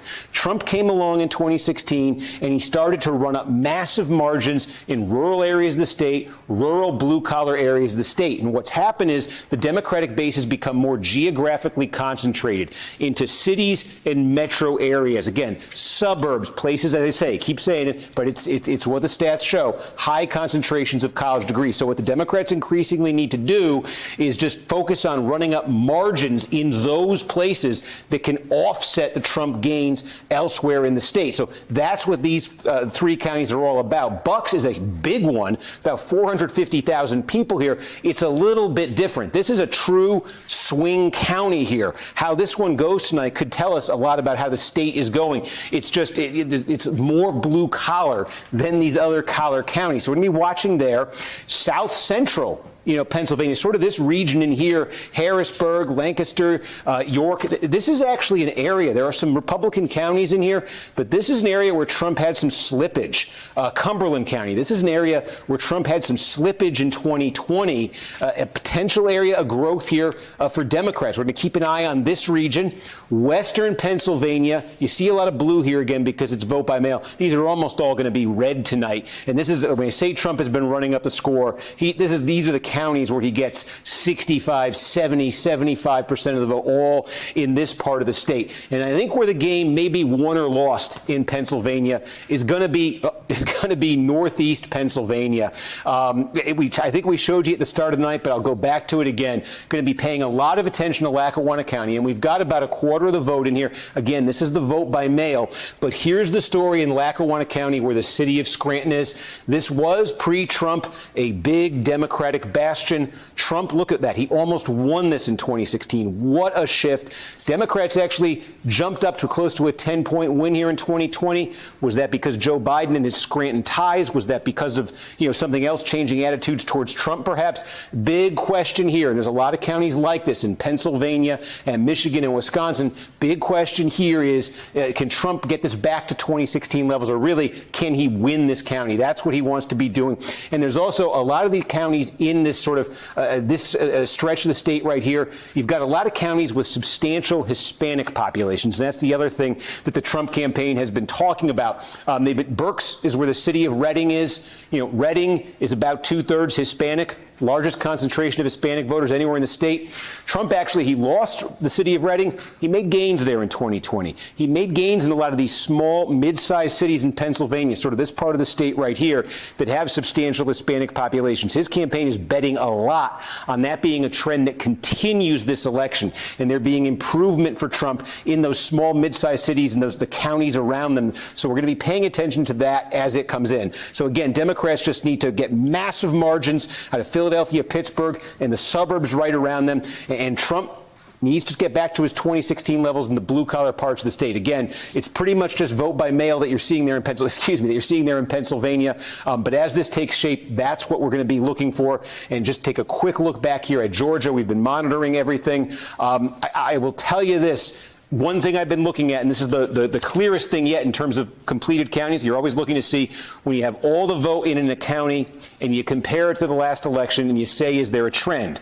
So one of the things, there's like 3 or 4 of these categories we're looking at, but one of them we've said is the rural counties in Georgia, the heavily Republican rural counties, and it's very consistent. We now have 15, maybe 20 of them that are basically complete right now. Very small, but in just about all of them, Trump is running a point to 3 points better than he did in 2020. And that was one of our questions in Georgia. Is Trump going to slip a couple of potentially critical points in his core parts of the state? So we are not seeing that there. But there's a lot more, obviously, we're going to be looking for as Georgia continues to come in.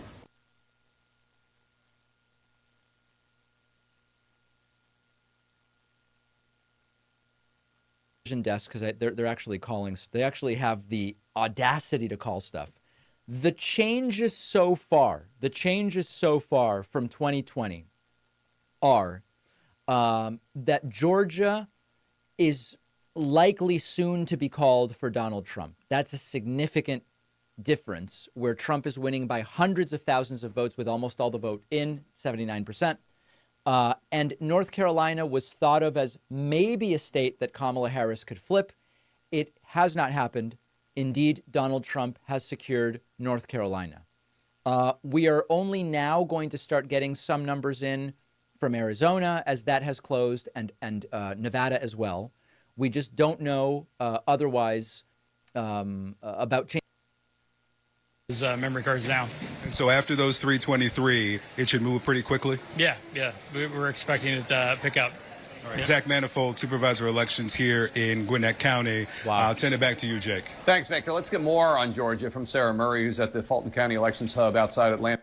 Unless something changes with that vote dump, Georgia is very close to being called for Trump. Well, Jake, for all the flack that Fulton County gets for how it runs its elections, things have been going very smoothly and very steadily here tonight. They've had these memory cards coming in. They're uploading the day of election vote, and they're hoping in Fulton County to be able to upload all of their day of voting by 11 p.m. Now, there is another large county where things are going a little bit slower, kind of like Gwinnett, DeKalb County. I spoke to them a little bit ago. They said they don't have a number of what their overall election day count was, and they're not sure how long it's going to take for them to get through it. They're just chugging through it little by little. Now, in Cobb County, another large county here in Georgia, they said they still had less than 1,000 absentee mail-in ballots that they had to. That's fewer than 1,000. At about 85,000 votes. That was their day of votes that they were turning Back to the presidential map They, too, here. are hoping to be done by 11 p.m. Wow. The last No county new I talked results. to Let's is head over to Clayton Georgia County. and see They how were it's also looking so working far. through We've got their day of 83%. voting. They had hoped to have it done by 10 p.m. It looks like they're missing that deadline a little bit, but they were definitely saying they only had a handful of precincts left, about 13 precincts when I talked to them about a half an hour ago, that they were still trying to upload the day of voting for. So things seem to be going pretty smoothly. And behind me, you get a little bit of a sense of the process. This is where the memory cards came through. They just brought them through. They checked them in. Here with a police officer, they get scanned in. And then over in this glass room, we're showing you this is where these memory cards are removed. We start to see them uploaded. So that's what's happening here in Fulton County. And hopefully we'll have more for you around 11. Sarah Murray reporting on the count as you look around the Atlanta suburbs. As she's noted, she's in Fulton County, which is here. But this is all right. So we're going to be keeping a really close eye on those Georgia numbers. And I am aware that there are lots of opinions about what's happening in Pennsylvania. I'm getting people who are saying, David, they haven't counted the cities. David, they haven't counted the mail-in ballots. David, they haven't counted anything in Pennsylvania. There is a lot of confidence in that. And I just do not know. We have to go through and count the votes. Now, with 54% reporting in Pennsylvania, Trump's lead has grown. Oh, we just got another 102K is Trump's current lead in Pennsylvania. Listen, if it's true that when they count Philly and when they count Allentown and all of the mail-in ballots are counted, there's a 600,000 vote margin in there for Kamala Harris. We'll find out very soon. And it'll be great news, and we're all going to learn that before you know it. I do want to kind of adjust this a little bit here.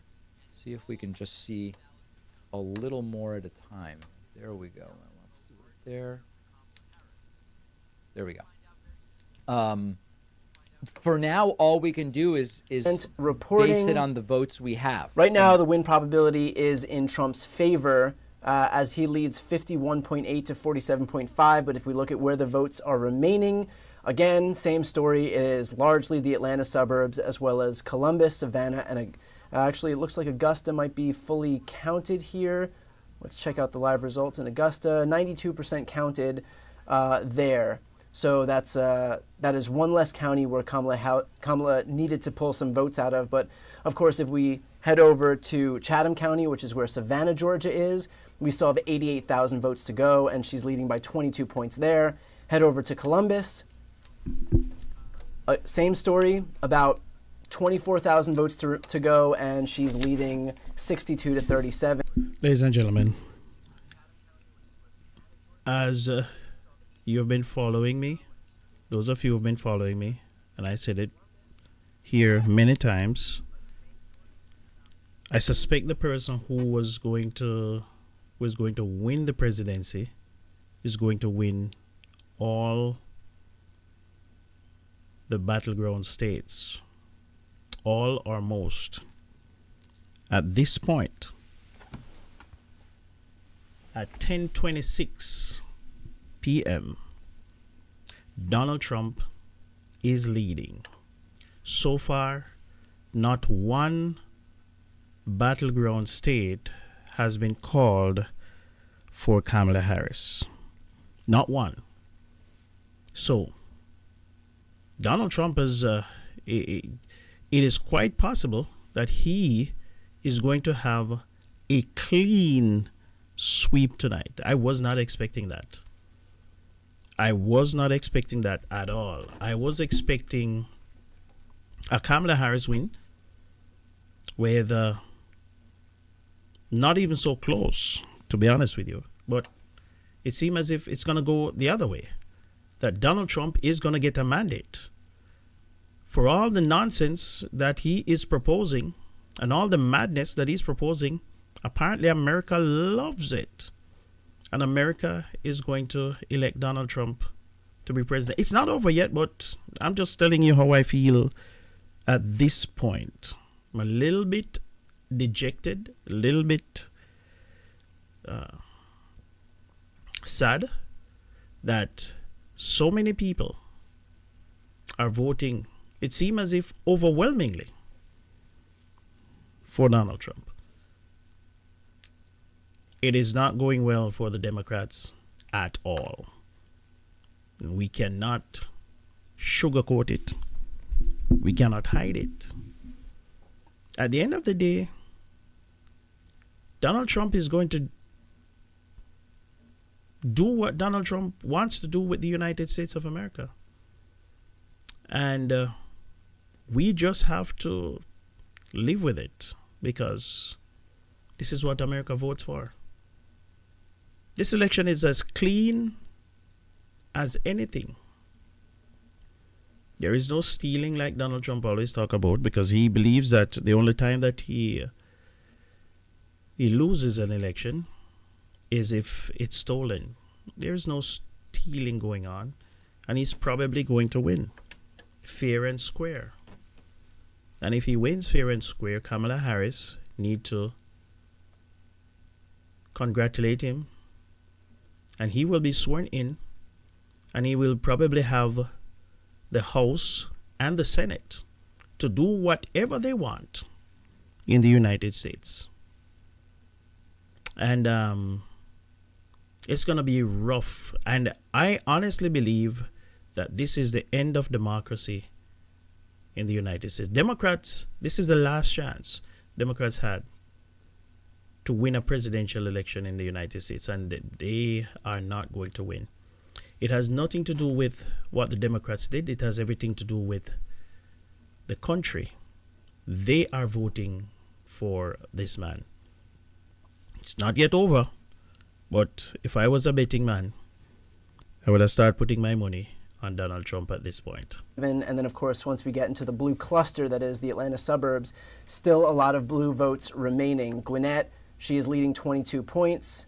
DeKalb, she's leading by a healthy margin, 81.3 to 17. And let's see that comparison to where it was in 2020. So with 93% of the vote to go, she is not meeting the benchmark that was set by Joe Biden in 2020. She needs to get that number up to 83%, but 35,000 votes still remaining there. It looks like about a 2-point swing in Trump's favor in DeKalb County. With that said, there are a lot of these Atlanta suburbs, for example, where she has made gains. So, for example, if we look at a lot of these suburbs here, we're looking at Paulding County, 91,000 votes, 4.5 points to the left. Fayette, Douglas, Rockdale, all swings to the left, 4.1 points, 6.3 points, 6.7 points. Jackson County, 2.3 points to the left. So we'll see if these numbers hold up, but still a lot of votes left to be counted in Georgia. Votes remaining. Let's go to live results here. We still have, let's go to statewide, rather.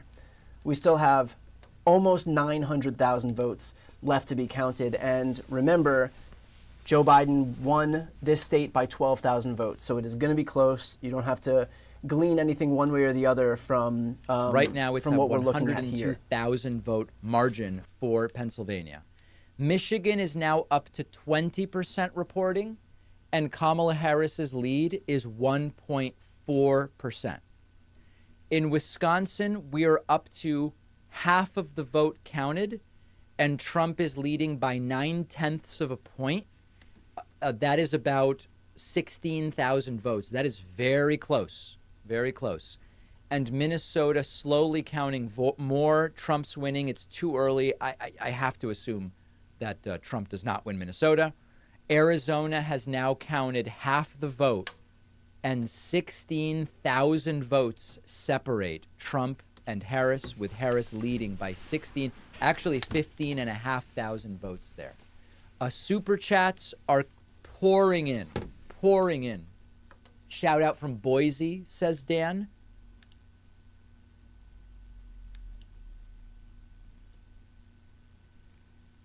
Helping them with young voter turnout, guys. All right, but Jackie, let me just ask you. I mean, my chain with the Democrats kind of went dark too. When's the last time you got an update? Thank you so very much. Well, they're responding to us. Ladies and gentlemen, Decision Desk has called Georgia. Georgia has fallen for the Democrats, and Georgia has been secured by Donald Trump. Simple math that I did for you, arithmetic, suggested that this was likely about an hour and a half to 2 hours ago. An hour and a half to 2 hours ago, something like that.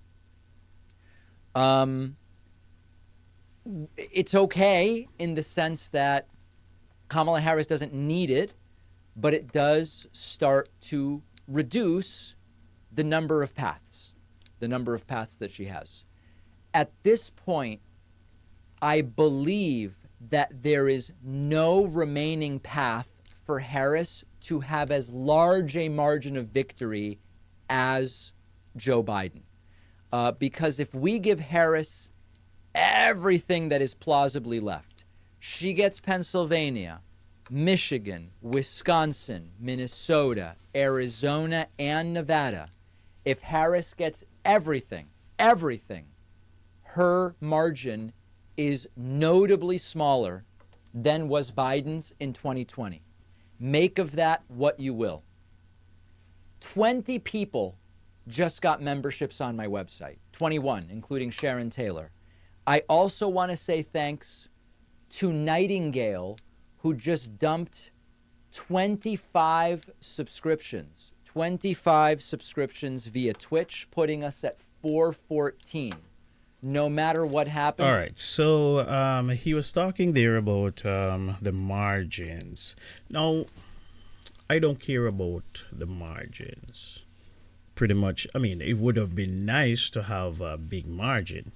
However, if she can win without getting the margins like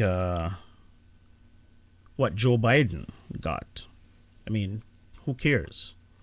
As long as she gets 270, she still has a path, but it is shrinking, and it is shrinking rapidly. And the Democrats are not feeling well at all. Kamala Harris's headquarters is not celebrating. The mood, I'm getting that the mood in the Harris headquarters is they're very, very docile at this moment. They're very, very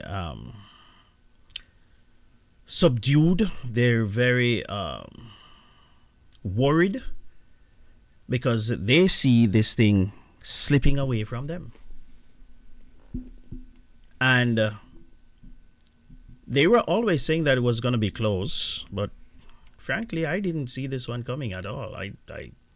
It seems as if Donald Trump is going to have a clean sweep.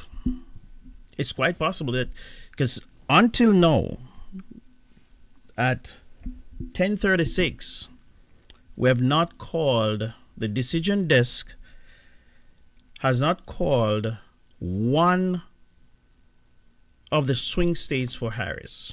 Not one. So far, they have called, what, 3 for Trump? Trump is leading in all of them. And I think he's leading in Pennsylvania too. So I was always of the opinion that the person, and I kept saying it, and I will keep saying it, I was always of the opinion that the person who was going to win, which I thought was going to be Harris, to be honest with you, was going to have a clean sweep, because that is normally the trend. That is normally the trend. You start one way and you continue on. And so far, it is Trump, Trump, Trump, Trump.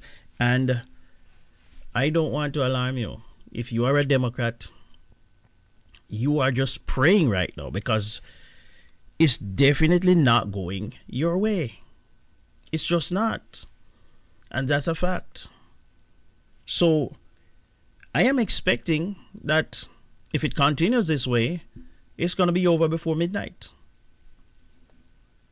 It is 10:38. And I'm expecting that they're going to call the race for Donald Trump before midnight. It is sad to say, but hey, facts are facts, and the numbers just don't look too good for Kamala Harris at this point. You know, there is no twisting it, there is no turning it. And these guys who are reporting, this guy, he is a Kamala Harris supporter. He's not giving you false information. This guy, I watch him. His name is David Patman. I watch him regularly. I get my information, a lot of my information from him. He's a very credible person. He speaks it as it is. And he's giving you the information as he is getting it, the facts, the raw data.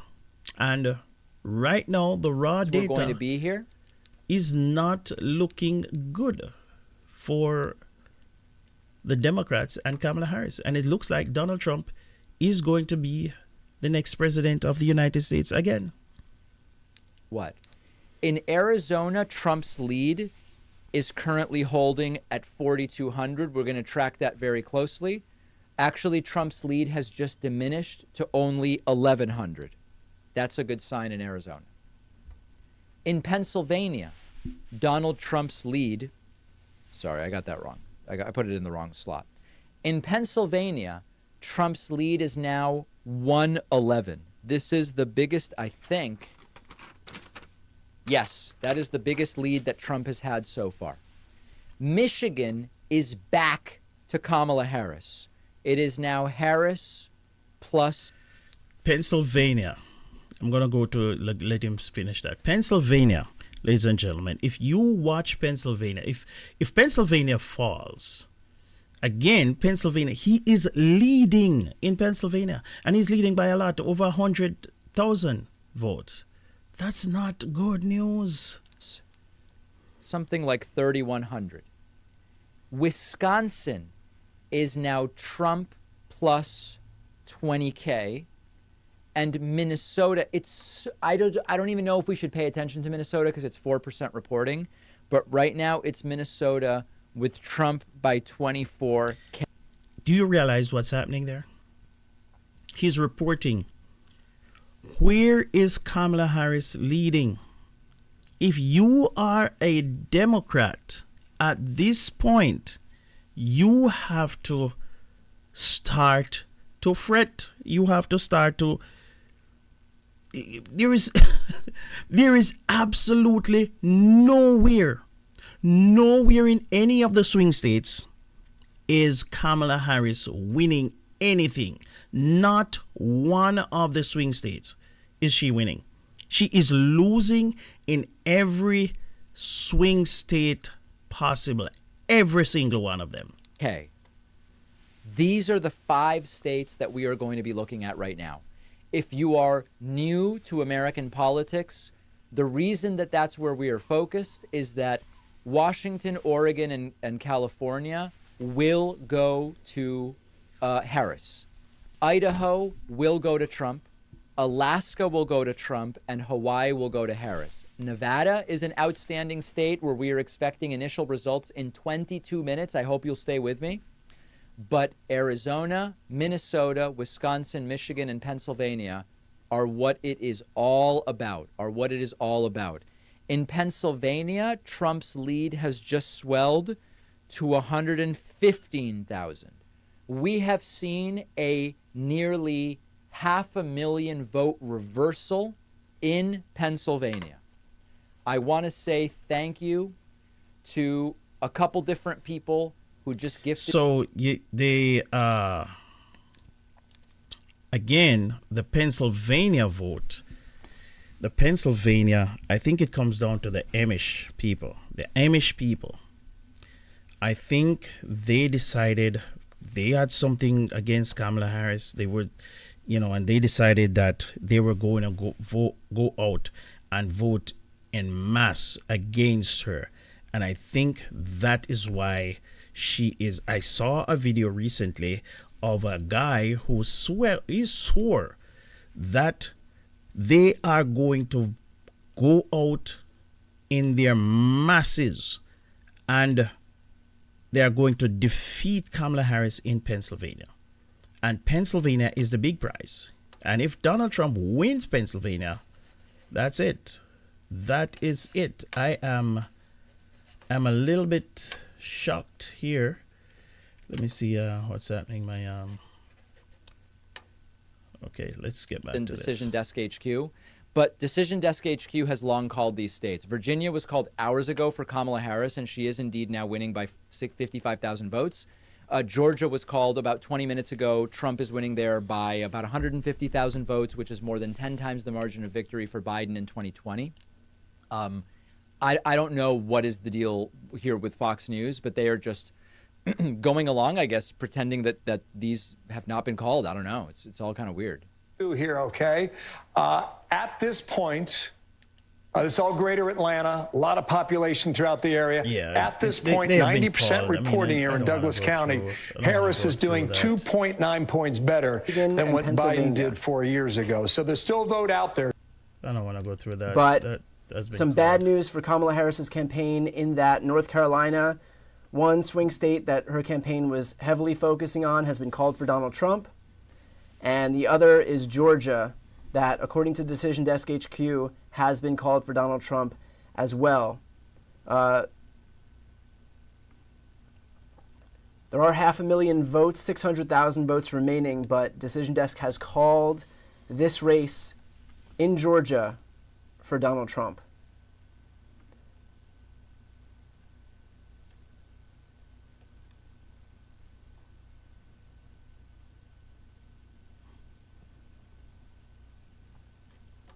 So we don't know where the votes are going to come from. But as far as I'm concerned, Donald Trump is winning this election. He is winning this election. Across all the battleground states, he's winning. He has won North Carolina. He has won, he's leading in Arizona. He's leading in Pennsylvania. He has won Georgia. I don't know. This is just a disaster. So this is the map where it stands right now. Again, looking at Georgia, this race has been called by Decision Desk for Donald Trump. We are looking at still 630,000 votes remaining, but with 88% reporting, Decision Desk has called this race in Trump's favor.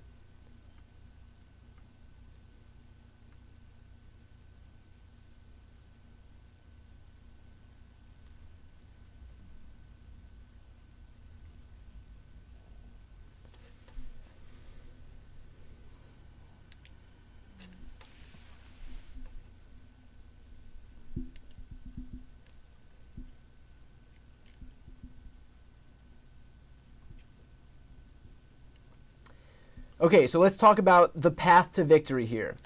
The path to victory remains the same, and that is through Michigan, Wisconsin, and Pennsylvania. So let's keep an eye on those states right now. I'm not worried about the fact that most of the map is red. These are safe Republican states. That's the blue wall. And if Donald at this Trump point, we are looking at Wisconsin. We had a little bit of a glitch here before. Now it's been fixed. So there is Trump is leading just by 0.4 of a point in Wisconsin, a 50-50 win probability. Really, with 1.55 million votes, it is anybody's game in Wisconsin. If we look at where the votes are remaining, Green Bay, Milwaukee, and Madison are the main population centers, and those perform well for Democrats.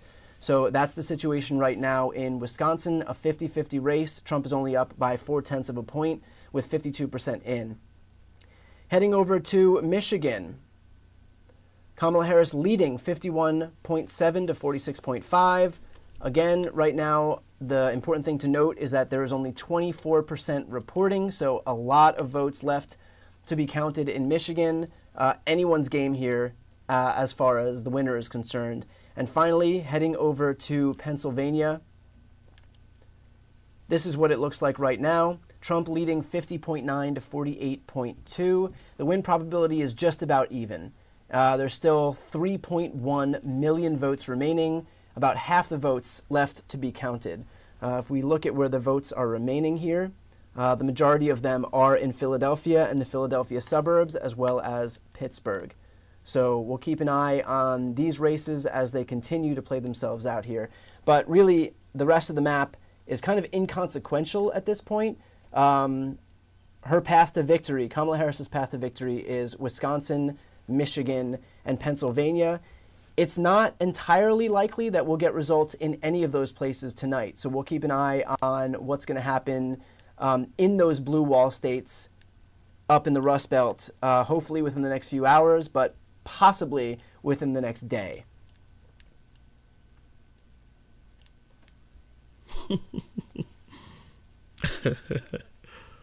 Oh my word. Wow. Wow.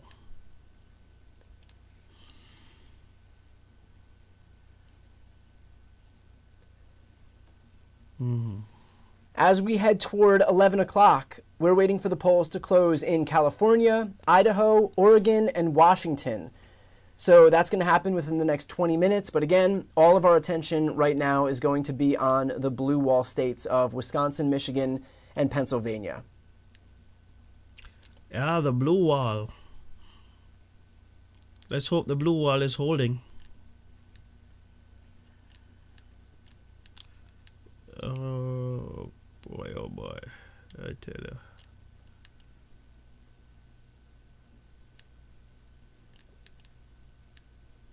There's still hope, but it's fading and fading fast. Over at Fox News, I can tell you they're very, very jubilant, and the Trump campaign is celebrating. As far as Pennsylvania is concerned, CBS is reporting that Kamala needs to win 52% of the remaining vote to win in Pennsylvania, and they think that she'll win 54%. So I know that our path to victory is narrow, but it certainly is winnable. Certainly is winnable at this point.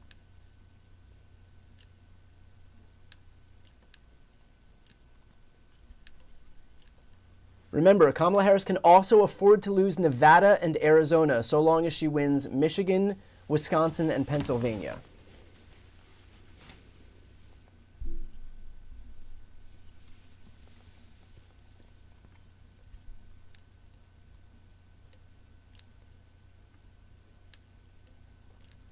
Let's see how the results are looking right now in Arizona. With 53% of the vote, Kamala Harris is leading 49.8 to 49.4.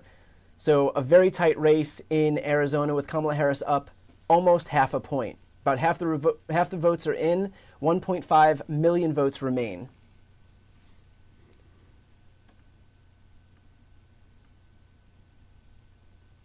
Going back to the U.S. Senate races, in Nebraska, 44% of the vote is in. Dan Osborne is holding on to his almost 5-point lead, 52.3 to 47.7. He is the independent candidate running against Republican incumbent Deb Fischer. So we'll come back to this, and we've got 500,000 votes left to be counted in Nebraska. Seeing how Lucas Kunce is doing in Missouri against Josh Hawley. He is down about 5 points here, with only 37% reporting. So we'll keep an eye on that. And of course, we have Senate races in Wisconsin, Michigan, Ohio, Pennsylvania, and Montana, as well as Nevada, Arizona, and Missouri to keep an eye on as well throughout this evening. So we'll keep an eye out for any updates as they're called from Decision Desk.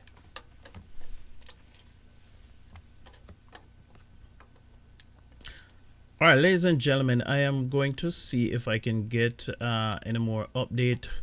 So just stick around. I'll see if I can get a different feed where I can get a different. What's interesting is Decision Desk has called Georgia, but I don't believe any other network has called Georgia. Let me know in the chat if you're seeing any other network having called Georgia, whether it's NBC, CBS, Fox. I'm just curious, or AP.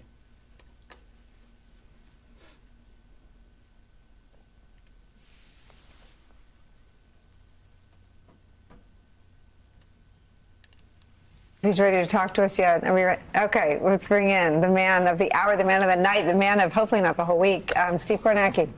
Yeah, Nicole. So what we got here is we call this the first wave of exit polls. They're starting to come in. And I got to give the disclaimer, but it's very. But the other outlets have not.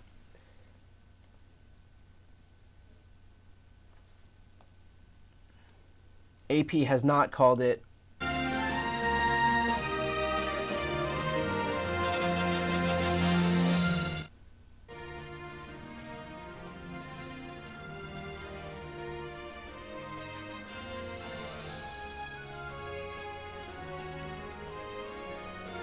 So interestingly, AP has not called Georgia, and I don't think, let me see.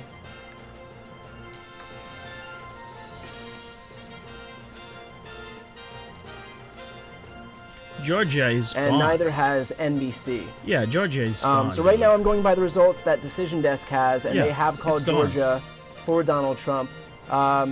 Remains to be seen what happens, but as of right now, the information that I have in front of me is that Georgia was called by Decision Desk HQ. Yep. So remains to be seen, but it is, let's see what the New York Times has done with regards to Georgia. They have also not called Georgia, so.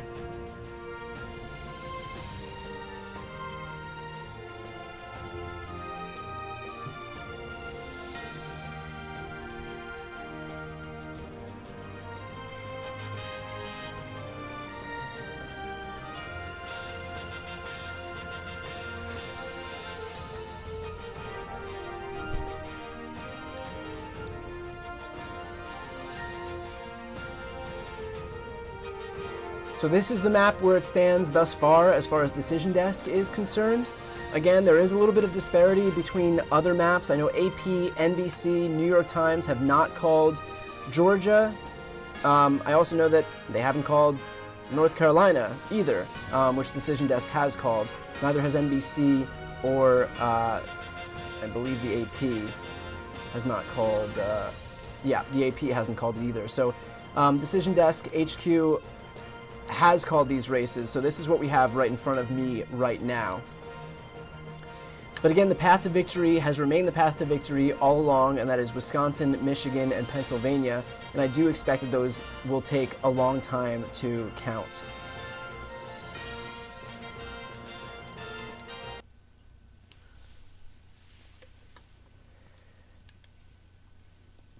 We may see, as far as Michigan is concerned,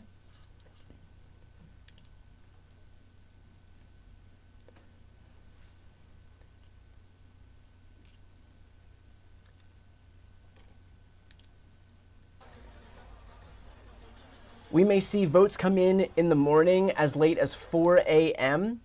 So we could see Michigan get called sometime very, very, very late this evening.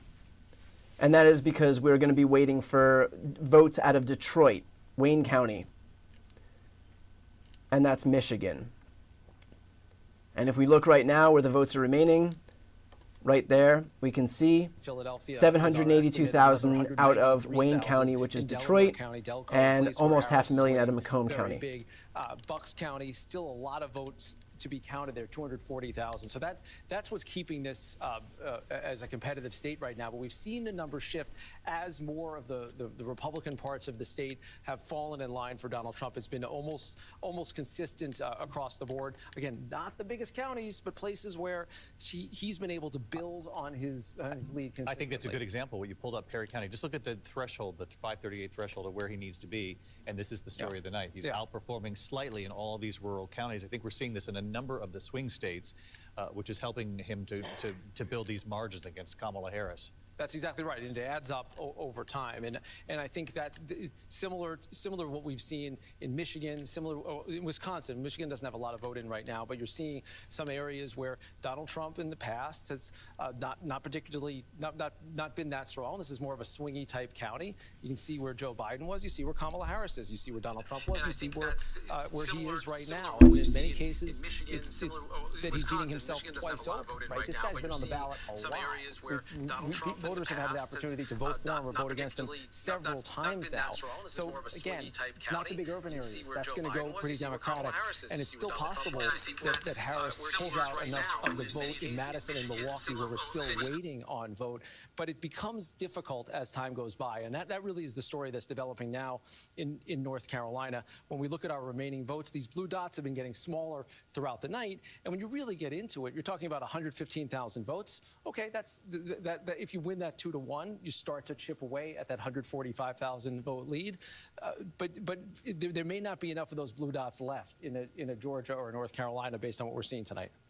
All right, we're going to continue to drill down on these blue wall states with Rick Klein and Rachel Scott over at the board. We're closing in on 11 o'clock here in the east, 8 o'clock on the west. 4 more states set to close, including California with its 54 electoral votes. Your local news is next, and we'll see you just minutes from now with more numbers coming in, including the Sunbelt states. We'll be right back.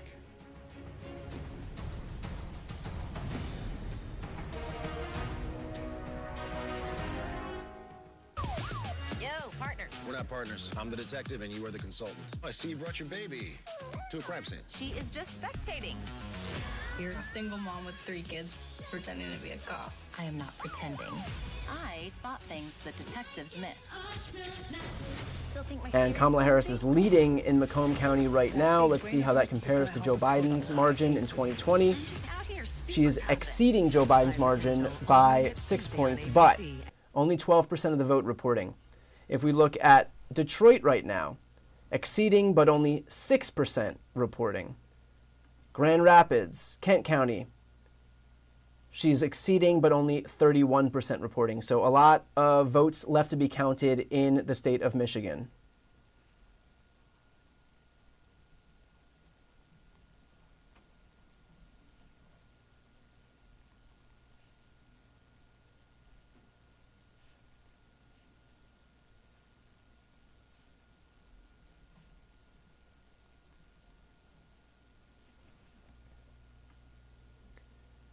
And then finally heading back to, let's see if we can get more information in terms of when we will see results from Wisconsin.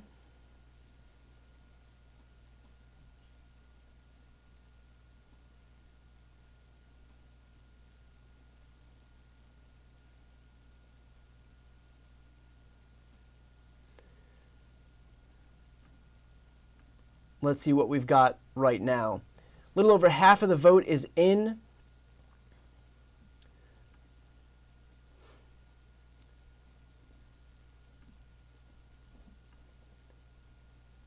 Let's go to Waukesha County.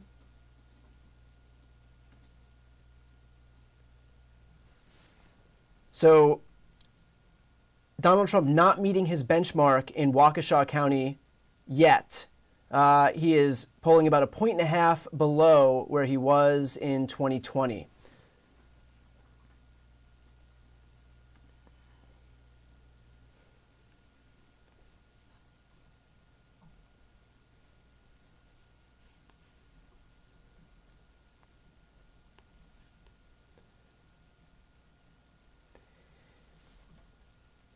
So Kamala Harris doing her job in Waukesha County right now. The margin that she needs to beat is plus 21 for Republicans, and right now she's at the margin that she needs to beat is plus 21 for Republicans. Right now, Republicans are at plus 19. So a little bit of movement in favor of Kamala Harris here in Waukesha County.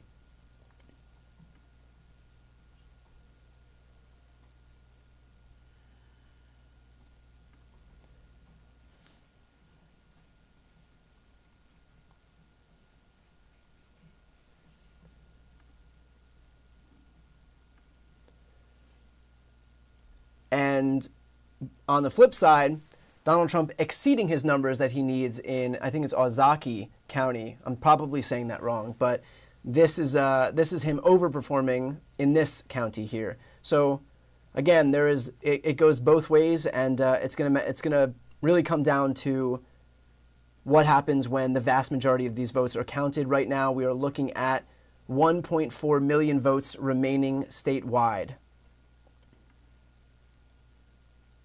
But Donald Trump just a tad bit above Kamala Harris, 0.7 of a point lead in the state of Wisconsin. We are waiting for votes to come in. A lot of these are in the population centers: Milwaukee, Madison, Green Bay.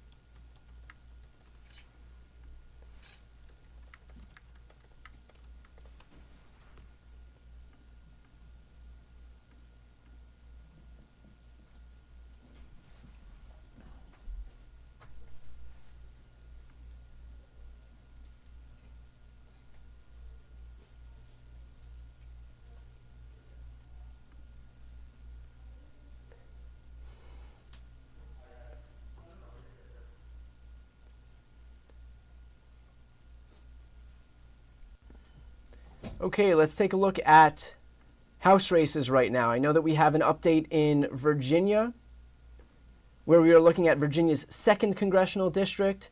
This has still not been called, but I think there is possibly a mistake.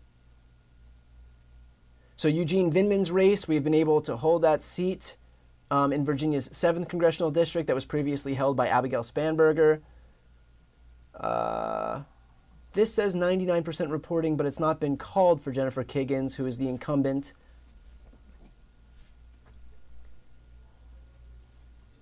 So I'm not sure if that's a mistake or if we're waiting for more results to come in, but it says 0 votes remaining. I think that might be a little bit off.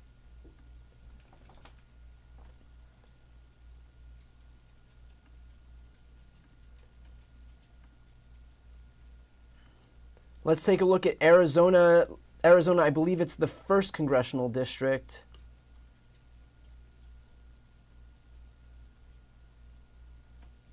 Yes, Arizona's 1st. So here we go. Let's see how we're doing on Arizona's 1st congressional district. 63% of the vote in, and right now we are looking at a slight lead and an overperformance over incumbent Republican Senator David Schweikert. David Schweikert just barely eked out a victory by 0.8 of a point in 2022, and right now trailing Amish Shah by a little over almost 2 points here in Arizona's 1st congressional district. Another one that we're keeping a look at is Kristen Engel in Arizona's 6th congressional district, about half of the votes in, and she is leading, overperforming her 2022 performance thus far. So I don't know if we're going to get a result in Wisconsin tonight, because according to Fox News, the election officials in Milwaukee said that they will proceed with a recount of more than 30,000 5,000 absentee ballots due to tabulation issues. An error expected to delay the reporting of results from a hotly contested state. Milwaukee City spokesperson Jeff Fleming told reporters that officials decided to order the recount for the 31,000 ballots after discovering issues with 13 tabulator machines. Milwaukee Election Commission officials confirmed this earlier to Fox News. Now, the decision will delay the reporting of roughly 105,000 absentee ballots in Wisconsin, a pivotal battleground state. A pivotal battleground state in the 2024 election. So, just some more information for you to digest while you are listening and watching.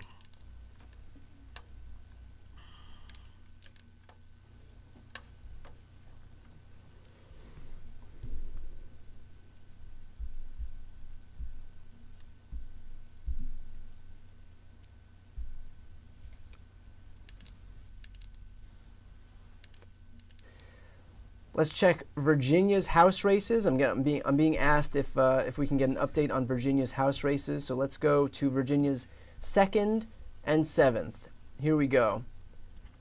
Virginia's 2nd congressional district. It looks like, I think there is a bug on this one because let's see the other ones. It does look like maybe this is true. I'm curious why they haven't called this one.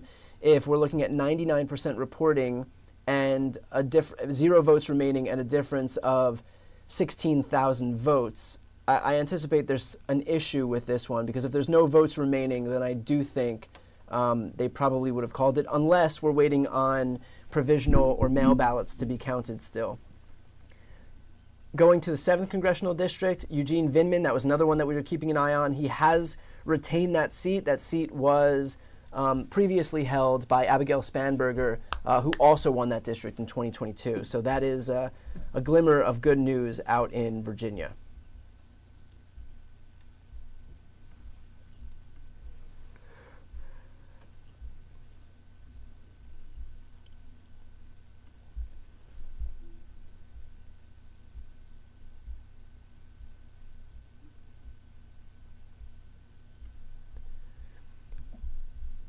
Just a note for those watching, I know that some other sites do not have the same results. I'm going by Decision Desk HQ's results. That's the results that I have in front of me. I do want to flag that the New York Times still has North Carolina and Georgia as not called yet, although both of them have very likely Republican as far as those races being called.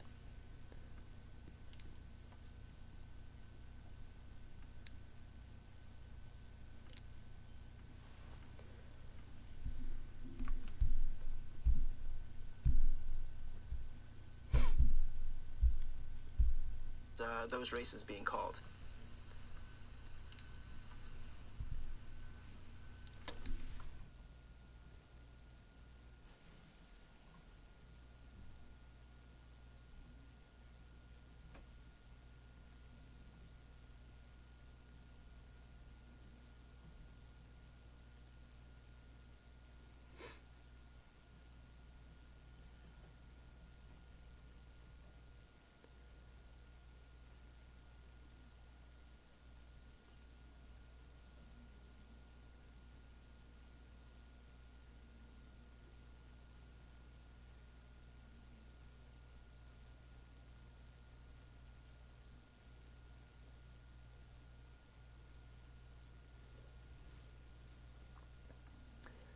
Let's go back to our map here.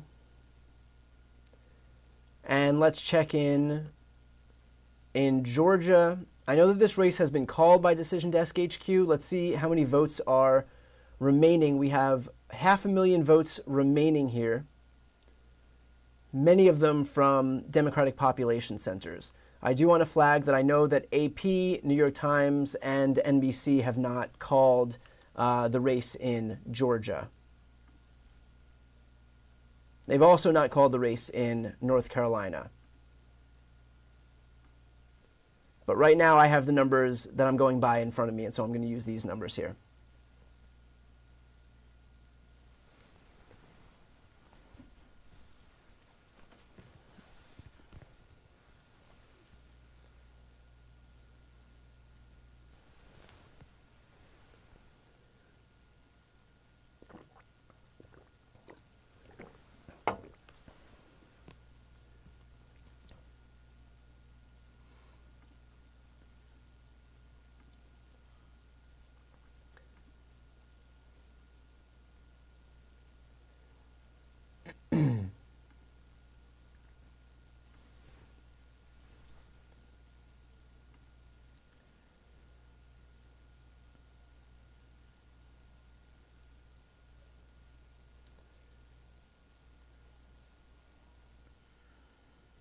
And stream on Hulu.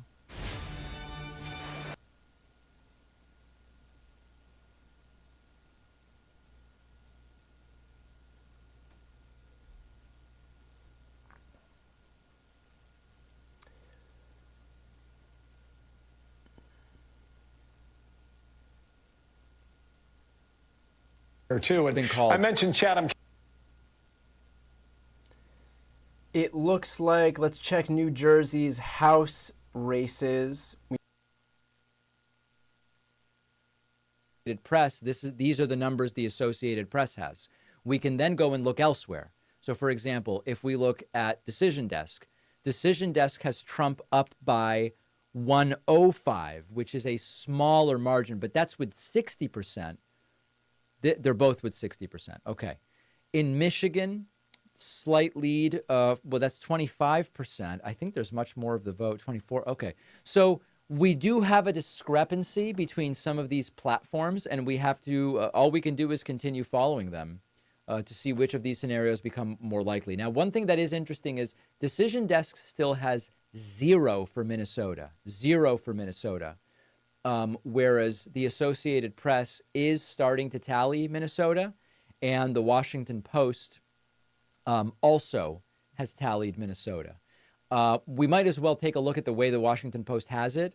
Washington Post has it with Trump up 123, which would be, again, the largest lead he's had so far.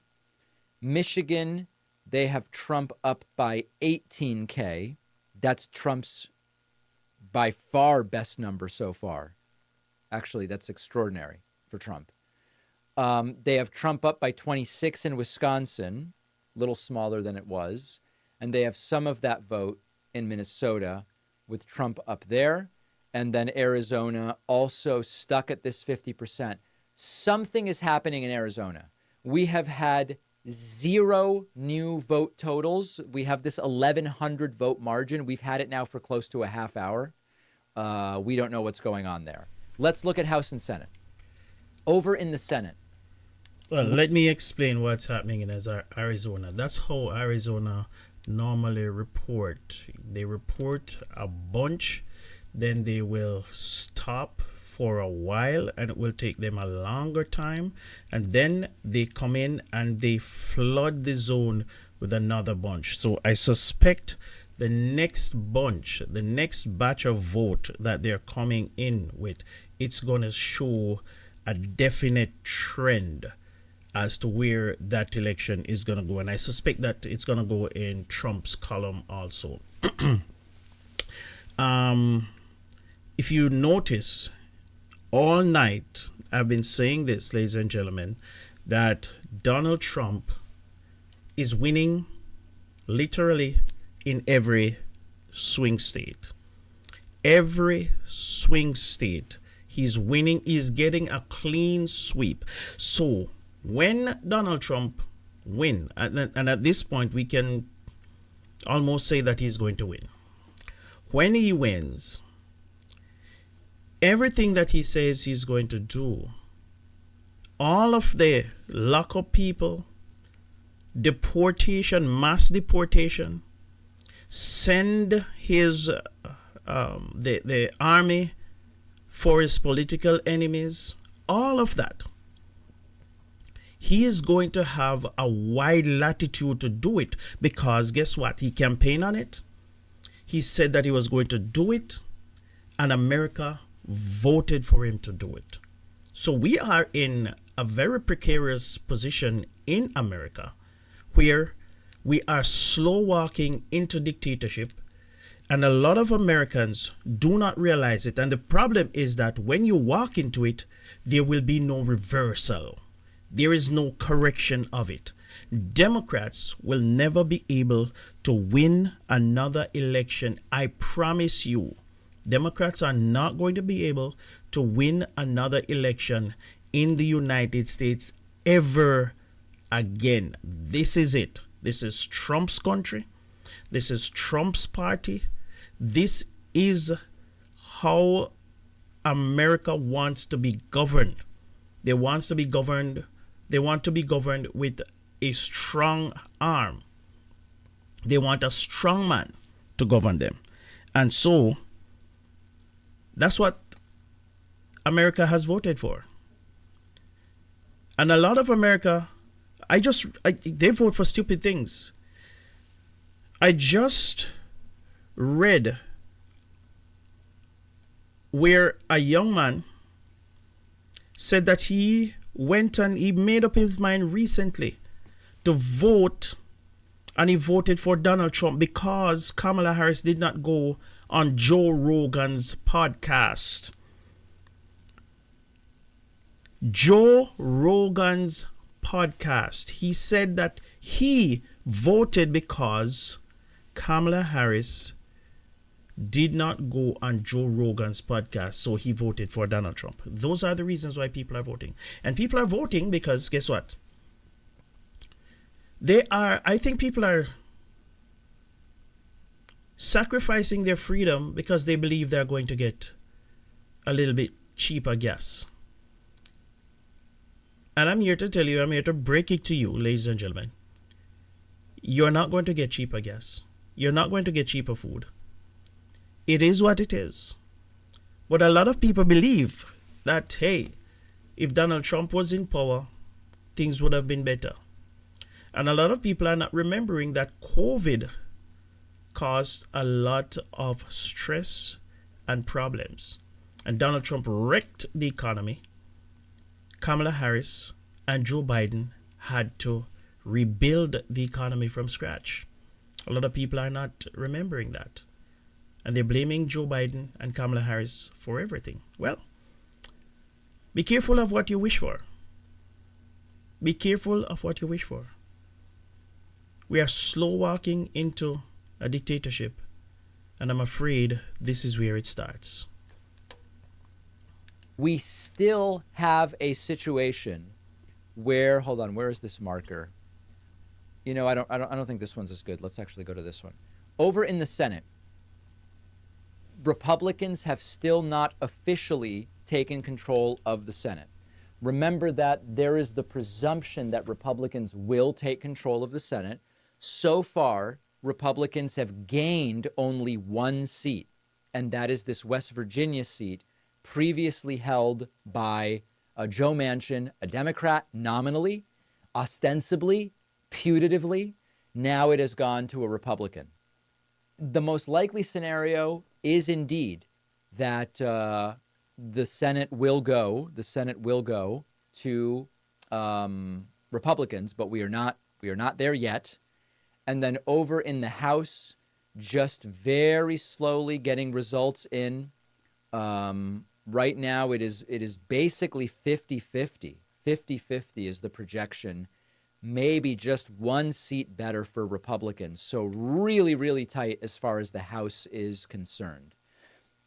We have additional data from Pennsylvania now. We now have 62% in Pennsylvania, and Trump leading by 17 plus 1. 17 plus 1. 7 plus 1 is 8, carries 0, 1, 18. 118,000. Just again, slightly stretching that lead a little bit.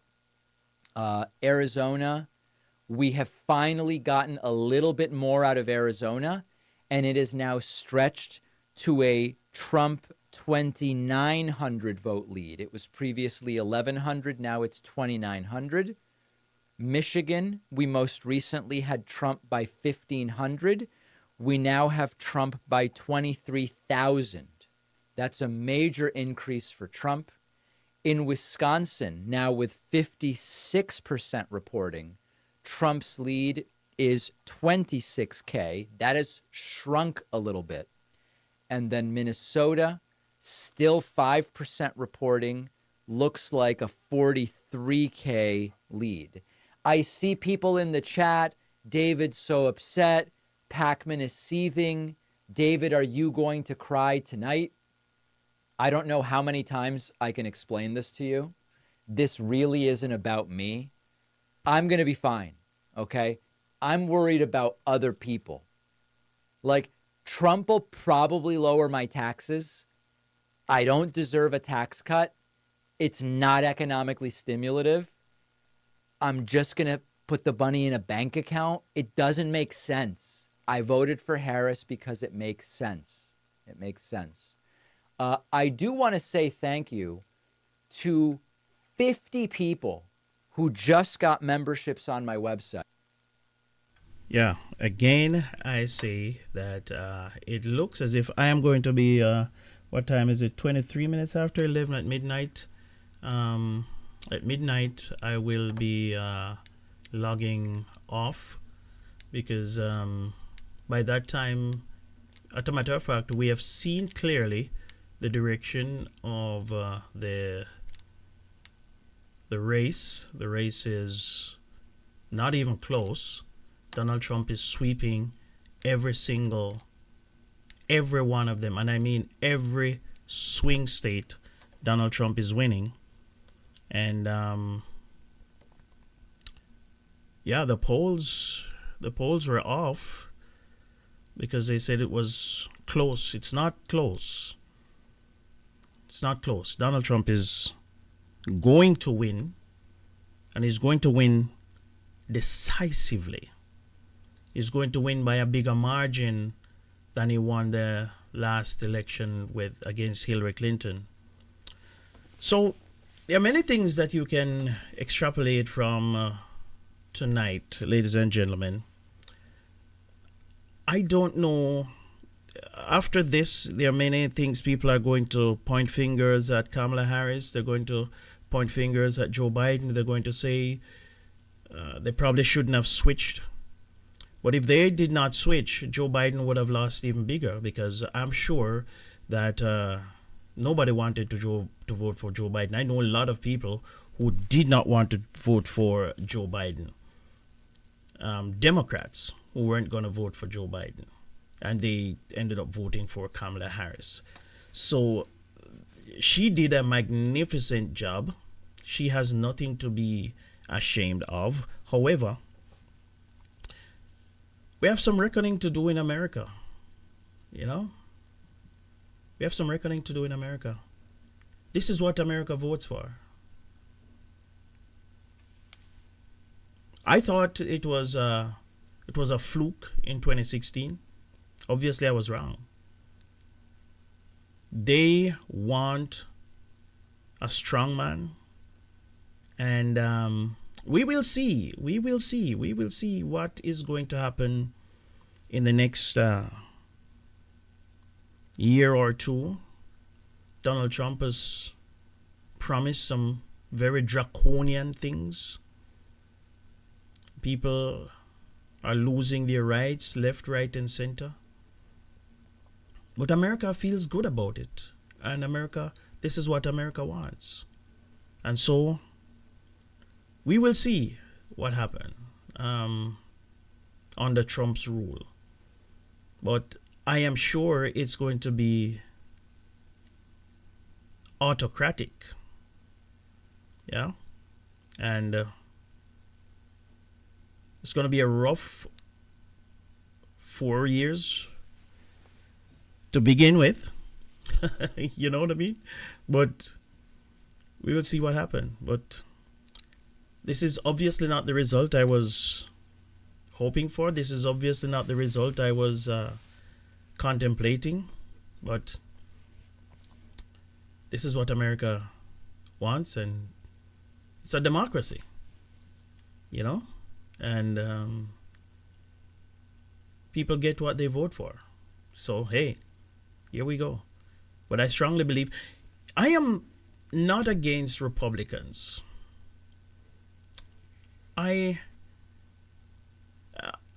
We have two parties in the United States. You have the Democrat and you have the Republican Party.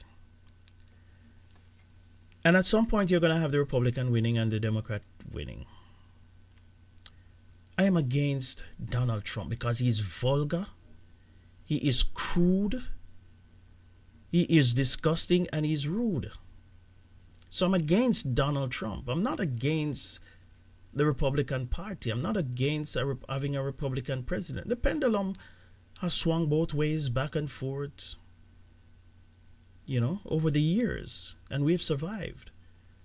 But what this guy is promising, there's going to be, I know there's going to be a lot of people who are voting for him, you know, who are going to get caught up and they're going to say, I did not realize what I vote for. I promise you. Because they're not taking him literally for what he's saying. And he is going to do some dangerous things in this country. Mark my word. But gonna be logging off in a few moments, ladies and gentlemen. We have so far we have gotten the gist of where the election is going, and I don't think there is any reversal. He's leading in Pennsylvania. He's leading in Michigan. He's leading in Wisconsin. He's leading in all the swing states. Kamala Harris is getting her ass handed to her. She's getting her ass handed to her. And I know tomorrow morning a lot of people are going to talk about whether or not it was a woman. America isn't ready for a woman. America isn't ready for a black person. All that nonsense. America is ready for Donald Trump. That much I know. Now I'm not going to sit here and talk about Kamala Harris because she did the best. She ran the best race that she could have won. And I congratulate her. America, we need to look in the mirror. We may have a call in New Jersey's House races. Is it New Jersey's 7th? Yes. Tom Keene looks poised to defeat Susan Altman. I believe that's been called on a different site. ABC News has projected that Tom Keene has defeated Susan Altman. DDHQ has not yet called that race. Let's go to some New York races here. I believe we have possibly an update in New York.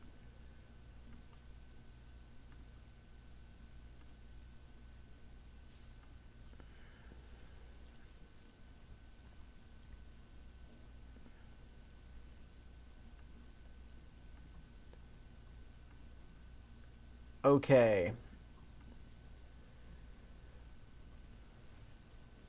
Nick LaLota was one of the Democrats one of the Republicans that Democrats were looking to oust, has won re-election in his seat. He was a vulnerable Republican.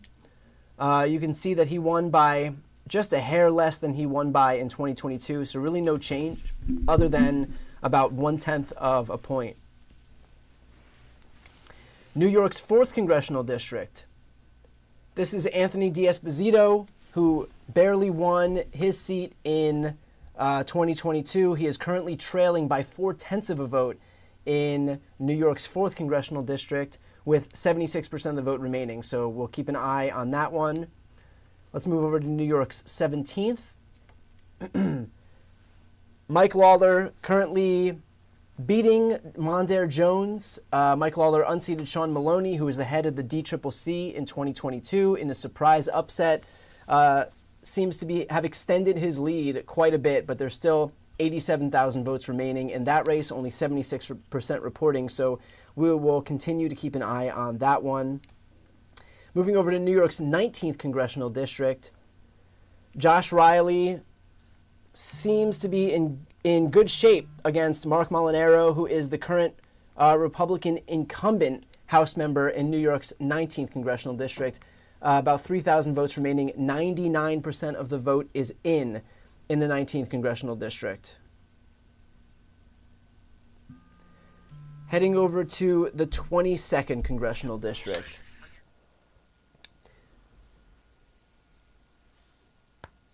The incumbent, Brandon Williams, is currently trailing with 87% of the vote. So some good results thus far in New York that we're going to keep an eye on as these votes continue to come in.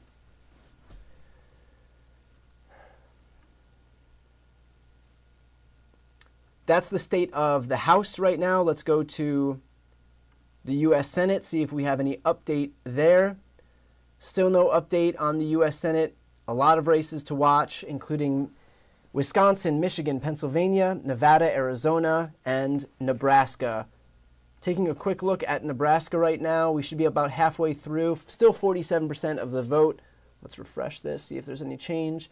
Still 47% of the vote, just over 500,000 votes left to count, as Dan Osborne continues to lead Deb Fischer, the incumbent Republican senator, out in Nebraska. Let's go back to the presidential election right now. Still no races called in Michigan, Wisconsin, or Pennsylvania.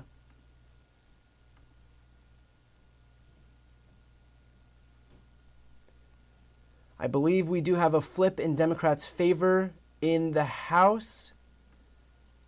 Let's go to the House races here.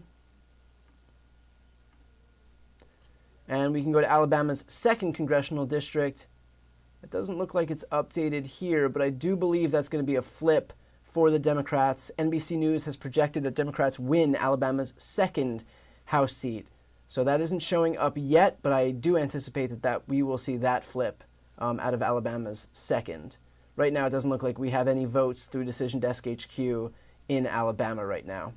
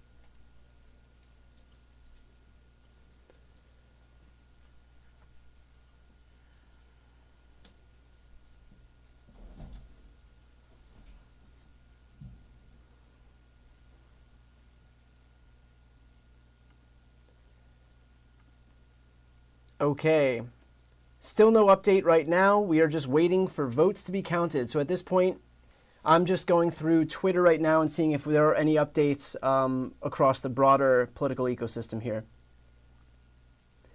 According to Jen O'Malley Dillon, who is Kamala Harris's campaign manager, she said to Kamala Harris's staff, quote, "As we have known all along, this is a razor-thin race, and we have known all along that our clearest path to 270 electoral votes lies through the blue wall states, and we feel good about what we're seeing." Tells them to get some rest tonight.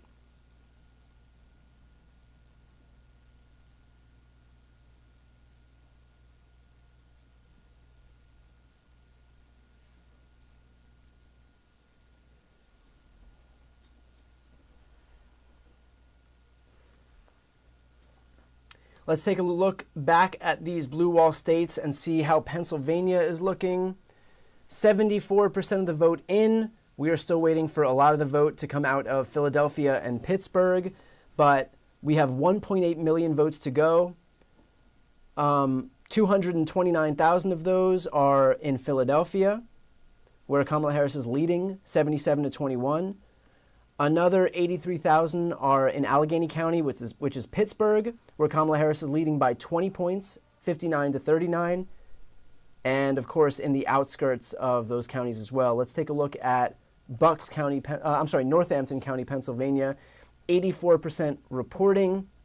And to give you an idea, that was a county that Donald Trump lost to Joe Biden. So we'll see what happens with these remaining 29,000 votes in Northampton County. I know there's still a lot of students, and there were hours-long lines at Lehigh University, which is in Northampton. Bucks County, only half of the votes are in. Kamala Harris is trailing Joe Biden's margin, 49-51. So, but still winning Bucks County overall, but not the numbers that she needs to win as it relates to the 2020 margin.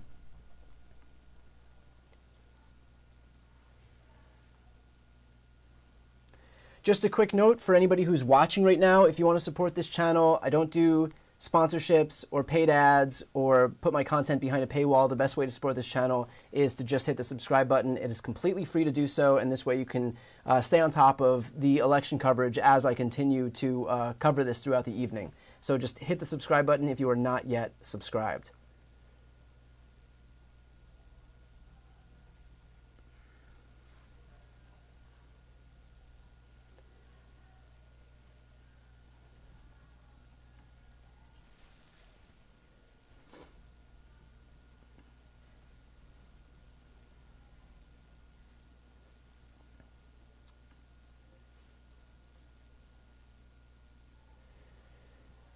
I'm being told that, yes, the New York Times did call North Carolina for Donald Trump. I know that was a disparity between the Decision Desk map and the New York Times map, but according to the New York Times, North Carolina is in the Trump category.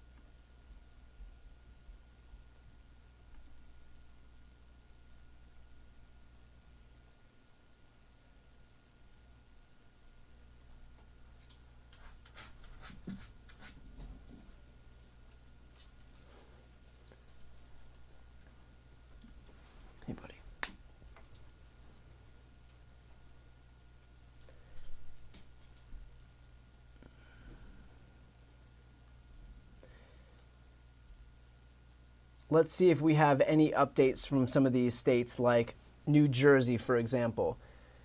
73% reporting. I wouldn't worry about this at all. We're just waiting for the votes to come in from New Jersey. It looks like in the time since, Connecticut has been called for Kamala Harris, 51-46.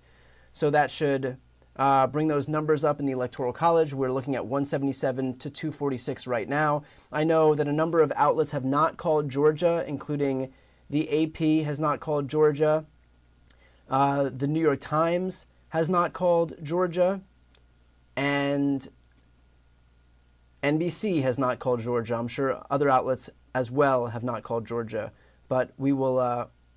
But Decision Desk HQ has called Georgia, and so that's the numbers that I have in front of me right now. Obviously, if something changes, then we'll bring that to you as soon as we have it.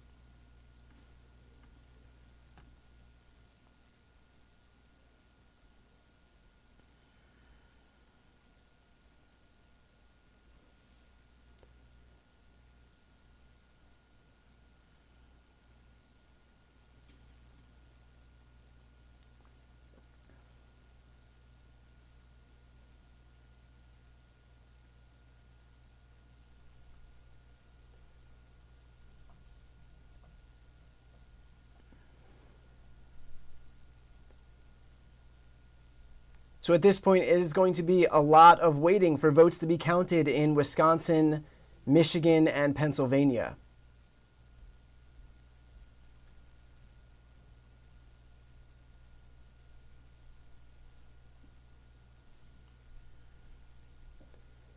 And let's take a look at those results right now. Heading back to Wisconsin, right now it's looking like 50.7 to 47.8, so about 3.1% difference, but only 2/3 of the votes have been counted so far. And if we look at where the votes are remaining, it is largely in Madison, Milwaukee, and Green Bay. Green Bay is actually beneficial to Trump. If we look at the live results right now, how they're breaking in Trump's favor 61 to 37. But if we look down at Milwaukee, that's a complete inverse of what we just saw out of Green Bay. So it's 66 to 31 in Kamala Harris's favor. And of course, Madison, another major population center, 71 to 24. But if we're looking at the margins in 2020, she's not yet meeting the margin that Joe Biden had in 2020 in Dane County, and that is 75.7. Right now, we're about 1.6 away from that. So she needs to hit those numbers that Joe Biden hit if she wants any chance of winning this state here. In Milwaukee, she is also not hitting the numbers that she needs to hit, but 56% of the vote in, and as mail ballots continue to get counted, those numbers will go up and she will close the gap.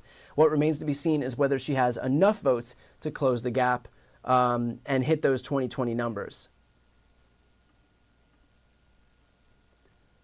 Let's look at some other counties where there's some votes remaining. We've got Racine County here. Let's see the results there. About 78,000 votes remaining. And Trump is winning 67 to 31 compared to 2020. He is far exceeding, but only 24% of the vote in right now. So a lot of votes left to be counted in Racine County, Wisconsin. Let's move over to Michigan. Only 36% reporting. Kamala Harris is leading 49.9 to 48.4. Again, 2/3 of the vote still left to be counted out in Michigan. So we'll keep an eye on that. All right, ladies and gentlemen, my KVRN listeners, I will be back here as usual on Thursday with the Chris Wilby Show. I want to say thank you for hanging around with me tonight and watching the election results. And you know how it is. It's not what we wanted to see, but it is what it is.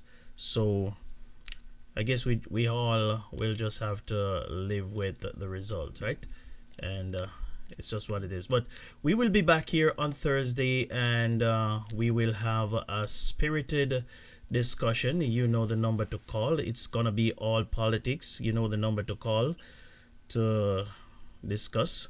So yeah, I will catch you then. I have to go get my beauty sleep. So thank you, everyone. Thank you.